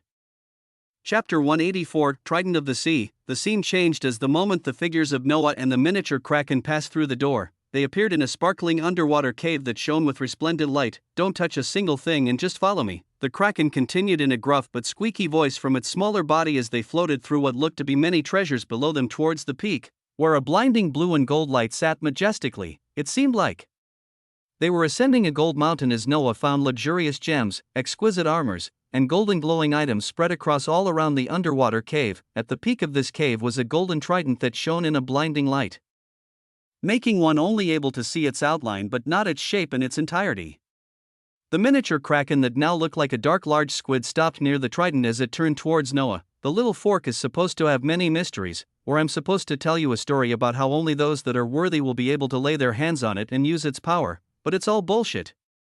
Flat words continued to come out of the Kraken's mouth as it utterly disregarded the trident of the sea, letting out tremendous waves of power in front of them. It had nothing to do with being worthy. It just needs someone with an abundant amount of energy as its master in order to exhibit its powers to the fullest. "Go on now, let's see if you have the minimum required energy to wield it." The tentacles pushed Noah forward as he squinted his eyes and carefully looked at the golden shining trident floating in front of him. A sense of adrenaline was coursing through him as he was able to get his hands on something this powerful so easily. He steadied his heart as his hand reached out towards the gorgeously floating trident. When his hands wrapped around it, a change occurred. A blinding circular light spread out as he felt mana draining from his body into the trident his hand clasped. An absurd amount of mana that reminded him when he was continuously activating and replenishing the time dilation feature of the spiritual land was going into the trident endlessly. Only after an entire few seconds passed did the trident stop releasing the golden light as it began pulsing with a blue hue. The Kraken floating behind Noah looked at this with sharp eyes as its now squeaky voice rang out again. "Is it broken? I expected it to drain you to your knees before it accept dash, OMG." Before the words could even finish, the pulsating blue hue mixed with gold and went on to cover the entire treasure cave they were in as the trident of the sea accepted a new master. It did not have any large requirements, only for its user to have enough energy to be able to use it. Noah opened his eyes to feel the golden trident that felt weightless in his hands as a set of words began to appear in his field of vision. Trident of the Sea, a pinnacle treasure in the sea that allows its user to remain unrivaled against all enemies. Attack and defensive capabilities are quintupled while equipped. Usable abilities include Heart Piercer, Plasma Beam, Command of the Sea, Loved by Water, and Spatial Lock. Heart Piercer, the trident moves like a flash of light, targeting the origin of the enemy. Plasma Beam, a highly conductive and concentrated beam of plasma that only leaves destruction in its wake. Command of the Sea, the water surrounding you can be influenced by a huge extent. Loved by Water, the veil of secrecy between the master of the trident and the element of water becomes thin. Spatial Lock, space becomes hindered and locked as no enemies can escape your grasp. A sense of exhilaration filled Noah as he read through the features of the treasure that many people were chasing. He swung it around him. "Practice with that for the next few days before we set off for Atlantis. If they manage to be destroyed before we get there, they deserve it for being so damn weak," the Kraken voiced out as it watched Noah swinging the powerful trident around.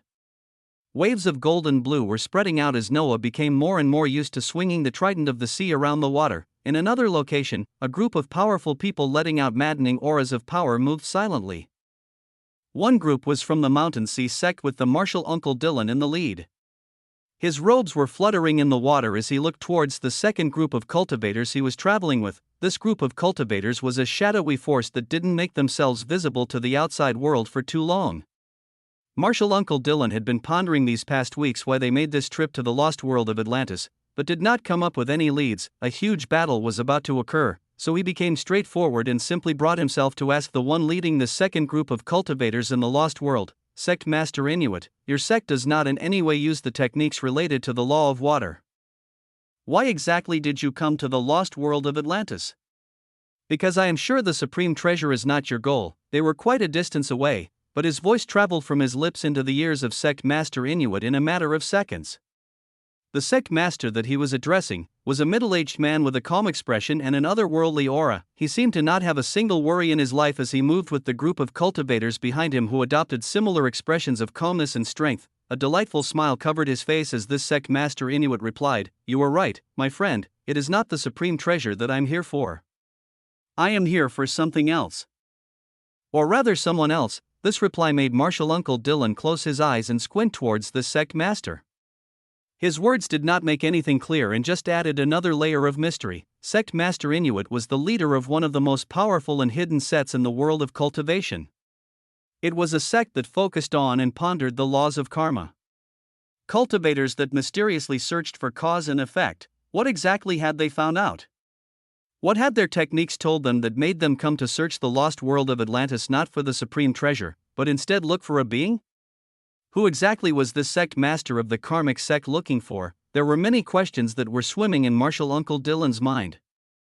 But Sect Master Inuit didn't offer any more guidance as the two forces from the world of cultivation moved forward to meet the forces of the demon world. Their aims were the same, and they might even become enemies after the location of the treasure was found, but for now, they moved with a singular purpose, to rain down destruction on the city at the center of the lost world. Chapter 185 Meeting. As Noah was adapting to the trident of the sea, he turned towards the miniaturized kraken and said, "I actually have a treasure that will give us some more time to prepare before we head out for Atlantis, as well as a way to get us to the city whenever we wish." The kraken put on a surprised expression as it replied, "Oh, you actually have more that I haven't seen, little Atlantean?" Noah smiled while he removed the spiritual land from his body and anchored it onto the top of the hill where many treasures lay in the underground cave. It is an isolated space treasure that I came upon when I was traveling. It holds all sorts of marvels, but I have yet to fully figure all of them out. I'll bring you in now, don't resist." There was a flash of light passing through the red eyes of the kraken as a silver light covered both his body and Noah's, and they both disappeared from the underground treasure cave and into the spiritual land. They appeared in the skies of the frozen plateau spiritual land as a weird image played out where a 2-meter-tall squid was floating in the air with no problems. It looked around the respondent lights and the fields of white. The many cries of beasts that could be heard in the distance, as well as the powerful auras that could be felt around the spiritual land, before the beast could continue observing the spiritual land any further.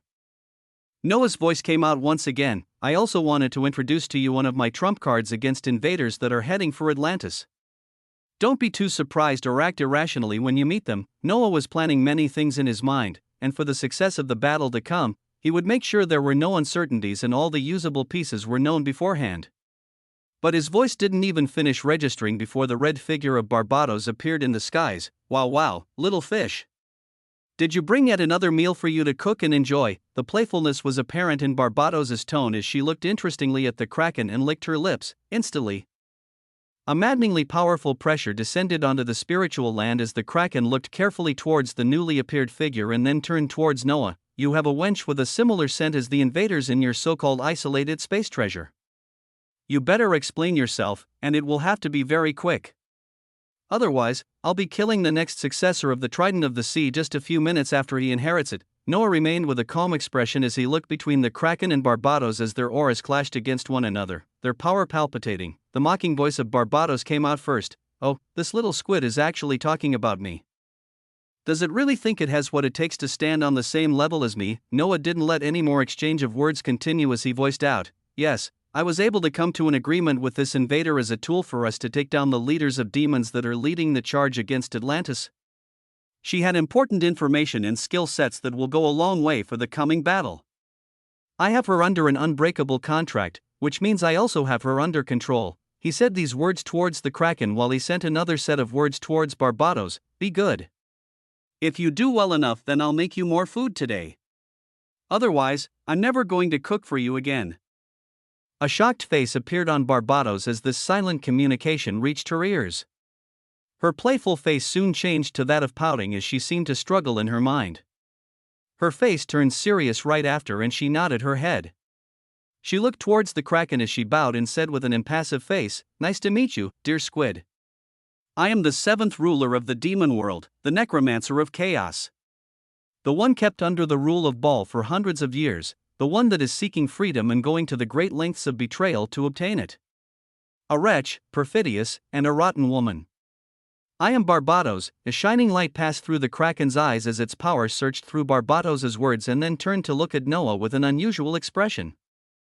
A period of silence passed as the oppressive pressure was lifted and the squeaky voice of the Kraken rang out, "I don't give a damn as long as those aiming their sword at Atlantis dies. It matters not to me how it is done or who is involved in their downfall. All I need to do is accomplish my mission of making sure you worthless children of the sea that apparently have enough time to be forming relations with invaders do not die wretched deaths." He turned to Noah as he continued, "Now, you mentioned you had something that would give us more time and an instant path towards Atlantis. What exactly were you talking about?" Noah smiled at the de-escalating of the situation as a silver light spread out, covering the three of them as they all disappeared and then appeared in the middle of the large field surrounded by many monoliths. "This is one of the most unique things I've come across in this isolated space treasure. There is this location that actually allows me to manipulate time to a certain extent. I can train with the trident as well as boost any of my powers here, and during this time you can tell us more about your purpose and what you plan for the defense of Atlantis before we head out." Noah looked at the faces of the two beings that were looking around the field of time-space as he thought of his own ambitions. He continued to voice out his thoughts as he observed the figures of two peak phantasmal ranked beings. "We can understand each other's strengths and share the knowledge we have about the enemy so we are prepared for the coming battle. We have a singular goal beside the defense of Atlantis, and that is the complete and utter downfall of the one calling himself the oppressive tyrant, the ruler of the demon world, Baal." A nod came from the head of the Kraken as it observed the surroundings with interest, while Barbados was floating in the skies with a bored expression as she looked far in the distance towards the white layer that covered this underground portion of the isolated space treasure, her mind on the comfortable jacuzzi in the upper layer that she regretted leaving. The squeaky voice of the Kraken came out as three phantasmal ranked individuals held a meeting that would decide the fate of Atlantis. "First off are the other calamities of the sea beside me that will be making their way to that shiny city of yours." Movements, meetings, and plans were underway as multiple forces prepared to clash against each other. Neither side had yet to know just how catastrophic the result of everything would be. Chapter 186, A Coming War. The establishment of relations between two worlds was going at an accelerated pace as individuals from the Beast World and Noah's homeworld worked in conjunction to increase their knowledge and power. There was a smooth transition as the governments and ruling parties of the two worlds put aside their differences to work together for a greater goal. Of course, it was not all smooth sailing and there were still a few hiccups here and there, but the majority of things remained in a positive direction. It was much easier to keep people in line when you had a few specific people much more powerful than them to use force if needed. Power was the only thing that was respected at this moment in time, as it was what was required in order for everyone to continue living in peace. There were still many crooked and nasty people in the two worlds, but they did not find themselves in the highest positions of power in this new advancing era. Thus, the two worlds continued their sharing of knowledge and trading of skill books, items, and cores as they advanced their power. Things became even more hectic a few days ago as the wills of the worlds relayed the message that they would soon be actively moving. This came as a shock to even the highest echelons of strength in the beast world as the three remaining mythical beasts found a hard task placed on their shoulders. They knew the strength their enemies held, but they trusted the world they were born in even more. Even though there was some slight hesitation, they followed the directions while knowing their own homes would not lead them to destruction. In the Frozen Kingdom, the Dark Sword, Kazuhiko was moving busily as he tried to form a party of powerful beast girls unsuccessfully. He was only able to find one fox-eared girl who worked as a mercenary. With the rest of the people who offered to help him being burly human mercenaries or beastmen that wanted to serve their new queen as best as they could, the main goal in his mind was still clear though, and it was the acquisitions of a spiritual land. He learned of the secrets and intricacies from Noah, and his goal of obtaining a spiritual land for himself was achieved a week after his arrival in the Frozen Kingdom. There were still 2 nests in the surroundings of the Frozen Kingdom that were actually spiritual lands without owners. Kazuhiko targeted one of these nests as he used the knowledge Noah gave him to quickly take down an epic ranked beast and become a contender for the trial of supremacy of the spiritual land. The process thereafter was not too complicated, as all he had to do was to face a similar battle as Noah, where he had to fight multiple beasts and show that he was unrivaled in the epic rank. Kazuhiko was one of the human beings that received special attention from the planetary core in Noah's homeworld, and he had his own boosted strength that allowed him to exhibit strength much higher than average when in the same rank. In a bit over a week, it marked the second human being in history to receive ownership of a spiritual sand. A unique skill similar to the one that Noah received had appeared under Kazuhiko's attribute panel, although he would not be able to use it as effectively as Noah. He had a huge headache as he looked at the number of energy that was required just to do the simplest of things. As for the way to upgrade the rank of the spiritual land, while he would call upon Noah when the time comes to get some help, many more events were occurring all over the beast world as the incoming humans and beasts worked together to increase their strength. Steel Mikhail was advancing in the mythical kingdoms with the help of the Imperial Phoenix. He was able to achieve ownership of his own spiritual land in a similar time frame as Kazuhiko. Not too long after, they received the grandiose gift of legendary cores from Noah, who was performing the task of traveling across worlds as if it was nothing.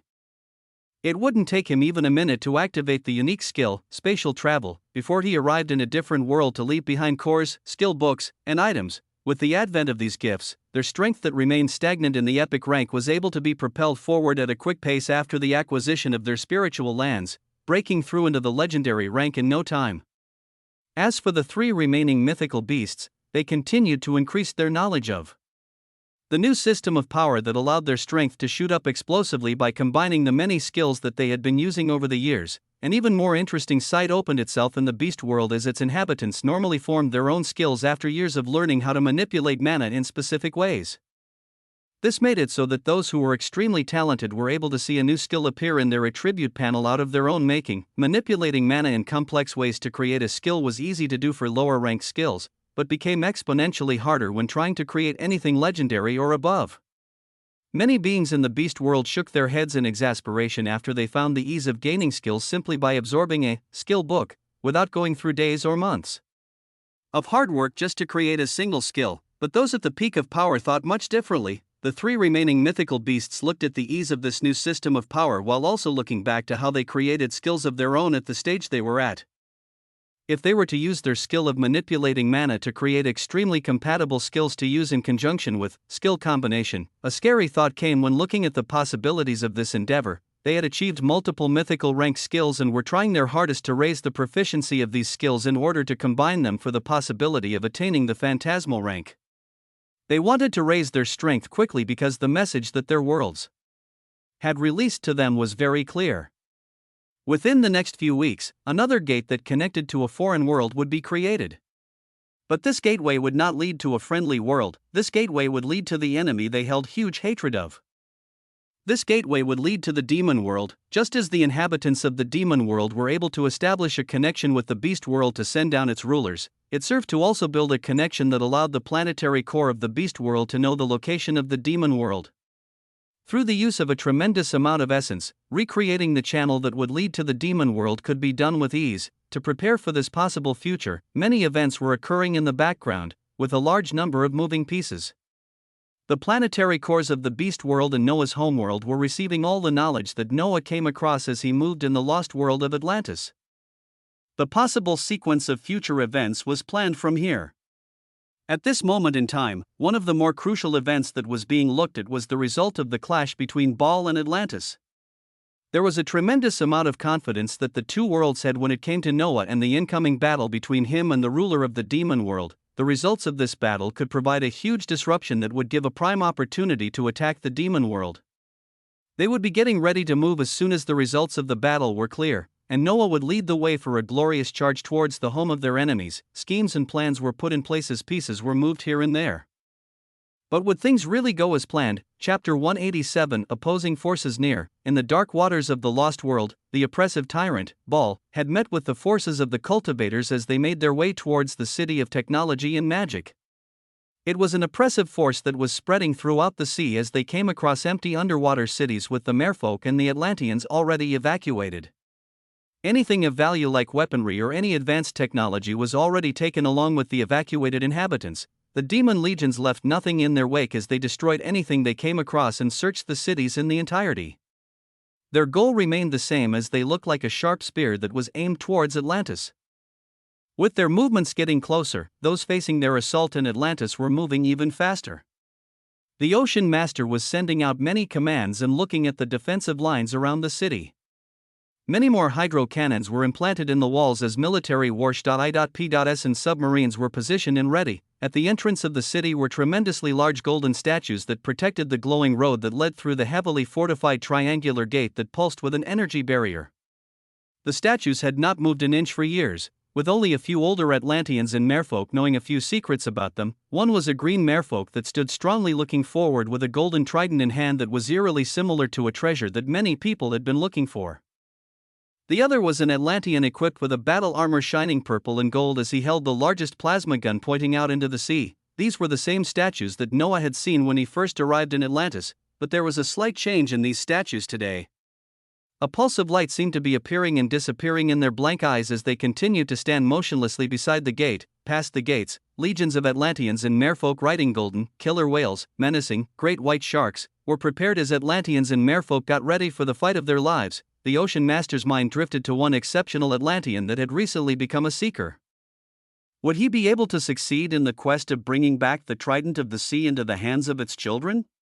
The body of the Ocean Master crackled with phantasmal power as he showed no ounce of weakness, his figure floating grandly atop the underwater palace as he oversaw the moving figures of the city and the many advanced weaponry they were carrying. The incoming flow of Atlanteans and merfolk from surrounding cities was occurring in a calm and collected manner as they went through an orderly process to obtain temporary lodgings in Atlantis. Everything seemed to be taken care of as they waited for the arrival of their enemies. OMG, a rumbling sound could be heard at this instant as the Ocean Master's face turned hard and he looked towards one direction. Above the city of Atlantis, a tremendously large figure of a kaiju had appeared. This one had a weird shape, looking more like a mixture of an eel and an iguana. Its body sparkled with blue lightning as it looked down towards Atlantis and let out a snort. Nothing thereafter was said as it took its position in a corner of the large glowing city of Atlantis, looking in one direction at the enemy that will be coming soon. Not long after, another kaiju appeared and nodded towards the one that had just arrived, taking a position in another corner of the city after the acknowledgement. This was the terrifying, cassiterite shark that put the megalodon to shame as its body was more than 30 meters with teeth that were the same size as some buildings. Its body sparkled with crystalline armor as it swam majestically around Atlantis. These were the calamities of the sea that the will of the lost world had called upon for help after one of their brothers was killed by the demon emperor that was leading his forces here.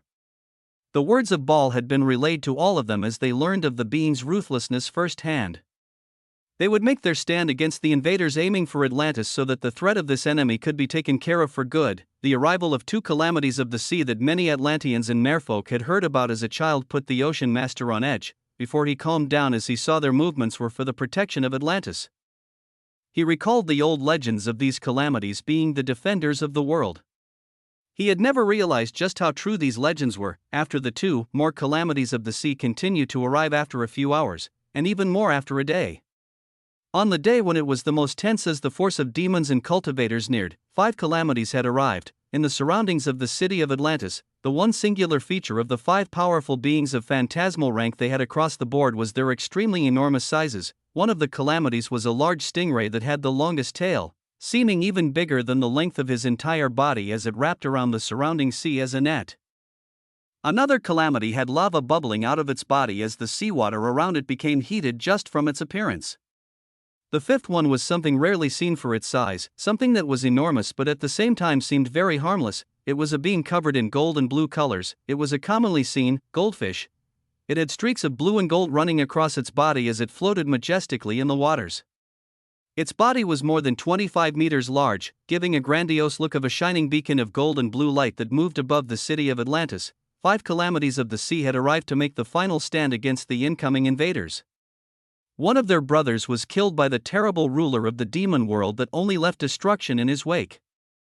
The other calamity that was yet to be seen was the one that took the title of the oldest calamity, that was the Kraken. Chapter 188. Demon and Cultivators at the Gates. There was a sense of apprehension and uncertainty in the waters as 5 calamities of the sea swam in the waters above the shining city of magic and technology that was Atlantis. The Ocean Master was at the forefront with legions of Atlanteans and merfolk commanders riding, killer whales, and battle sharks, as well as many other deep-sea creatures. Gloriously shining hydro cannons lined the entirety of the walls of the city of Atlantis, with many Atlanteans carrying plasma guns spread throughout. ONG, an oppressive feeling had begun to appear from a distance not too far away as the people wishing them harm neared. The area surrounding Atlantis that was normally lit up by a gorgeous blue color from the advanced weapons and barriers that surrounded the entire city was gradually being pervaded by a shade of red as powerful figures drew closer and closer to the city. The first one to become visible to the inhabitants of Atlantis was a powerful demon wearing an exquisite suit of armor. It let out a glorious red light that seemed to be pushing away the normal blue colors of the sea. Not a single weapon was in his hands as he stood grandly in the sea overlooking the 5 phantasmal ranked beings floating above the waters of Atlantis. His eyes seemed to show great interest towards the 5 calamities. As a devouring light passed through his eyes, more and more figures began to appear around him as his eyes wandered over his target today. Rulers of the demon world of various ranks started to line up behind him with their demon legions filled with orcs, goblins, trolls, and many other ferocious-looking creatures. The pervading red light from the forces of demons continued to intrude the area as the dark sea seemed to be clashing with 2 opposing forces. Some of the demon legions were riding on creatures commonly known in the demon world. It was the fearsome behemoths that were larger than 10 meters. Behemoths were capable of flight and were normally the perfect beasts to ride into battle. Their bodies were shining red and looking extremely disfigured and bloated, but the flat surface on their back was being occupied by many powerful demons. Aside from Baal, there were other rulers at the phantasmal rank that were in the lost world with him. There was the fearsome-looking giant that was the Orc Emperor, and ranked 3rd, it was Prince Visago. Riding on another behemoth was the ruler at the 9th rank that was known as Empress Paimon. She had a tremendously bountiful figure that would cause the envy of many women as she stood on a chair made of bones. Baal had pulled all the stops as besides them. 2 more rulers of the phantasmal rank had recently left their missions on other worlds to descend into the lost world of Atlantis. Ranked 4th and 12th, it was respectively the cruel monarch, Samigina, and the seductress, Citri. The lineup of the rulers of the demon world was unexpectedly 5 phantasmal ranked individuals, with many other rulers in the mythical and legendary ranks filling up the ranks of their army. More than half of the power of one world was congregated in the lost world for Baal's purposes. It did not take long before hundreds of thousands of figures different from the demons also began to appear in the dark waters. The other group of invaders were the ones that studied the laws of the world at a very young age and had arrogance ingrained in their bones. It was the cultivators. Martial Uncle Dylan and Sect Master Inuit had also arrived at the scene. From the Mountain Sea Sect, Martial Uncle Dylan brought 2 other martial uncles at the Golden Transformation realm that was equivalent to the phantasmal rank. Although their mysterious use of laws made them much more formidable opponents of the same level, there were also lower-ranked martial uncles at the Rebirth realm, mythical, and their disciples that were surrounded by colorful bubbles of air that pushed out the dark waters. The other group of cultivators were more mysterious, having calm expressions as they looked over the many beings congregating here today. This was the group of cultivators from the Karmic sect. Their bodies had thin barriers of transparent light that made them stand out even more in the dark waters as they stood orderly behind their sect master. Sect Master Inuit had a calm smile on his face as his eyes wandered across the many beings in front of him. A white light occasionally passed through his eyes as he seemed to be using a mysterious skill to look for something, or someone. After a few seconds, he shook his head in slight frustration and regained his usual calm as he went back to his normal expression. He had not found what he was looking for. Something interesting to understand was the title of the 2 leaders of cultivators in the Lost World. From the Mountain Sea Sect, there was a prominent martial uncle leading divisions of the sect, while from the Karmic sect, someone with the title of Sect Master was leading their forces. A being with the title of Sect Master in the world of cultivation was never one to look down on, and yet his forces remained the quietest in this incoming battle as they reined in their auras and continued looking forward calmly. This was a force that many people were overlooking at this moment in time. Baal had overlooked them as just another set of arrogant cultivators he could use and work with before their relationship eventually fell apart after they found the location of the trident. Martial Uncle Dylan had a sense of apprehension as he knew a bit more about the mysteriousness of the karmic sect in the world of cultivation, but even he did not give this sect master the proper attention. This single mysterious sect master would be a huge factor in the events to unfold, and yet almost nobody knew anything about him. At this moment in time, though, another commotion arose as within the ranks of demon legions, pairs of green lights began to appear en masse as they indicated the arrival of something terrible. A harumph came out of Baal's mouth as he looked back and saw tens of thousands of undead stand with the forces of other demons closely. The dense amounts of green eyes continued to swim closer as more than 100,000 undead appeared among the ranks of demons, making the eyes of the defenders of Atlantis turn sour. The calamities of the sea looked at all this closely as their bodies pulsed with power, indicating they would move at any moment. A moment passed as the movements of the undead finished, and a red light began to bloom near Baal's position as a gorgeous figure of someone who could barely be 19 or 20 years of age appeared. A red dress was Dr. A.P. Ed over her body as the necromancer of chaos, Barbados, appeared. The main event has appeared, so why don't we get this show on the road? She had a playful expression as she appeared in the dark waters packed with multiple phantasmal ranked beings. Chapter 189, The Last Calamity Appears. The ruler of the demon world, Baal, looked over at the problematic Barbados as an oppressive aura erupted out from him. His face was impassive as he looked over at the demon empress, who turned to look at him with a pouting expression as the pressure descended. She went quiet as the pressure increased inside, going ahead and standing behind Baal as she grumbled something underneath her breath. This seemed to be the norm as the other rulers shook their heads ruefully and focused their attention on the battle ahead once more. The seductress, Citri, looked at the figure of Barbados in annoyance as the pink light she exuded outwards intensified, her shapely figure somehow increasing in proportion once more. A snort could be heard from the first-rank ruler as he stopped any more interruptions. Baal turned his attention towards the forces of Atlantis in front of him as his eyes looked at the dangerously shining cannons and weapons. His lips parted as a calm voice that could be heard by everything for miles rang out. Pain is something that can be easily avoided. It is something that I understand. The voice was calm and steady, startling a few people as they didn't expect a monologue before the beginning of a huge fight. I am going to tell you now that there is a way to avoid the pain that will soon come for all of us. There is a way to avoid death and mayhem as we can all come to an understanding. His voice reverberated in the ears of the ocean master and the powerful calamities of the sea.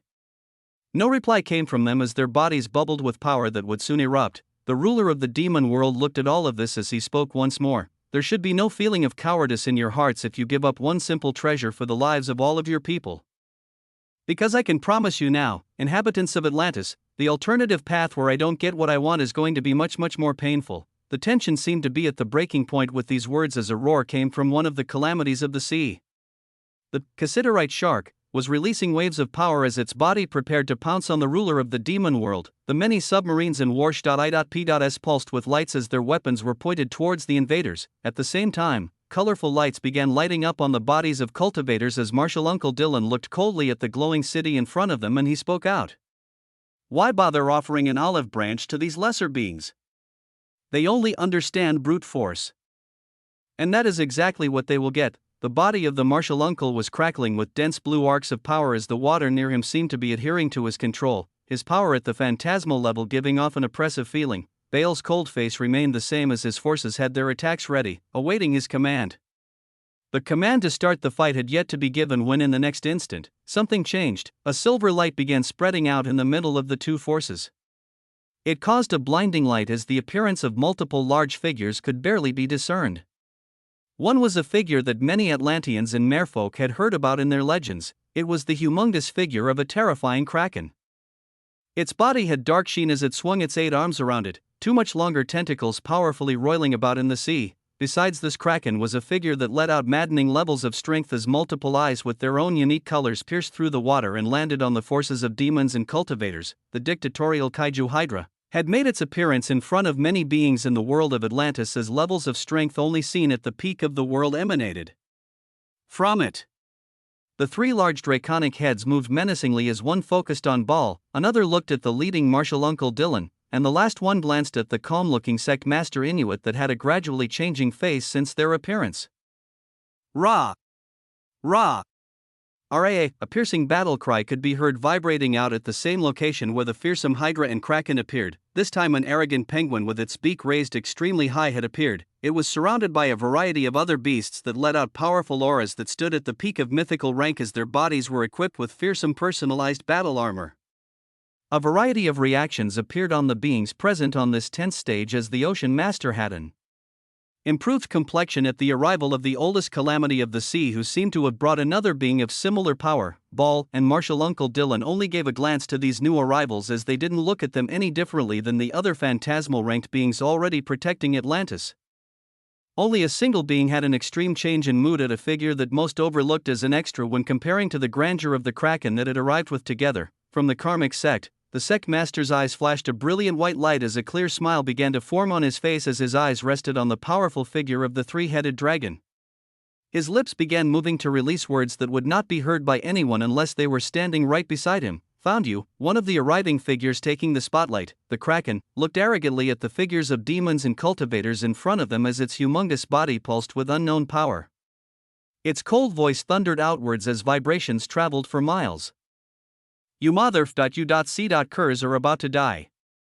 Chapter 190 Resplendence. Ball had an interesting smile on his face as he looked at the tight defenses of Atlantis and the many phantasmal figures taking a stand against their forces. As always, the most illogical and stupidest course of action is taken by struggling ants that do not know real power. OMG.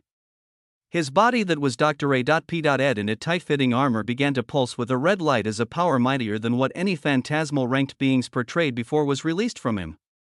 Start the bloodbath. Simple, short words, these were all it took as maddening levels of power began to be released from the rulers behind him. The demon legions standing atop tens of thousands of behemoths howled out as the beasts they rode on began to move. Wrathful-looking orcs, trolls, and goblins howled out as they rushed towards their enemies with fervor. Colorful blue lights began to shine from the bodies of the cultivators from the Mountain Sea sect as resplendent blue dragons began to appear where hundreds of disciples once stood. OMG. A space was created around Martial Uncle Dylan as his body pulsed with blue light. The seventh style of the secret techniques of Mountain Sea sect being exhibited by him as Mountain Sea sect's seventh style, Scylla's empowerment, was used. A glorious blue light shined out as a powerful presence erupted from him, forming into a transparent figure of a fearsome beast that held 6 heads, a robust upper body covered by scales, and a lower body that was populated with an uncountable number of transparent tentacles. Not too far from the Mountain Sea sect was the large groups of cultivators from the Karmic sect. Their bodies became covered by a white light as fearsome power bubbled, but they didn't seem to be making any huge movements after that. The Warsh.I.P.S and submarines surrounding Atlantis were glowing with a pulsating blue light as their engines activated with their weapons at the ready. The Ocean Master rode on a golden, killer whale, as he moved with squadrons of commanders carrying pulsating tridents as they moved to clash with their enemies. Oh, it was a scene of resplendent deep sea creatures acting as battle mounts with powerful Atlanteans and merfolk riding on top of them.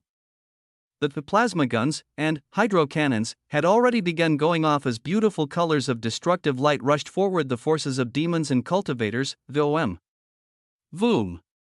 VOM. Every single second, a terrifying blast of power that could obliterate a legendary individual whole would be released from the powerful hydro cannons situated atop the walls of Atlantis. An all-out war had begun. RAA, a piercing scream resounded throughout the battlefield as a silvery light flashed from the side of Atlantis and bloomed near the enemy lines where thousands of behemoths were carrying legions of demons. The Emperor Penguin was moving with excitement after being released from the spiritual land as he left behind his brothers and rushed to the lines of enemies by teleporting in and out rapidly.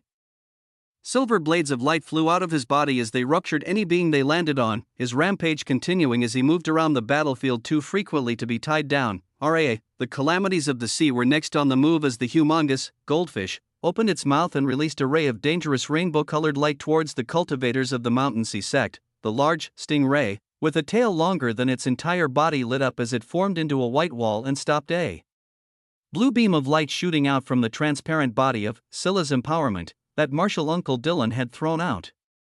Its body shone with arcs of lightning as its eyes focused on the Martial Uncle and his disciples.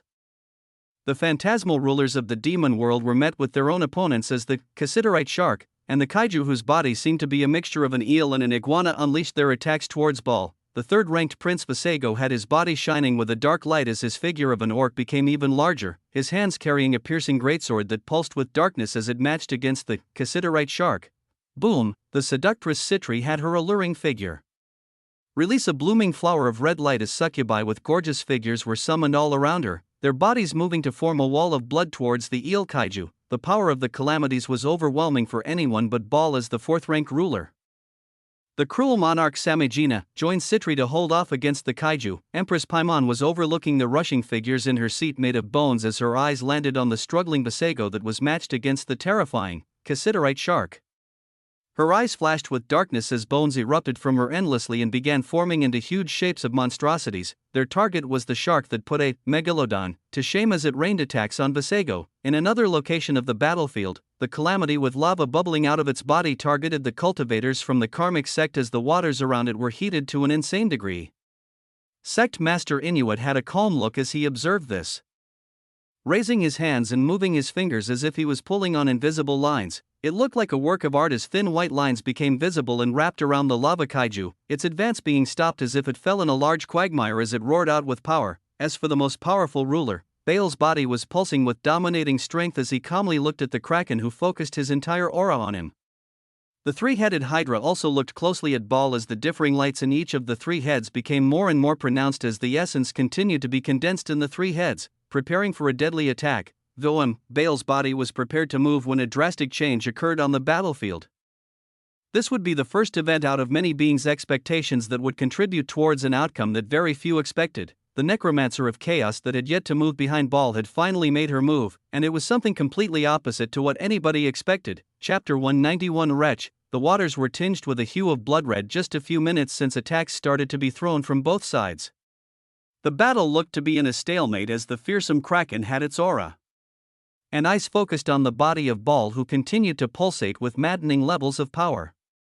The dictatorial kaiju hydra had its heads focusing in the moving battles as it watched the figure of one particular demon empress closely. A signal was sent, a sigh was released from an empress as there seemed to be some remaining feelings of fear and apprehension. But the face hardened even faster as all of these feelings were wiped away and a wrathful expression replaced them. The necromancer of chaos released the slight apprehension in her heart as she moved. The instant her movements began, other beings that were watching closely also began moving. OMG, a dark light covered the body of the kraken as it made a beeline towards the first-ranked ruler of the demon world. Baal had a confident expression on his face as he prepared to receive the attacks of the calamity when a drastic change occurred. It was the sight of blooming suns as condensed balls of treacherous fire erupted very close to him from the hands of Barbados. The balls of fire were further condensed to an extremely small size to cause even more damage as more than three were quickly cast and exploded on the left side of his chest where his heart lay. Boom! What emperor! A shocking explosion resounded throughout the dark waters. An unexpected sneak attack had been launched from the 8th-rank ruler of the demon world to the first-ranked one. It was an attack that nobody saw coming, an attack that would greatly change the tides of battle. The blooming suns did not seem to stop as more and more condensed and continued to explode near Baal's body, creating gaping holes on his chest as spasmodic muscles and bones could be seen, the heart that usually powered the body being ruptured and disfigured. The hole continued to get larger and larger as the suns continued to explode more and more. Barbados had a crazed expression on her face as her energy continued to leak out at an intense rate to release even more destructive attacks. Her breathing became hard as she felt the aura of the person she had attacked and heavily injured the origin of to be rising even higher, even though he was missing his heart. Emperor. The nearest ruler that was close to Baal and Barbados was the seductress, Citri. She had a maddening expression on her face as she stared at the crazed Barbados and she screamed out while rushing towards her. But it was not just Barbados who knew and was prepared about this sneak attack. There were two phantasmal figures of great power that knew beforehand as the kraken that had been moving forward finally reached the extremely injured Baal. Its two extremely large tentacles formed into dark javelins as they rushed down towards his pulsating body. Boom! As for the seductress Citri who was aiming for Barbados, yet another figure had suddenly appeared in front of her as the three-headed hydra surrounded her entire body with the dangerously glowing heads. The humongous figure of the dictatorial kaiju hydra was moving so fast that the three heads surrounded the body of Citri in an instant. A deadly green light was coming out of one head as thunderous purple light was coming out of the other. A cold blue light that controlled the water around them also exploded with power as the energies that Noah had been building up for the past minutes in each of the three heads were released as terrifying attacks that rained on the body of the 12th rank ruler. At the moment of a surprise attack that nobody expected, Noah aimed for a phantasmal rank ruler who could be considered the weakest and one that would be the easiest to kill in a short period of time. Her strength was rank 12th and could be considered average in the phantasmal rank, while Noah had the powerful combined skill of the dictatorial Kaiju Hydra, along with many other skills and even a percentage in the law of water boosting him. This wasn't even to mention the supreme treasure he hadn't yet shown that quintupled his strength. Boom! Innate elemental abilities of the three heads of the Hydra were unleashed on the defenseless body of the shocked Citri as parts of her body were destroyed from arcs of purple lightning, another part was melted by poisonous liquids, and the third part was in a constant cycle of being frozen and shattering. Noah didn't stop here as the three heads exhibited their sharp teeth and took powerful bites onto the ravaged body of the 12th rank ruler, tearing apart whatever remained and causing the true death of yet another ruler of the demon world as a red light exploded out. This time, though, it was a phantasmal rank ruler that fell in such a quick manner. The shock factor only increased with these actions as the other rulers that were fighting their own battles with the calamities looked at the scene of carnage near Baal as everyone had happened in just a few seconds. Their eyes only found him heavily injured in fighting back against the power of the fearsome Kraken as yet another change was occurring. What made it even worse was the fact that they felt the true death of Citri, who was just in front of them. OMG, Emperor! They screamed out as they tried to reach Baal's position, but the calamities would not give them such a chance as their attacks rained down harder. Confusion and chaos was present among the force of the cultivators as they fended off the heavy fire coming from the Warsh.I.P.S and submarines that the Atlanteans and Merfolk were riding on. The hydro cannons continued to shoot out dangerous blue plasma beams that struck into the ranks of cultivators and demon legions as the dark seas continued to be stained red. RGH, a resounding howl came from the injured Baal as a red beam of light shot out from him and soared into the skies. The beam of red light pushed out the hardened javelin-looking tentacles that the Kraken had sunk into his body as his wrathful voice came from within. "You ungrateful wretch!" His voice thundered out angrily as his aura that should have been weakened and injured continued to climb even higher as his form started changing. The ultimate skill, gluttony, was cast as the tremendous essence of the phantasmal beast he had swallowed some time back was used to restore some of his injured origin. It looked like something was erupting out of his body as gloriously red wings erupted from his back and horns that pointed to the skies erupted from his head. The shape of his body was changing and expanding as the true form of the Demon Emperor, the one that was ranked number 1 in a large world, had appeared. Not too much time had passed since Barbados acted and the Kraken rained down relentless attacks. Using the shock of these sequence of events, Noah had targeted and took down a phantasmal ranked being within seconds. Chapter 192 Disastrous. Noah's large body was rumbling with power as he moved even faster. The skill, resplendent speed, showed off its amazing power as his large body moved like a streak of light. He had torn apart the body of the seductress Citri and gained 2 skill books in his sea pearl, as well as cores and an item. These were the loot from a single phantasmal ranked being. ONG's Baal's transformation continued to release wrathful power as his form expanded and changed into that of a fearsome wicked demon. On the left side of his chest, a hole still lay where his heart should be. Noah knew that the ruler's origin was injured and that the power that he was exhibiting now could not be kept up for too long. All he had to do was continue to drain the fuel from this enemy until he ran dry. The successful sneak attack from Barbados would ensure the death of this first-ranked ruler today. But before that occurred, Baal would still erupt with power in his most powerful state. As his power continued to rise even higher than it was just a few seconds ago, the Kraken that was pushed off shone with a dark light as its many arms and tentacles tried to penetrate through the blinding red light released from Baal once again. But this would not be successful as this space around this demon emperor began to crack. The terrifying skill, space destruction, was actively being used by the demon emperor. Bloody gashes began to form on the tentacles of the Kraken as they passed through the area where the space was shattered, causing significant injuries on it. Roar! As the Kraken tried to break through the transforming Baal's defenses, Noah was moving once again as he switched his target to yet another phantasmal rank ruler of the demon world. The next planned target after the seductress was the voluptuous Paimon. She was fighting with another calamity of the sea as a wrathful expression was on her face when she looked at the sight of the transformed Baal, Barbados. She screamed with extreme anger as she tried to break through the attacks of the calamity and join the besieged Baal as the destructive suns from a betrayer continued to form and explode. The undead that were within the ranks of the demon legions had retreated at one point, going back into the sea as Barbados could only bring herself to attack the one person that had a leash on her freedom, the one person she could never run away from. She did not senselessly send a command for her undead to attack the other demons. This was one thing she would do out of misplaced kindness in her own heart. She knew that she could not go back after this, that she couldn't change her position. From now on, either they would succeed, or she would become a traitor of the demon world that would be killed multiple times until a more stringent leash was placed on her. Paimon was casting her ultimate skill as she looked at Baal's current state with a wrathful expression. More bones bloomed around her, forming into shapes of dragons, behemoths, and other monstrous beasts as she focused on fending off the attacks of the calamity so she could reinforce Baal. She would not succeed though, as yet another calamity was nearing her. This one had 3 gloriously shining heads as a rainbow-colored light coursed through his large body. Paimon was more powerful than the 12th rank Citri that Noah was able to take down. His goal was to reap the life of another phantasmal ranked being before carrying out a long battle against the much more powerful Baal. The skills and rewards gained from killing 2 phantasmal ranked rulers would grant him another boost of power and allow him to move even better. Baal had currently completed his transformation as his wrathful gaze turned towards Barbados. "Do you know what you've done?" A voice was leaving his mouth, but he was already acting as he fended off the attacks of the Kraken with a wall of hellish flames, his thick arms thundering down towards Barbados's position. Boom, like a hammer hitting a nail, Barbados was knocked down as the strike from Baal caused the space around her to crack. Ugh. Skin and muscle split apart as the body of the demon empress was heavily injured. She had released almost all her energy to land the successful sneak attack that injured the origin of Baal, and her defenses could not easily hold up. Baal was relentless as he moved faster and faster towards Barbados, with his voice continuing to ring out.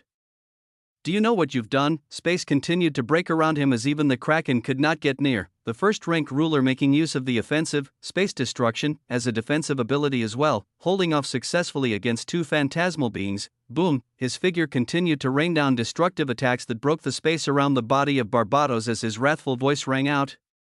Noah's mind was acting fast as he observed this in the corner of his eye, but he still rushed towards Paimon, who was trying to fend off a calamity. He knew what he had to do to finish this phantasmal ruler who held her own unique and ultimate skills. He knew how to finish her off fast.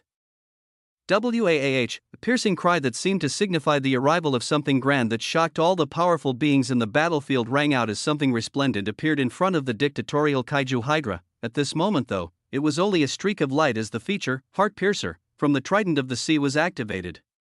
This was an ability of a supreme treasure that required an immense amount of mana to activate, and Noah cast it without a second thought as he observed the destructive attacks of Baal towards the Kraken and Barbados. Instantaneous, less than a second, boom, the powerful and destructive Trident of the Sea appeared out of nowhere in front of Noah as it sped down and struck into the body of Paimon in the blink of an eye. Ugh! A shocked scream came out of the ruler's mouth as she felt her origin heavily injured and her life force rapidly disappearing. This was just one of the skills of the Trident of the Sea, the supreme treasure that allowed for one to bring down the true death of any beings. Paimon desperately looked at the life force leaving her body as Noah did something crazy yet again. The Trident's ability, Heart Piercer, required a tremendous amount of energy to power up. But for Noah, this was simplicity. Heart Piercer was used yet again as an insane amount of energy was placed into the Trident, and it moved at a speed barely visible to many of the beings on the battlefield as it struck onto the crumbling body of Paimon for the second time. Boom! The explosion resounded out as the body of Paimon ruptured into a mass of flesh and gore. A blinding red light exploded out as yet another phantasmal ranked ruler of the demon world had fallen in a brief period of time. Noah reached his goal as he neared the mass of flesh and took in multiple phantasmal ranked skills and cores in his sea pearl. The trident he had used to kill this ruler so quickly was now floating in front of him with a gorgeous golden glow. It was a grandiose picture as both sides that were fighting looked in shock at the treasure everyone else was searching for. They looked at the treasure that had appeared in front of the menacing three-headed Hydra that had just killed two phantasmal ranked beings. Chapter 193 Unique and Ultimate Skills. Noah did not sit still as he moved with the intensely shining trident. With the fall of Paimon, he could see yet another gain of two phantasmal ranked skill books as well as what seemed to be unique or ultimate skill books that shone with gorgeous light. His many eyes were now focusing on Baal as he began learning the new skills to boost up his power in the middle of this battle. The first one was a unique skill from the seductress Citri, which slaves, spawns powerful undead witches that are proficient in blood magic to do your bidding. Their strength can be adjusted up to the rank of the user. A maximum of 3 which slaves of the same rank can be summoned. With the number tripled for every rank lower, the skill was learned quickly as Noah continued to move forward while learning a few more. The next one was a phantasmal skill that also dropped from Citri, and this one was just as amazing as the unique skill, Radiation Queen Sword, a sharp blade created from a collection of noxious radiated particles that disintegrates the essence of the enemy as it nears, tearing down even the hardest of defenses. An immense amount of mana is required to cast even a single one. The size can be regulated depending on the user. The skill made Noah's many eyes shine a dangerous light as he quickly moved on to the next one with his few seconds he had left. The skill he learnt next was one that dropped from Paimon, and this one was an ultimate skill at that, Bone Master, an ultimate skill that allows the user hegemony over the complex use of bones. Allows for the use of Bone Avatar, Bone Burgeon, and Shatterment, Bone Avatar. Using magic power, the user can encase their body in a highly reinforced Bone Avatar. The shape and size of the avatar depends on the mana used, and the intent when creating it. Bone Burgeon, a giant mass of sharp bones blooms and pierces everything on sight. Shatterment, allows for the breakage and atrophy of the enemy's bones when the user's weapons or body are within an inch of distance from the bones of the enemy. The single ultimate skill had multiple abilities to look through that made Noah's heart palpitate. He wanted to continue forward to learning the remaining 2 books that looked to be phantasmal rank skills when he saw the situation Barbados was in deteriorating even further. A silver light flashed as his large figure disappeared from its location and appeared right beside Ball, who stopped landing the attacks that split space apart on the body of the mutilated Barbados and looked at the trident that was floating in the midst of the 3 heads of the powerful Hydra. The trident shone glorious colors of blue and gold as the ability of spatial lock was used and the space for miles around them became stabilized. Baal's wrathful face was looking at the newly appearing trident with flames of fury and greed as he saw someone else with their hands on it. Noah moved fast as he neared the body of the mutilated Barbados and grabbed her, a silver light flashing as she disappeared into the spiritual land anchored to him.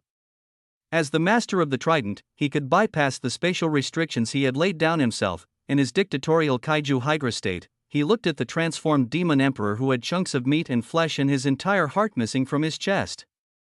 He seemed even stronger, though his hellish flames were somehow blazing from him furiously in the dark waters. The appearance of the Trident of the Sea had caused much fervor to erupt from the battling figures as the Ocean Master was looking forward in a dumbfounded expression.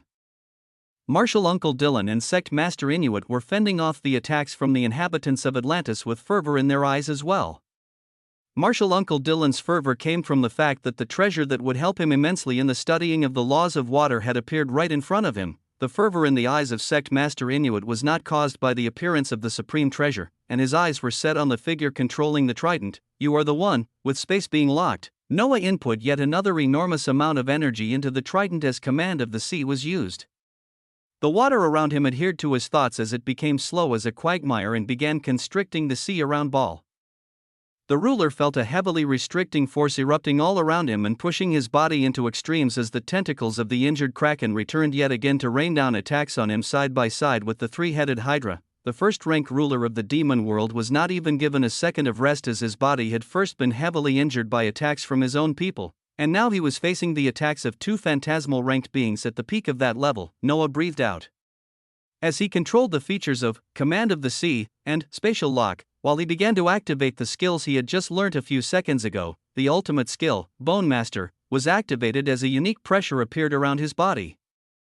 The ability of Bone Avatar was activated as something spectacular began to form around the body of the dictatorial kaiju Hydra. Clack! Clack! Clack! A tremendous amount of essence converged as pristine white bones were formed and connected throughout his large body, forming into a resplendently shining suit of armor that wrapped around his entire body. What looked like a terrifying skull of a draconic emperor formed on each of his 3 heads, giving him an even more menacing look. Deathly bone claws covered his 2 powerful legs as a segmented formation of bones went on to wrap throughout his long tail. The grandiosity of the dictatorial kaiju Hydra had increased even more as a spectacular suit of bone armor wrapped around it fully, increasing the fearsome aura it released by a large degree. Noah was not done yet, as he cast a phantasmal skill that he had obtained from the seductress, Citri. ONG, Radiation Queen Sword, was cast as Noah poured out an immense amount of mana. A terrifyingly poisonous green blade with a golden shining handle appeared in the dark waters of the sea and floated above the 3 heads of the Hydra. Clang! the head shining with a poisonous light clutched onto the golden handle of the Radiation Queen's sword, as something even more ridiculous occurred. Even more exorbitant mana was poured out as yet another noxious radiated sword appeared, with a third one also coming into being a second later. The other two remaining heads also clutched onto the golden handles of the terrifying blades as a maddening sight unveiled itself in the deep waters. A three-headed hydra floated powerfully in the sea, its body wrapped up in a striking, bone avatar, while it held multiple, radiated queen swords with its three heads. Its menacing stare was directed to the powerful ruler of the demon world, whose aura continued to climb up senselessly. Chapter 194 Unknown Threat. A sense of thrill was traveling through Noah's large body as he continued to focus on the figure of the ruler in front of him. The other rulers were being kept at bay by the calamities of the sea, and all the cultivators were being pushed back by the attacks of Atlanteans with plasma guns and beams of light that continued to shoot out from the hydro cannons. At the moment it looked like Martial Uncle Dylan in his transparent form of the technique of the Mountain Sea sect, Scylla's empowerment, would break out. Another drastic change occurred as the two large statues that were guarding the gates of Atlantis actually moved. As if the legions of demons and cultivators were not being dealt enough injuries, humongous statues appeared to add on to the current chaotic situation. One carried a golden trident that looked eerily similar to the one that was situated atop Noah's middle head as a crown, while the statue of the Atlantean carried a tremendously large plasma gun that shone in a beautiful blue light. This was the powerful force of Atlantis that made Baal think twice before attacking. This was the force that was now moving in full swing to push back its enemies. Large beams of plasma shot out from the gun being hoisted by the Atlantean statue, while even more terrifying attacks were being released from the golden trident the merfolk statue was swinging as Martial Uncle Dylan was pushed back from his advance toward the location where Noah, the Kraken, and Baal stood. The chaotic battle was not looking good for the demons and cultivators, as the appearance of the one using the Trident of the Sea was too strong. It struck down and killed two phantasmal ranked beings in a short time span, and now the ruler of the demon world was being besieged both by the Hydra and another calamity. Victory seemed to fully be in the hands of Atlantis since the sneak attack that threw the whole battlefield into chaos. It was at this moment in time, though, that a shock ran through the mind of Noah as he received a silent communication from a person he did not know. Noah Osmond, the being that received the favor of two worlds. You do not know me, while I only know some of you. I wish you no harm, and I actually came to save you. His three heads carrying the noxious Radiation Queen's sword that were slashing down towards the transformed body of the demon emperor vibrated and went even faster as this alarming message entered his mind. The first sentence after his name was what made him most apprehensive, as his large body rained down attacks on Baal even faster. A catastrophe is approaching, and your death nears. Shock was the only thing in Noah's heart as he tried to pinpoint the origin of the voice that knew about his origins and mentioned how he received the favor of two worlds. The low-ranking, thought acceleration, continued to be used as he spread out his aura and traced the source where the silent communication was coming from. To his surprise, he found his attention landing on the calm figure of a cultivator. From his memories of the martial uncle of the Mountain Sea sect, this was the sect master of the Karmic sect, Inuit. Memories of the world of cultivation and their mysterious techniques floated in his mind as his mood became grave. The sect master was currently holding back a calamity that seemed to be in a quagmire of invisible lines and wasn't able to move even a few inches closer to his body. The many disciples behind him formed protective walls using similar thin lines that blocked the attacks from Atlanteans and merfolk as they seemed to be in a passive state of defense. There is no time for us to actually talk as the threat nears even faster. If you wish to take the life of that demon ruler, you have to hurry, and you have to do it fast, because the true threat that would cause your death will be here at any moment. Noah continued to hear shocking words that did not seem to have any validity, but seemed to hold truth at the same time. His mind moved as he recalled any information he held about the Karmic sect and their techniques. They were a terrifying force in the world of cultivation that proliferated very quickly by using unknown techniques that allowed them to always be in the most opportune location to gain treasures or always be gone before a great calamity arrived in chaotic times. Their techniques were very secretive, where most cultivators chose to steer away from conflict with them. His eyes focused on the besieged Baal, who was roaring with power as his mind moved faster. It did not matter if the words were false or true, he would focus on taking down Baal first. The thought of death weighed heavily on his mind. And he would continue to move with care and run in the next instant through the use of spatial travel if things deteriorated so heavily. Yet another set of words entered his ears as some of the mysteries were cleared up, with the situation really seeming to take a grim turn, as it was something he had not considered before. It is not some supreme treasure that this world holds which everyone should be fighting for. It is the technology that they created that allowed them to do unseen and unobservable things before in the universe. It is this technology that has caught the eyes of some truly powerful beings who will not let it continue to grow. The shock in Noah's heart continued to grow as he recalled the one thing from Atlantis he still had his gaze on but hadn't been able to grasp yet. It is the world engine that is the true treasure created in this world. It is the thing that will bring about this world's destruction. Chapter 195. It shouldn't be like this. The world engine, the tool that allowed the lost world of Atlantis to change its position in the universe and even mask its location from prying eyes. It was a terrifying piece of technology that changed the known coordinates of a world and put a veil that allowed them peace for years while demons and cultivators were chasing after them. But it seemed to have been the most overlooked thing for the invading enemies as they kept their sight on the supreme treasure that was the trident of the sea and nothing else.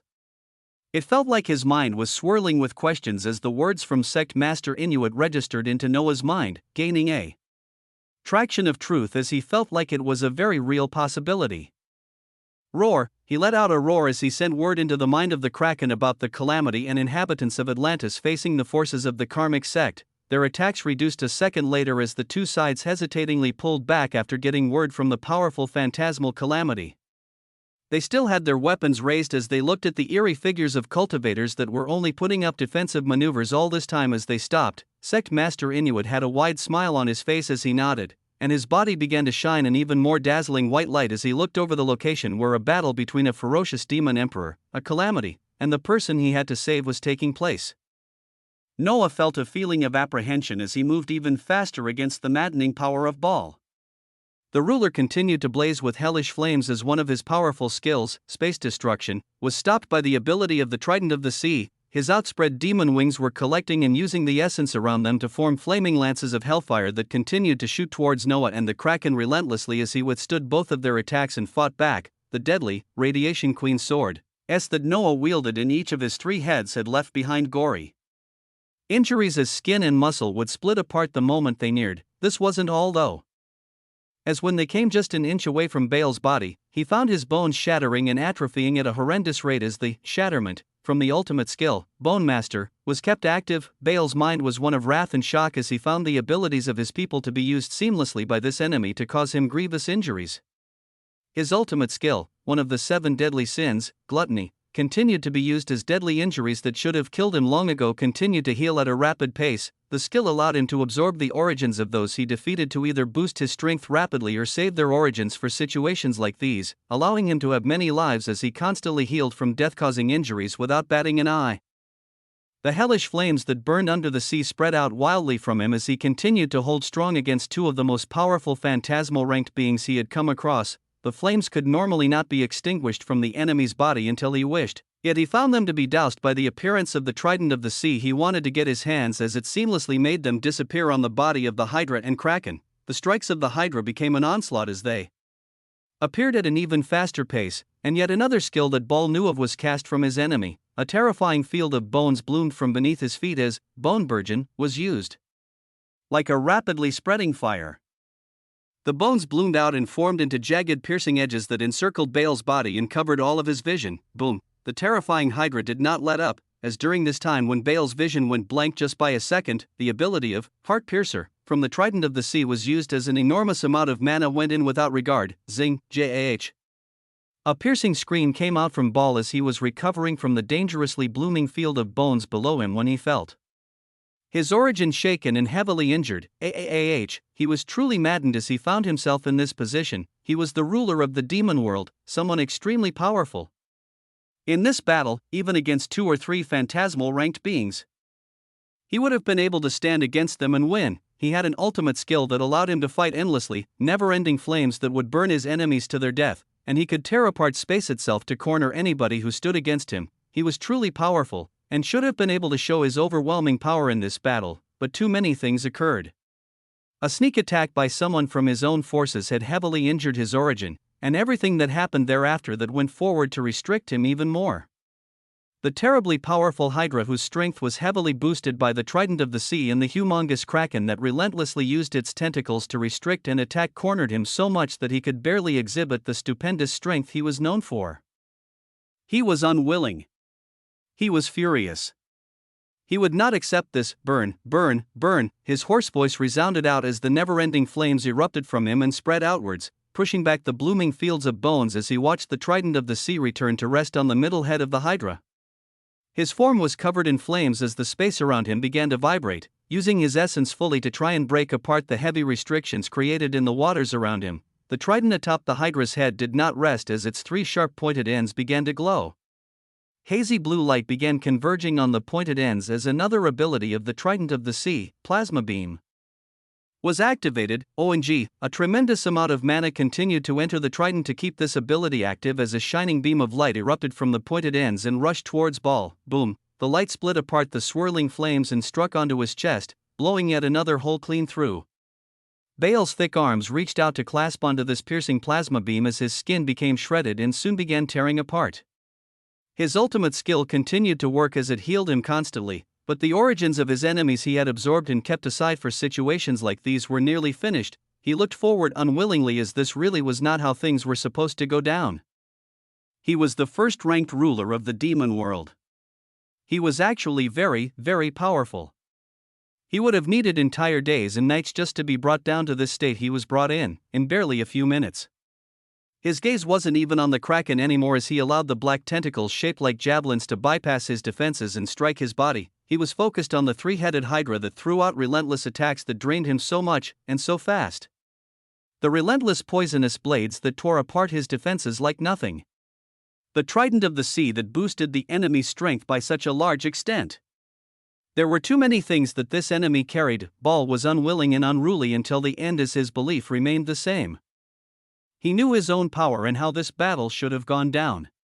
So while his body continued to disintegrate from the extremely destructive plasma beam that was somehow still shooting from the trident like it was nothing, his belief remained the same. It really should not be like this. Chapter 196 Change. A terrifying beam of plasma was disintegrating the body of the most powerful ruler of the demon world as the remaining rulers burned their essence to try and reach his position.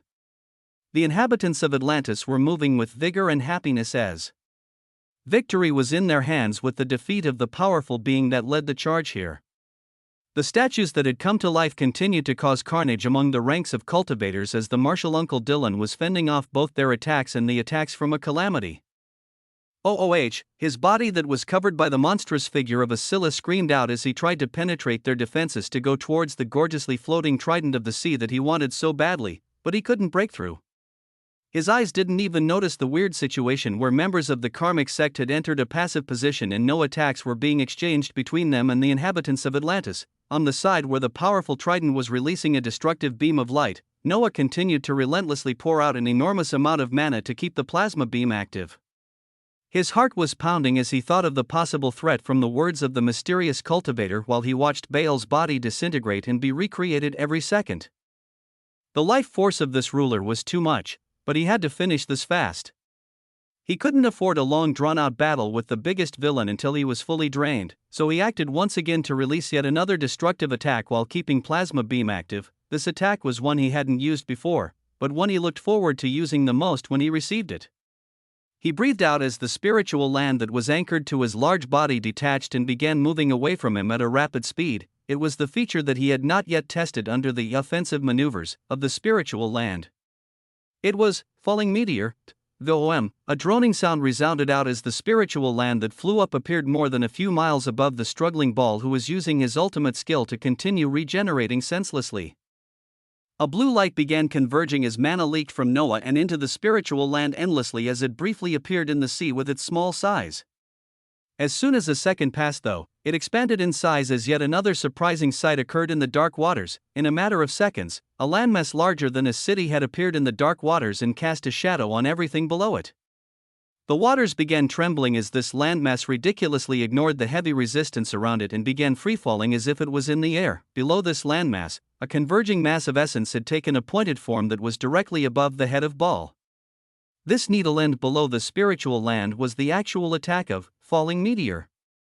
It was where the converging mana focused the entire weight of the falling landmass into a single destructive attack. A spiritual land with a size larger than most cities was barreling down the waters of the sea ridiculously, defying many known laws as its center of origin, where it collected all of the destructive force of the weight of the landmass was pointing towards Ball.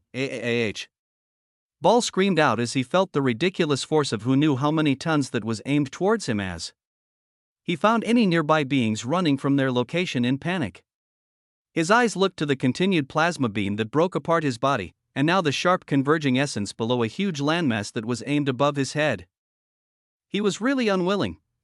Space shattered. A vortex was created between the impact of the needle-like end below the falling spiritual land and Baal's body. Waves of tremendous power pushed out anybody that was near as the remaining rulers of the demon world felt a deafening cry in their hearts. They could only look forward in shock as they found to their dismay that they had felt yet another true death. This one was from a being that they expected to die last, even if all of them were to somehow fall. Somehow, the most powerful of them was the one to fall first. The true death of the first-rank ruler of the demon world had occurred in the lost world. The spiritual land rapidly reduced in size as the vortex created from the impact was rapidly filled in with water. Where the body of Baal used to be, gorgeously shining cores, skill books, and items lay as a few people looked at this and rubbed their eyes to check if they were seeing correctly. Noah's large figure flashed at the position and quickly swiped away the loot from the most powerful ruler of the demon world as his gaze now traveled to Sect Master Inuit. The Sect Master had a stern expression on his face as a few words came out. "They are here. We have to move fast," as if waiting for a cue. As soon as these words finished, a stifling pressure descended on every being on the battlefield. No, it wasn't every being on the battlefield, but on every single living creature in the lost world of Atlantis, as something disastrous had arrived. Noah felt this stifling pressure as his gaze turned stern and he began moving rapidly, calling back the Emperor Penguin and other beasts that were still ripping apart cultivators from the Mountain Sea sect and obtaining more law crystals. The calamities of the sea looked up with horrid expressions as they felt a foreboding feeling deep in their hearts. The inhabitants of Atlantis that had just experienced the beginning of a victory looked out in shock at this unexpected pressure that seemed to be pushing them down to kneel. The Ocean Master felt his heart palpitate as even he was affected the same as everyone else, above the waters of the lost world, above the skies, and above the world itself. Something huge had appeared, what looked like an interstellar warship, something that nobody in the lost world had come across, was now in the space above them. The ship was extremely large in size as it pulsed with a golden light. It was this golden light that had somehow gone to cover the entirety of the lost world like a cage. The ship was only in the space above the planet, but those with powerful eyes could still discern its shape if they were looking from the skies. This expressed just how tremendous in size it was. At the forefront of the ship, where the golden light covering the entire planet of the lost world was being released, what looked like the barrels of exquisitely created cannons began to pulse with a menacing red light.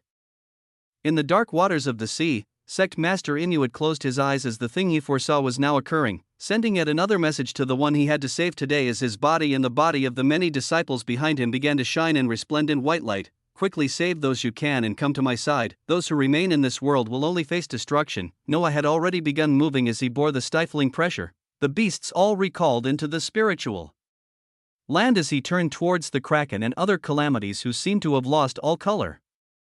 Things were occurring exactly as the Sect Master mentioned, so Noah put aside his reservations and began actively moving. If what he said was truly to come, something horrendous would be occurring today. Chapter 197, A True Apocalypse. In the newly appearing ship above the space of the lost world of Atlantis, the exquisitely built ship actually only had a few figures piloting it. It was a tool used for mass destruction by a group that many worlds feared across the universe. At the helm, there were only 3 figures taking command, with the one at the forefront tampering with a command panel that was causing the changes that the inhabitants of the world below them were feeling. The verdict for this lost world has been discussed and cleared. Athena. Why do you hesitate? A figure to the right, who wore golden robes and had the image of an important being with arrogance ingrained in their bones, asked the dark-skinned Athena that was taking command today. "I was trying to see what the beings of this world would think if they knew what they brought down to themselves in their world, but I guess it doesn't matter." The woman, Athena, who couldn't be any older than 25, answered with a nonchalant expression as she continued on with the command panel and activated the world cannons. "No. It does not matter. They tampered with forces outside of their boundaries and caused an increase in chaos. It is simply our job to correct that, to bring back the balance caused by their disruption."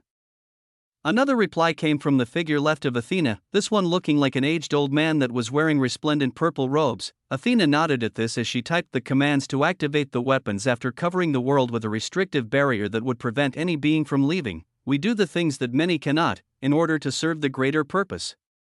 We work in the shadows to maintain order and rule in the universe. We may destroy billions here, but we will save a trillion more over the course of time. The aged voice of the old man continued to ring out as destructive red beams of light began to shoot out from the interstellar warship. Athena felt something she didn't yet understand as she watched the destructive red rays of light land on the blue planet, and she nodded towards the old man.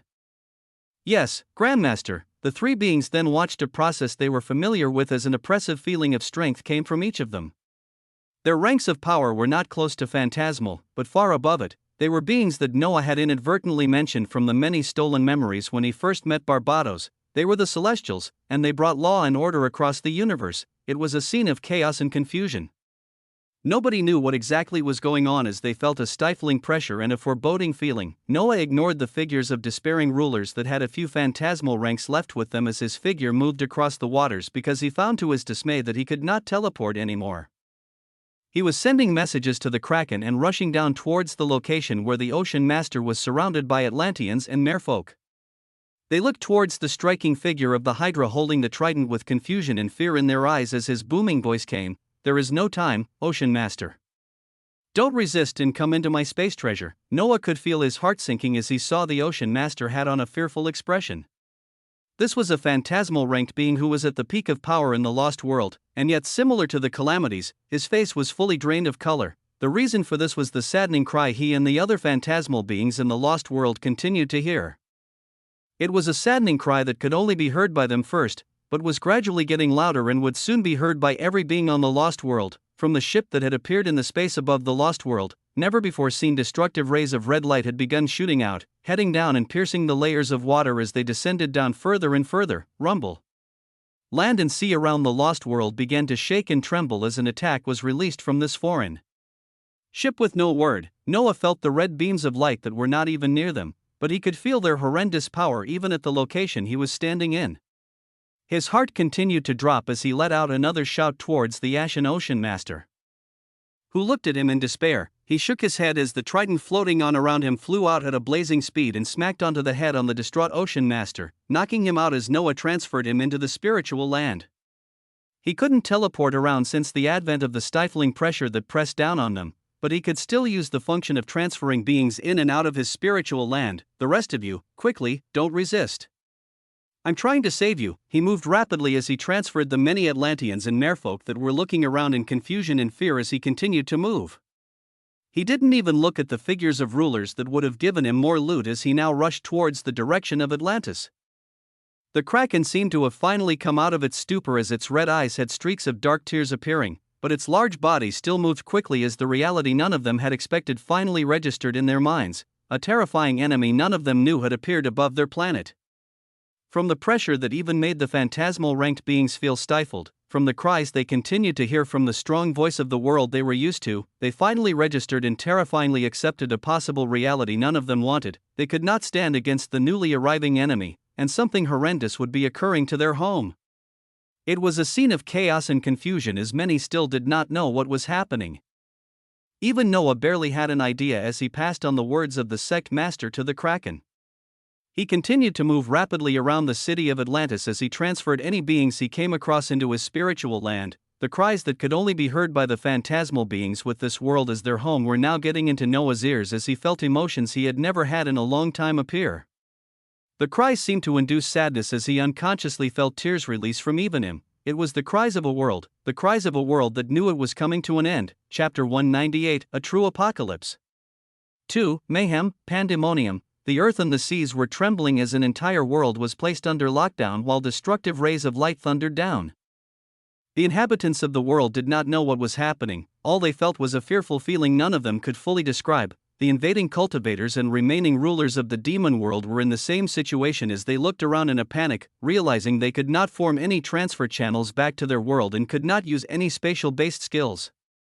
The demons were in an even more disastrous situation as 3 of their rulers had faced true death. Worst of all, one of them was the most powerful ruler of the demon world. The figure of oppression and strength they looked up to had fallen. Those in the lost world that had despairingly watched it happen with their own eyes still could not believe it. Not to mention the rulers on missions elsewhere as they tried to form a communication channel with the rulers in the lost world unsuccessfully. it was just confusion and chaos all around as no information was coming in or out. Among the only people not panicking were the sect master and disciples of the karmic sect as they stood calmly in the tumultuous dark waters. They were the only ones not looking around in panic as mayhem descended down. The disciples had shining white lights covering their eyes as sect master Inuit stood in front of them and nodded, the destruction around them seemingly not bothering him one bit. He waited a couple more seconds before he acted again, sending out a message to the person he came to this lost world for. It is time. You have saved all that you could for now, any longer delay and we will all perish. Noah heard these despairing words in his ear as he was moving speedily across Atlantis and transferring any Atlanteans and merfolk he came across. But the city of Atlantis was too large and the beings were too numerous. He had barely transferred a few tens of thousands of beings aside from the Ocean Master before the same words from the sect master of the karmic sect came down. He looked across the many more inhabitants of Atlantis that were looking around in fear and panic as the waters around them trembled, their eyes already meeting the wide destructive rays of red light that were splitting apart the waters of the sea far in the distance. Noah shook his head in frustration as his figure moved away towards the location of sect master Inuit at a high speed. He had his own apprehensions as he found he couldn't teleport, but it looked like the person that had come to warn him would have a way out of this. He didn't like to put his life in others' hands, but the moment he felt the restrictive force and the words of the mysterious sect master Inuit, he knew he might have to rely on someone else today. He sent a message to the shock-filled Kraken who floated with the other 5 calamities as a distraught sight could be seen. The powerful phantasmal ranked calamities were screaming out in anger and frustration. There was even more despair as they looked at the descending red beams of light from the distinct ship much higher above them. Why? Why? The eel kaiju screamed out in anger as it felt the pain of the world it was so familiar with. It couldn't understand why their world was targeted like this. We have lived in peace and kept to ourselves. Why must we be bullied like this?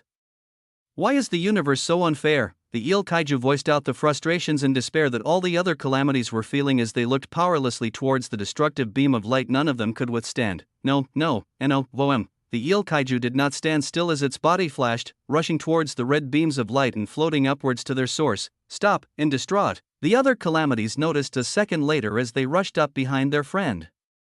The Kraken was looking forward with blank eyes as it received messages from the world it could not protect.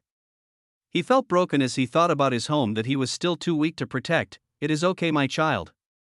Some things are written and cannot be changed. Messages of comfort were coming out from the entity that was getting its origins destroyed every second that passed towards the beings it had watched grow up. Death and destruction were coming to it, and yet in its last moments, it was comforting its inhabitants as certain death came for all of them. The new friend you made might have a possibility to save you and your siblings. Go with him. Sadness and unwillingness were in the voice as the words broke the Kraken out of his stupor. Noticing the other calamities that were swimming up towards the source of the destructive red rays of light, you fools, he called out in fear and anger as he watched the body of the eel kaiju near the red ray of light, its body shining a green and blue hue as it let out attacks towards it. Boom. The attacks landed on the destructive red rays as nothing changed, but in the next instant, a singular red ray deviated and flew towards the body of the eel kaiju. Zing, no, instantaneous. It passed by in less than a second as the eel kaiju realized its eyes were getting further apart from each other, and then watched what looked to be half of its body drift away, before darkness overcame its consciousness. Dead. I did it 4 times, my joints haven't hurt in 5 years. No, the distraught calamities stopped themselves as they pulled back from the destructive rays of light, the pain and fear in their hearts only increasing. Come with me, and hurry, the Kraken voiced out towards its remaining siblings unwillingly as it watched one of them get sliced in 2 pieces in an instant. Its beady eyes looked up far in the distance where a distinct interstellar warship floated in space as it burned the sight into its memories, and then began rushing towards Noah's position. Boom! Tremendous heat and lava had begun bursting from the deepest layers of the sea as the destructive rays had begun attacking the planetary core of the lost world. Rumble! The earth and seas trembled and cowered in the face of this destruction as Noah came face to face with Sect Master Inuit, who was looking at him calmly, with a slight excitement in his eyes. There will be time for explanations and revenge later.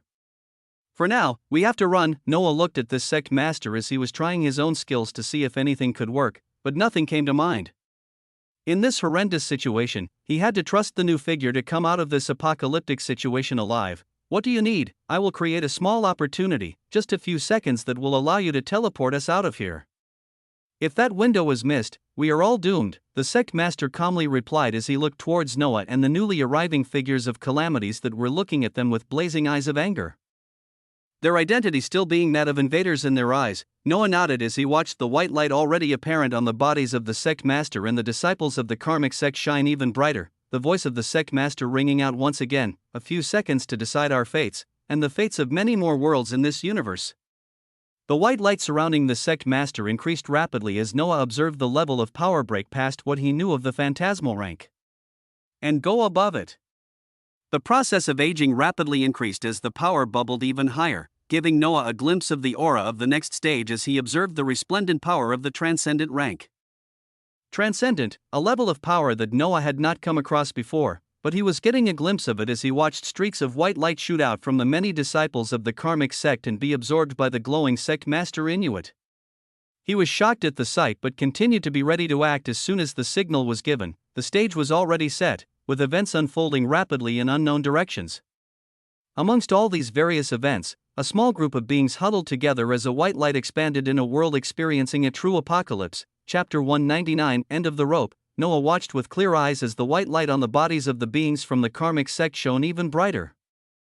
There were hundreds of disciples behind sect master Inuit, and Noah began watching as one by one, they began shriveling up into aged figures that turned to dust soon after. He looked towards the sect master who was calmly continuing as if nothing was wrong while his disciples were falling and turning into dust deep in the sea. They have sown their seeds of karma, and are now repaying the favor I bestowed upon their lives long ago. The explanation seemed sufficient for the sect master as his disciples became aged and turned to dust, each time a white light coming towards him as his body shone even brighter and the power at transcendent rank consolidated even further. A few seconds. Be ready, the white light became brighter and brighter as it acted like a beacon in the chaotic dark waters. Marshal Uncle Dylan was looking around in panic as he could not communicate with his sect in the world of cultivation nor could he form a channel to get back, the situation looking dark for him and his disciples. He looked around to find the area of white light. He could discern a few figures as his eyes opened wide and began moving towards them. He wasn't the only one as the remaining rulers of the demon world also found the area of calm and began moving forward, looking at it like their salvation. Noah continued to transfer the unwilling calamities of the sea into the spiritual land as the Kraken was the last one to remain in the outside world with him along with the disciples of the karmic sect that continued to turn into dust. The Kraken had extremely black lines of tears coming out of its red eyes as it continued to hear the voice of his home. I know you are angry and saddened, my child, but be patient before you act from now on. This will be my last piece of advice for you now. Patience will be a bitter pill to swallow, but the fruits of it will blossom to make you even stronger in the future. Take care of your sibling. Gah! A piercing cry resounded throughout every single location in the lost world as the red rays of destructive light had reached a crucial origin of the world and began disintegrating everything around it. The cry brought out emotions of sadness and unwillingness from everything that heard it as the few islands in the lost world began to crumble as magma overflowed deep underwater. A few seconds, sect master Inuit's cry came as more than half of the disciples he was with had become husks of their former selves and turned to dust. Only the more powerful ones remained as they had aged bodies and came to CLU.S. turn near their sect master in Noah, who was still in his powerful hydra form that allowed him to move even faster. Now, a brilliant white light flashed from the sect master as Noah transferred the Kraken, the remaining disciples of the karmic sect, and Inuit himself into his spiritual land. The white light that was released from sect master Inuit had expanded to cover a large area around them, but it was contracting just as fast. It wasn't fast enough though.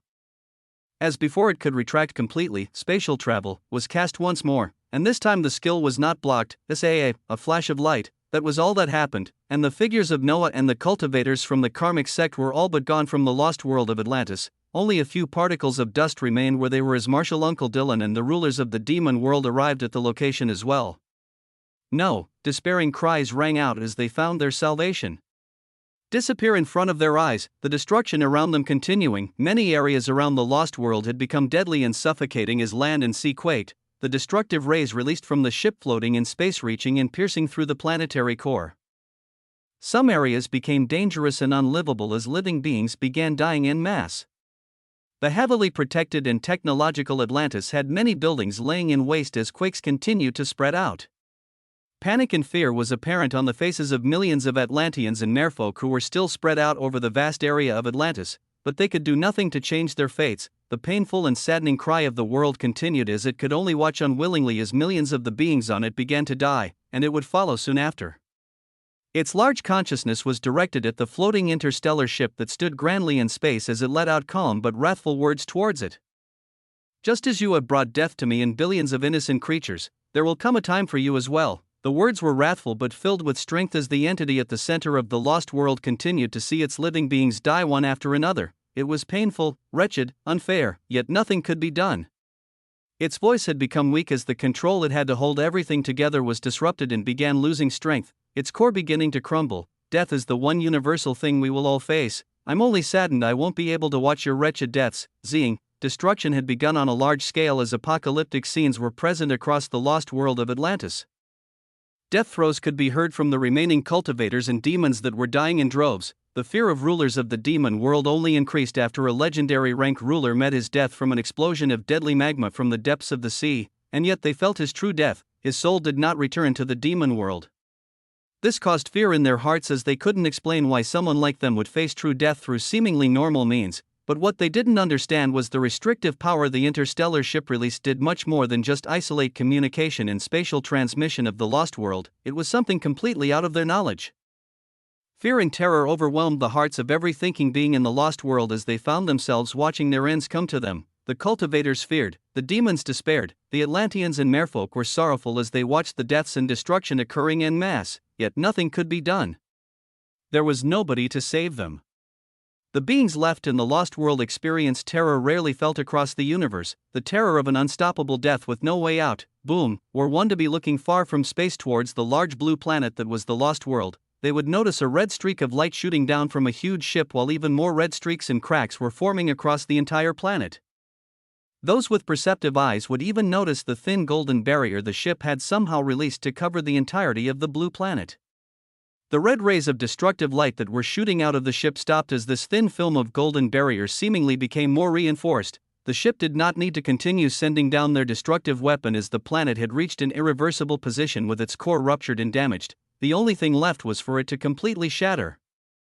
Extreme heat was blazing across the largely water-based world as its core contracted and heated up, the continued reaction causing the heat to expand outwards, but it was knocked down and held inside the perimeters of the planet as the golden barrier released from the ship let nothing out. This caused an extremely cruel situation where the heat returned into the world as there was no way out, and the reaction only became worse as land and sea were both bubbling with fire. Whatever beings remained alive, no matter their rank, would be burned alive by the heat released from a dying planet. This heat was further concentrated as it wasn't even allowed to be released outwards. Boom! Boom!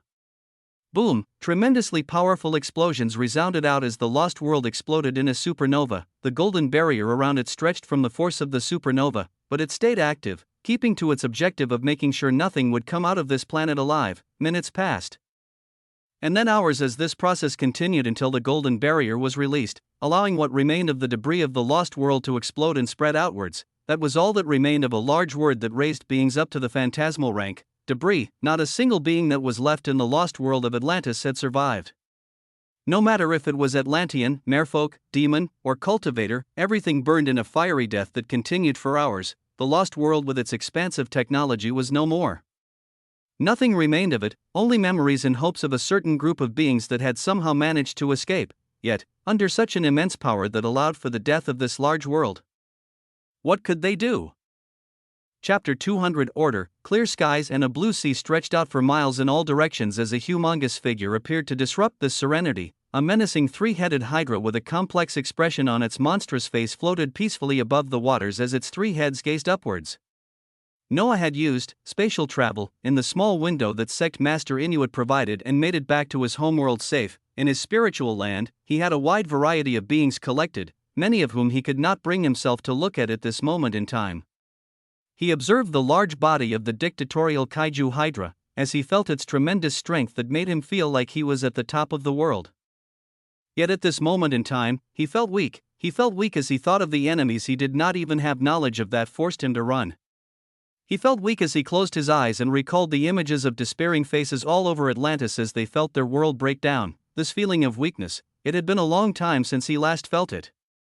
Maybe his mind was still affected by the saddening cries of the lost world when its core was being ripped apart. Maybe he was just exhausted mentally after running around the lost world of Atlantis for so long, only to run as it was destroyed by foreign enemies. He let out a sigh as he deactivated his many skills, feeling his large body change as a tingling sensation spread throughout, and he became a 2-meter-tall Atlantean with shining golden hair. He floated in the skies above the sea that was between the United Federation and the Blessed Empire as he thought about how to even face the beings who had their home entirely destroyed. He was in his thoughts when a small white light shot out from the spiritual land anchored on his body, and the figure of Sect Master Inuit appeared in the skies with him. Beings usually needed his authorization to enter or leave the spiritual land, but this mysterious Sect Master continued to do surprising things. His gaze looked older and wizened as he looked around the new world they were in and spoke out, "Try not to despair too much over the fallen. For many beings, the time of their deaths is already written, and they cannot do anything to change it." His gaze traveled around Noah's homeworld as he seemed to know a great deal of things. Noah listened to this as he asked a question he was pondering in his mind: "What about my death? You mentioned you foresaw it." The eyes of the Sect Master sparkled at this question as he looked at Noah with a smile. "Yes, my technique showed me of your end, and yet here you are, very much alive.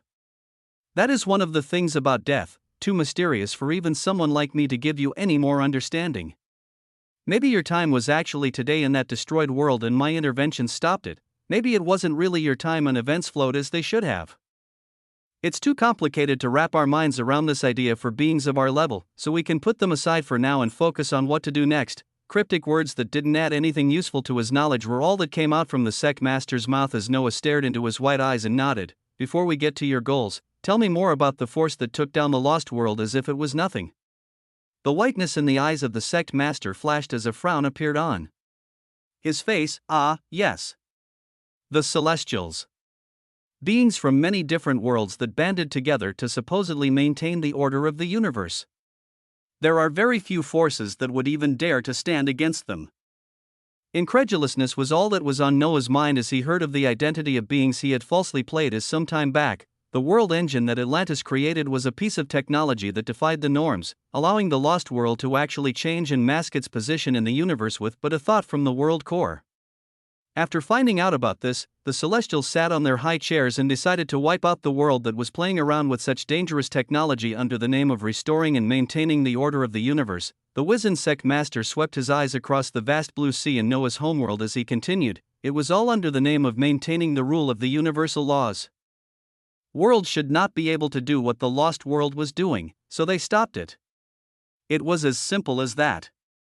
They didn't have any malicious feelings towards the beings in that world, and they didn't hate or despise any of them. They were just doing what they believed to be the correct course of action. It didn't matter that an entire world would have to burn for it. Noah felt his hands slightly trembling in anger as he heard a bit about the ideology of the superpower he had only briefly learned about in his memories. The cries of the dying lost world reappeared in his mind as it seemed the effects of it, which caused tears to unconsciously fall from his eyes, still lingered. Even more saddening were the cries he could hear in his spiritual land where the remaining calamities of the sea and a few tens of thousands of Atlanteans and merfolk resided. He still couldn't bring himself to face them as he only knew a portion of what they could be feeling right now. He knew only a little about the despair and anger they were feeling as he had gone through an event where he lost those dear to him as well, but it was never at this stage. It was never this big. He let out a sigh as he asked the Sect Master, "Knowing all of this, why exactly did you travel to the lost world to find someone like me?" A brilliant smile erupted from the face of the wizened old man standing in front of Noah as a grand story was weaved out. The world of cultivation. It was a prime world, a powerful world where some of the recognizable powers in the universe played in. What did a being that earned the title of Sect Master in this world want with a budding individual in a far corner of the universe?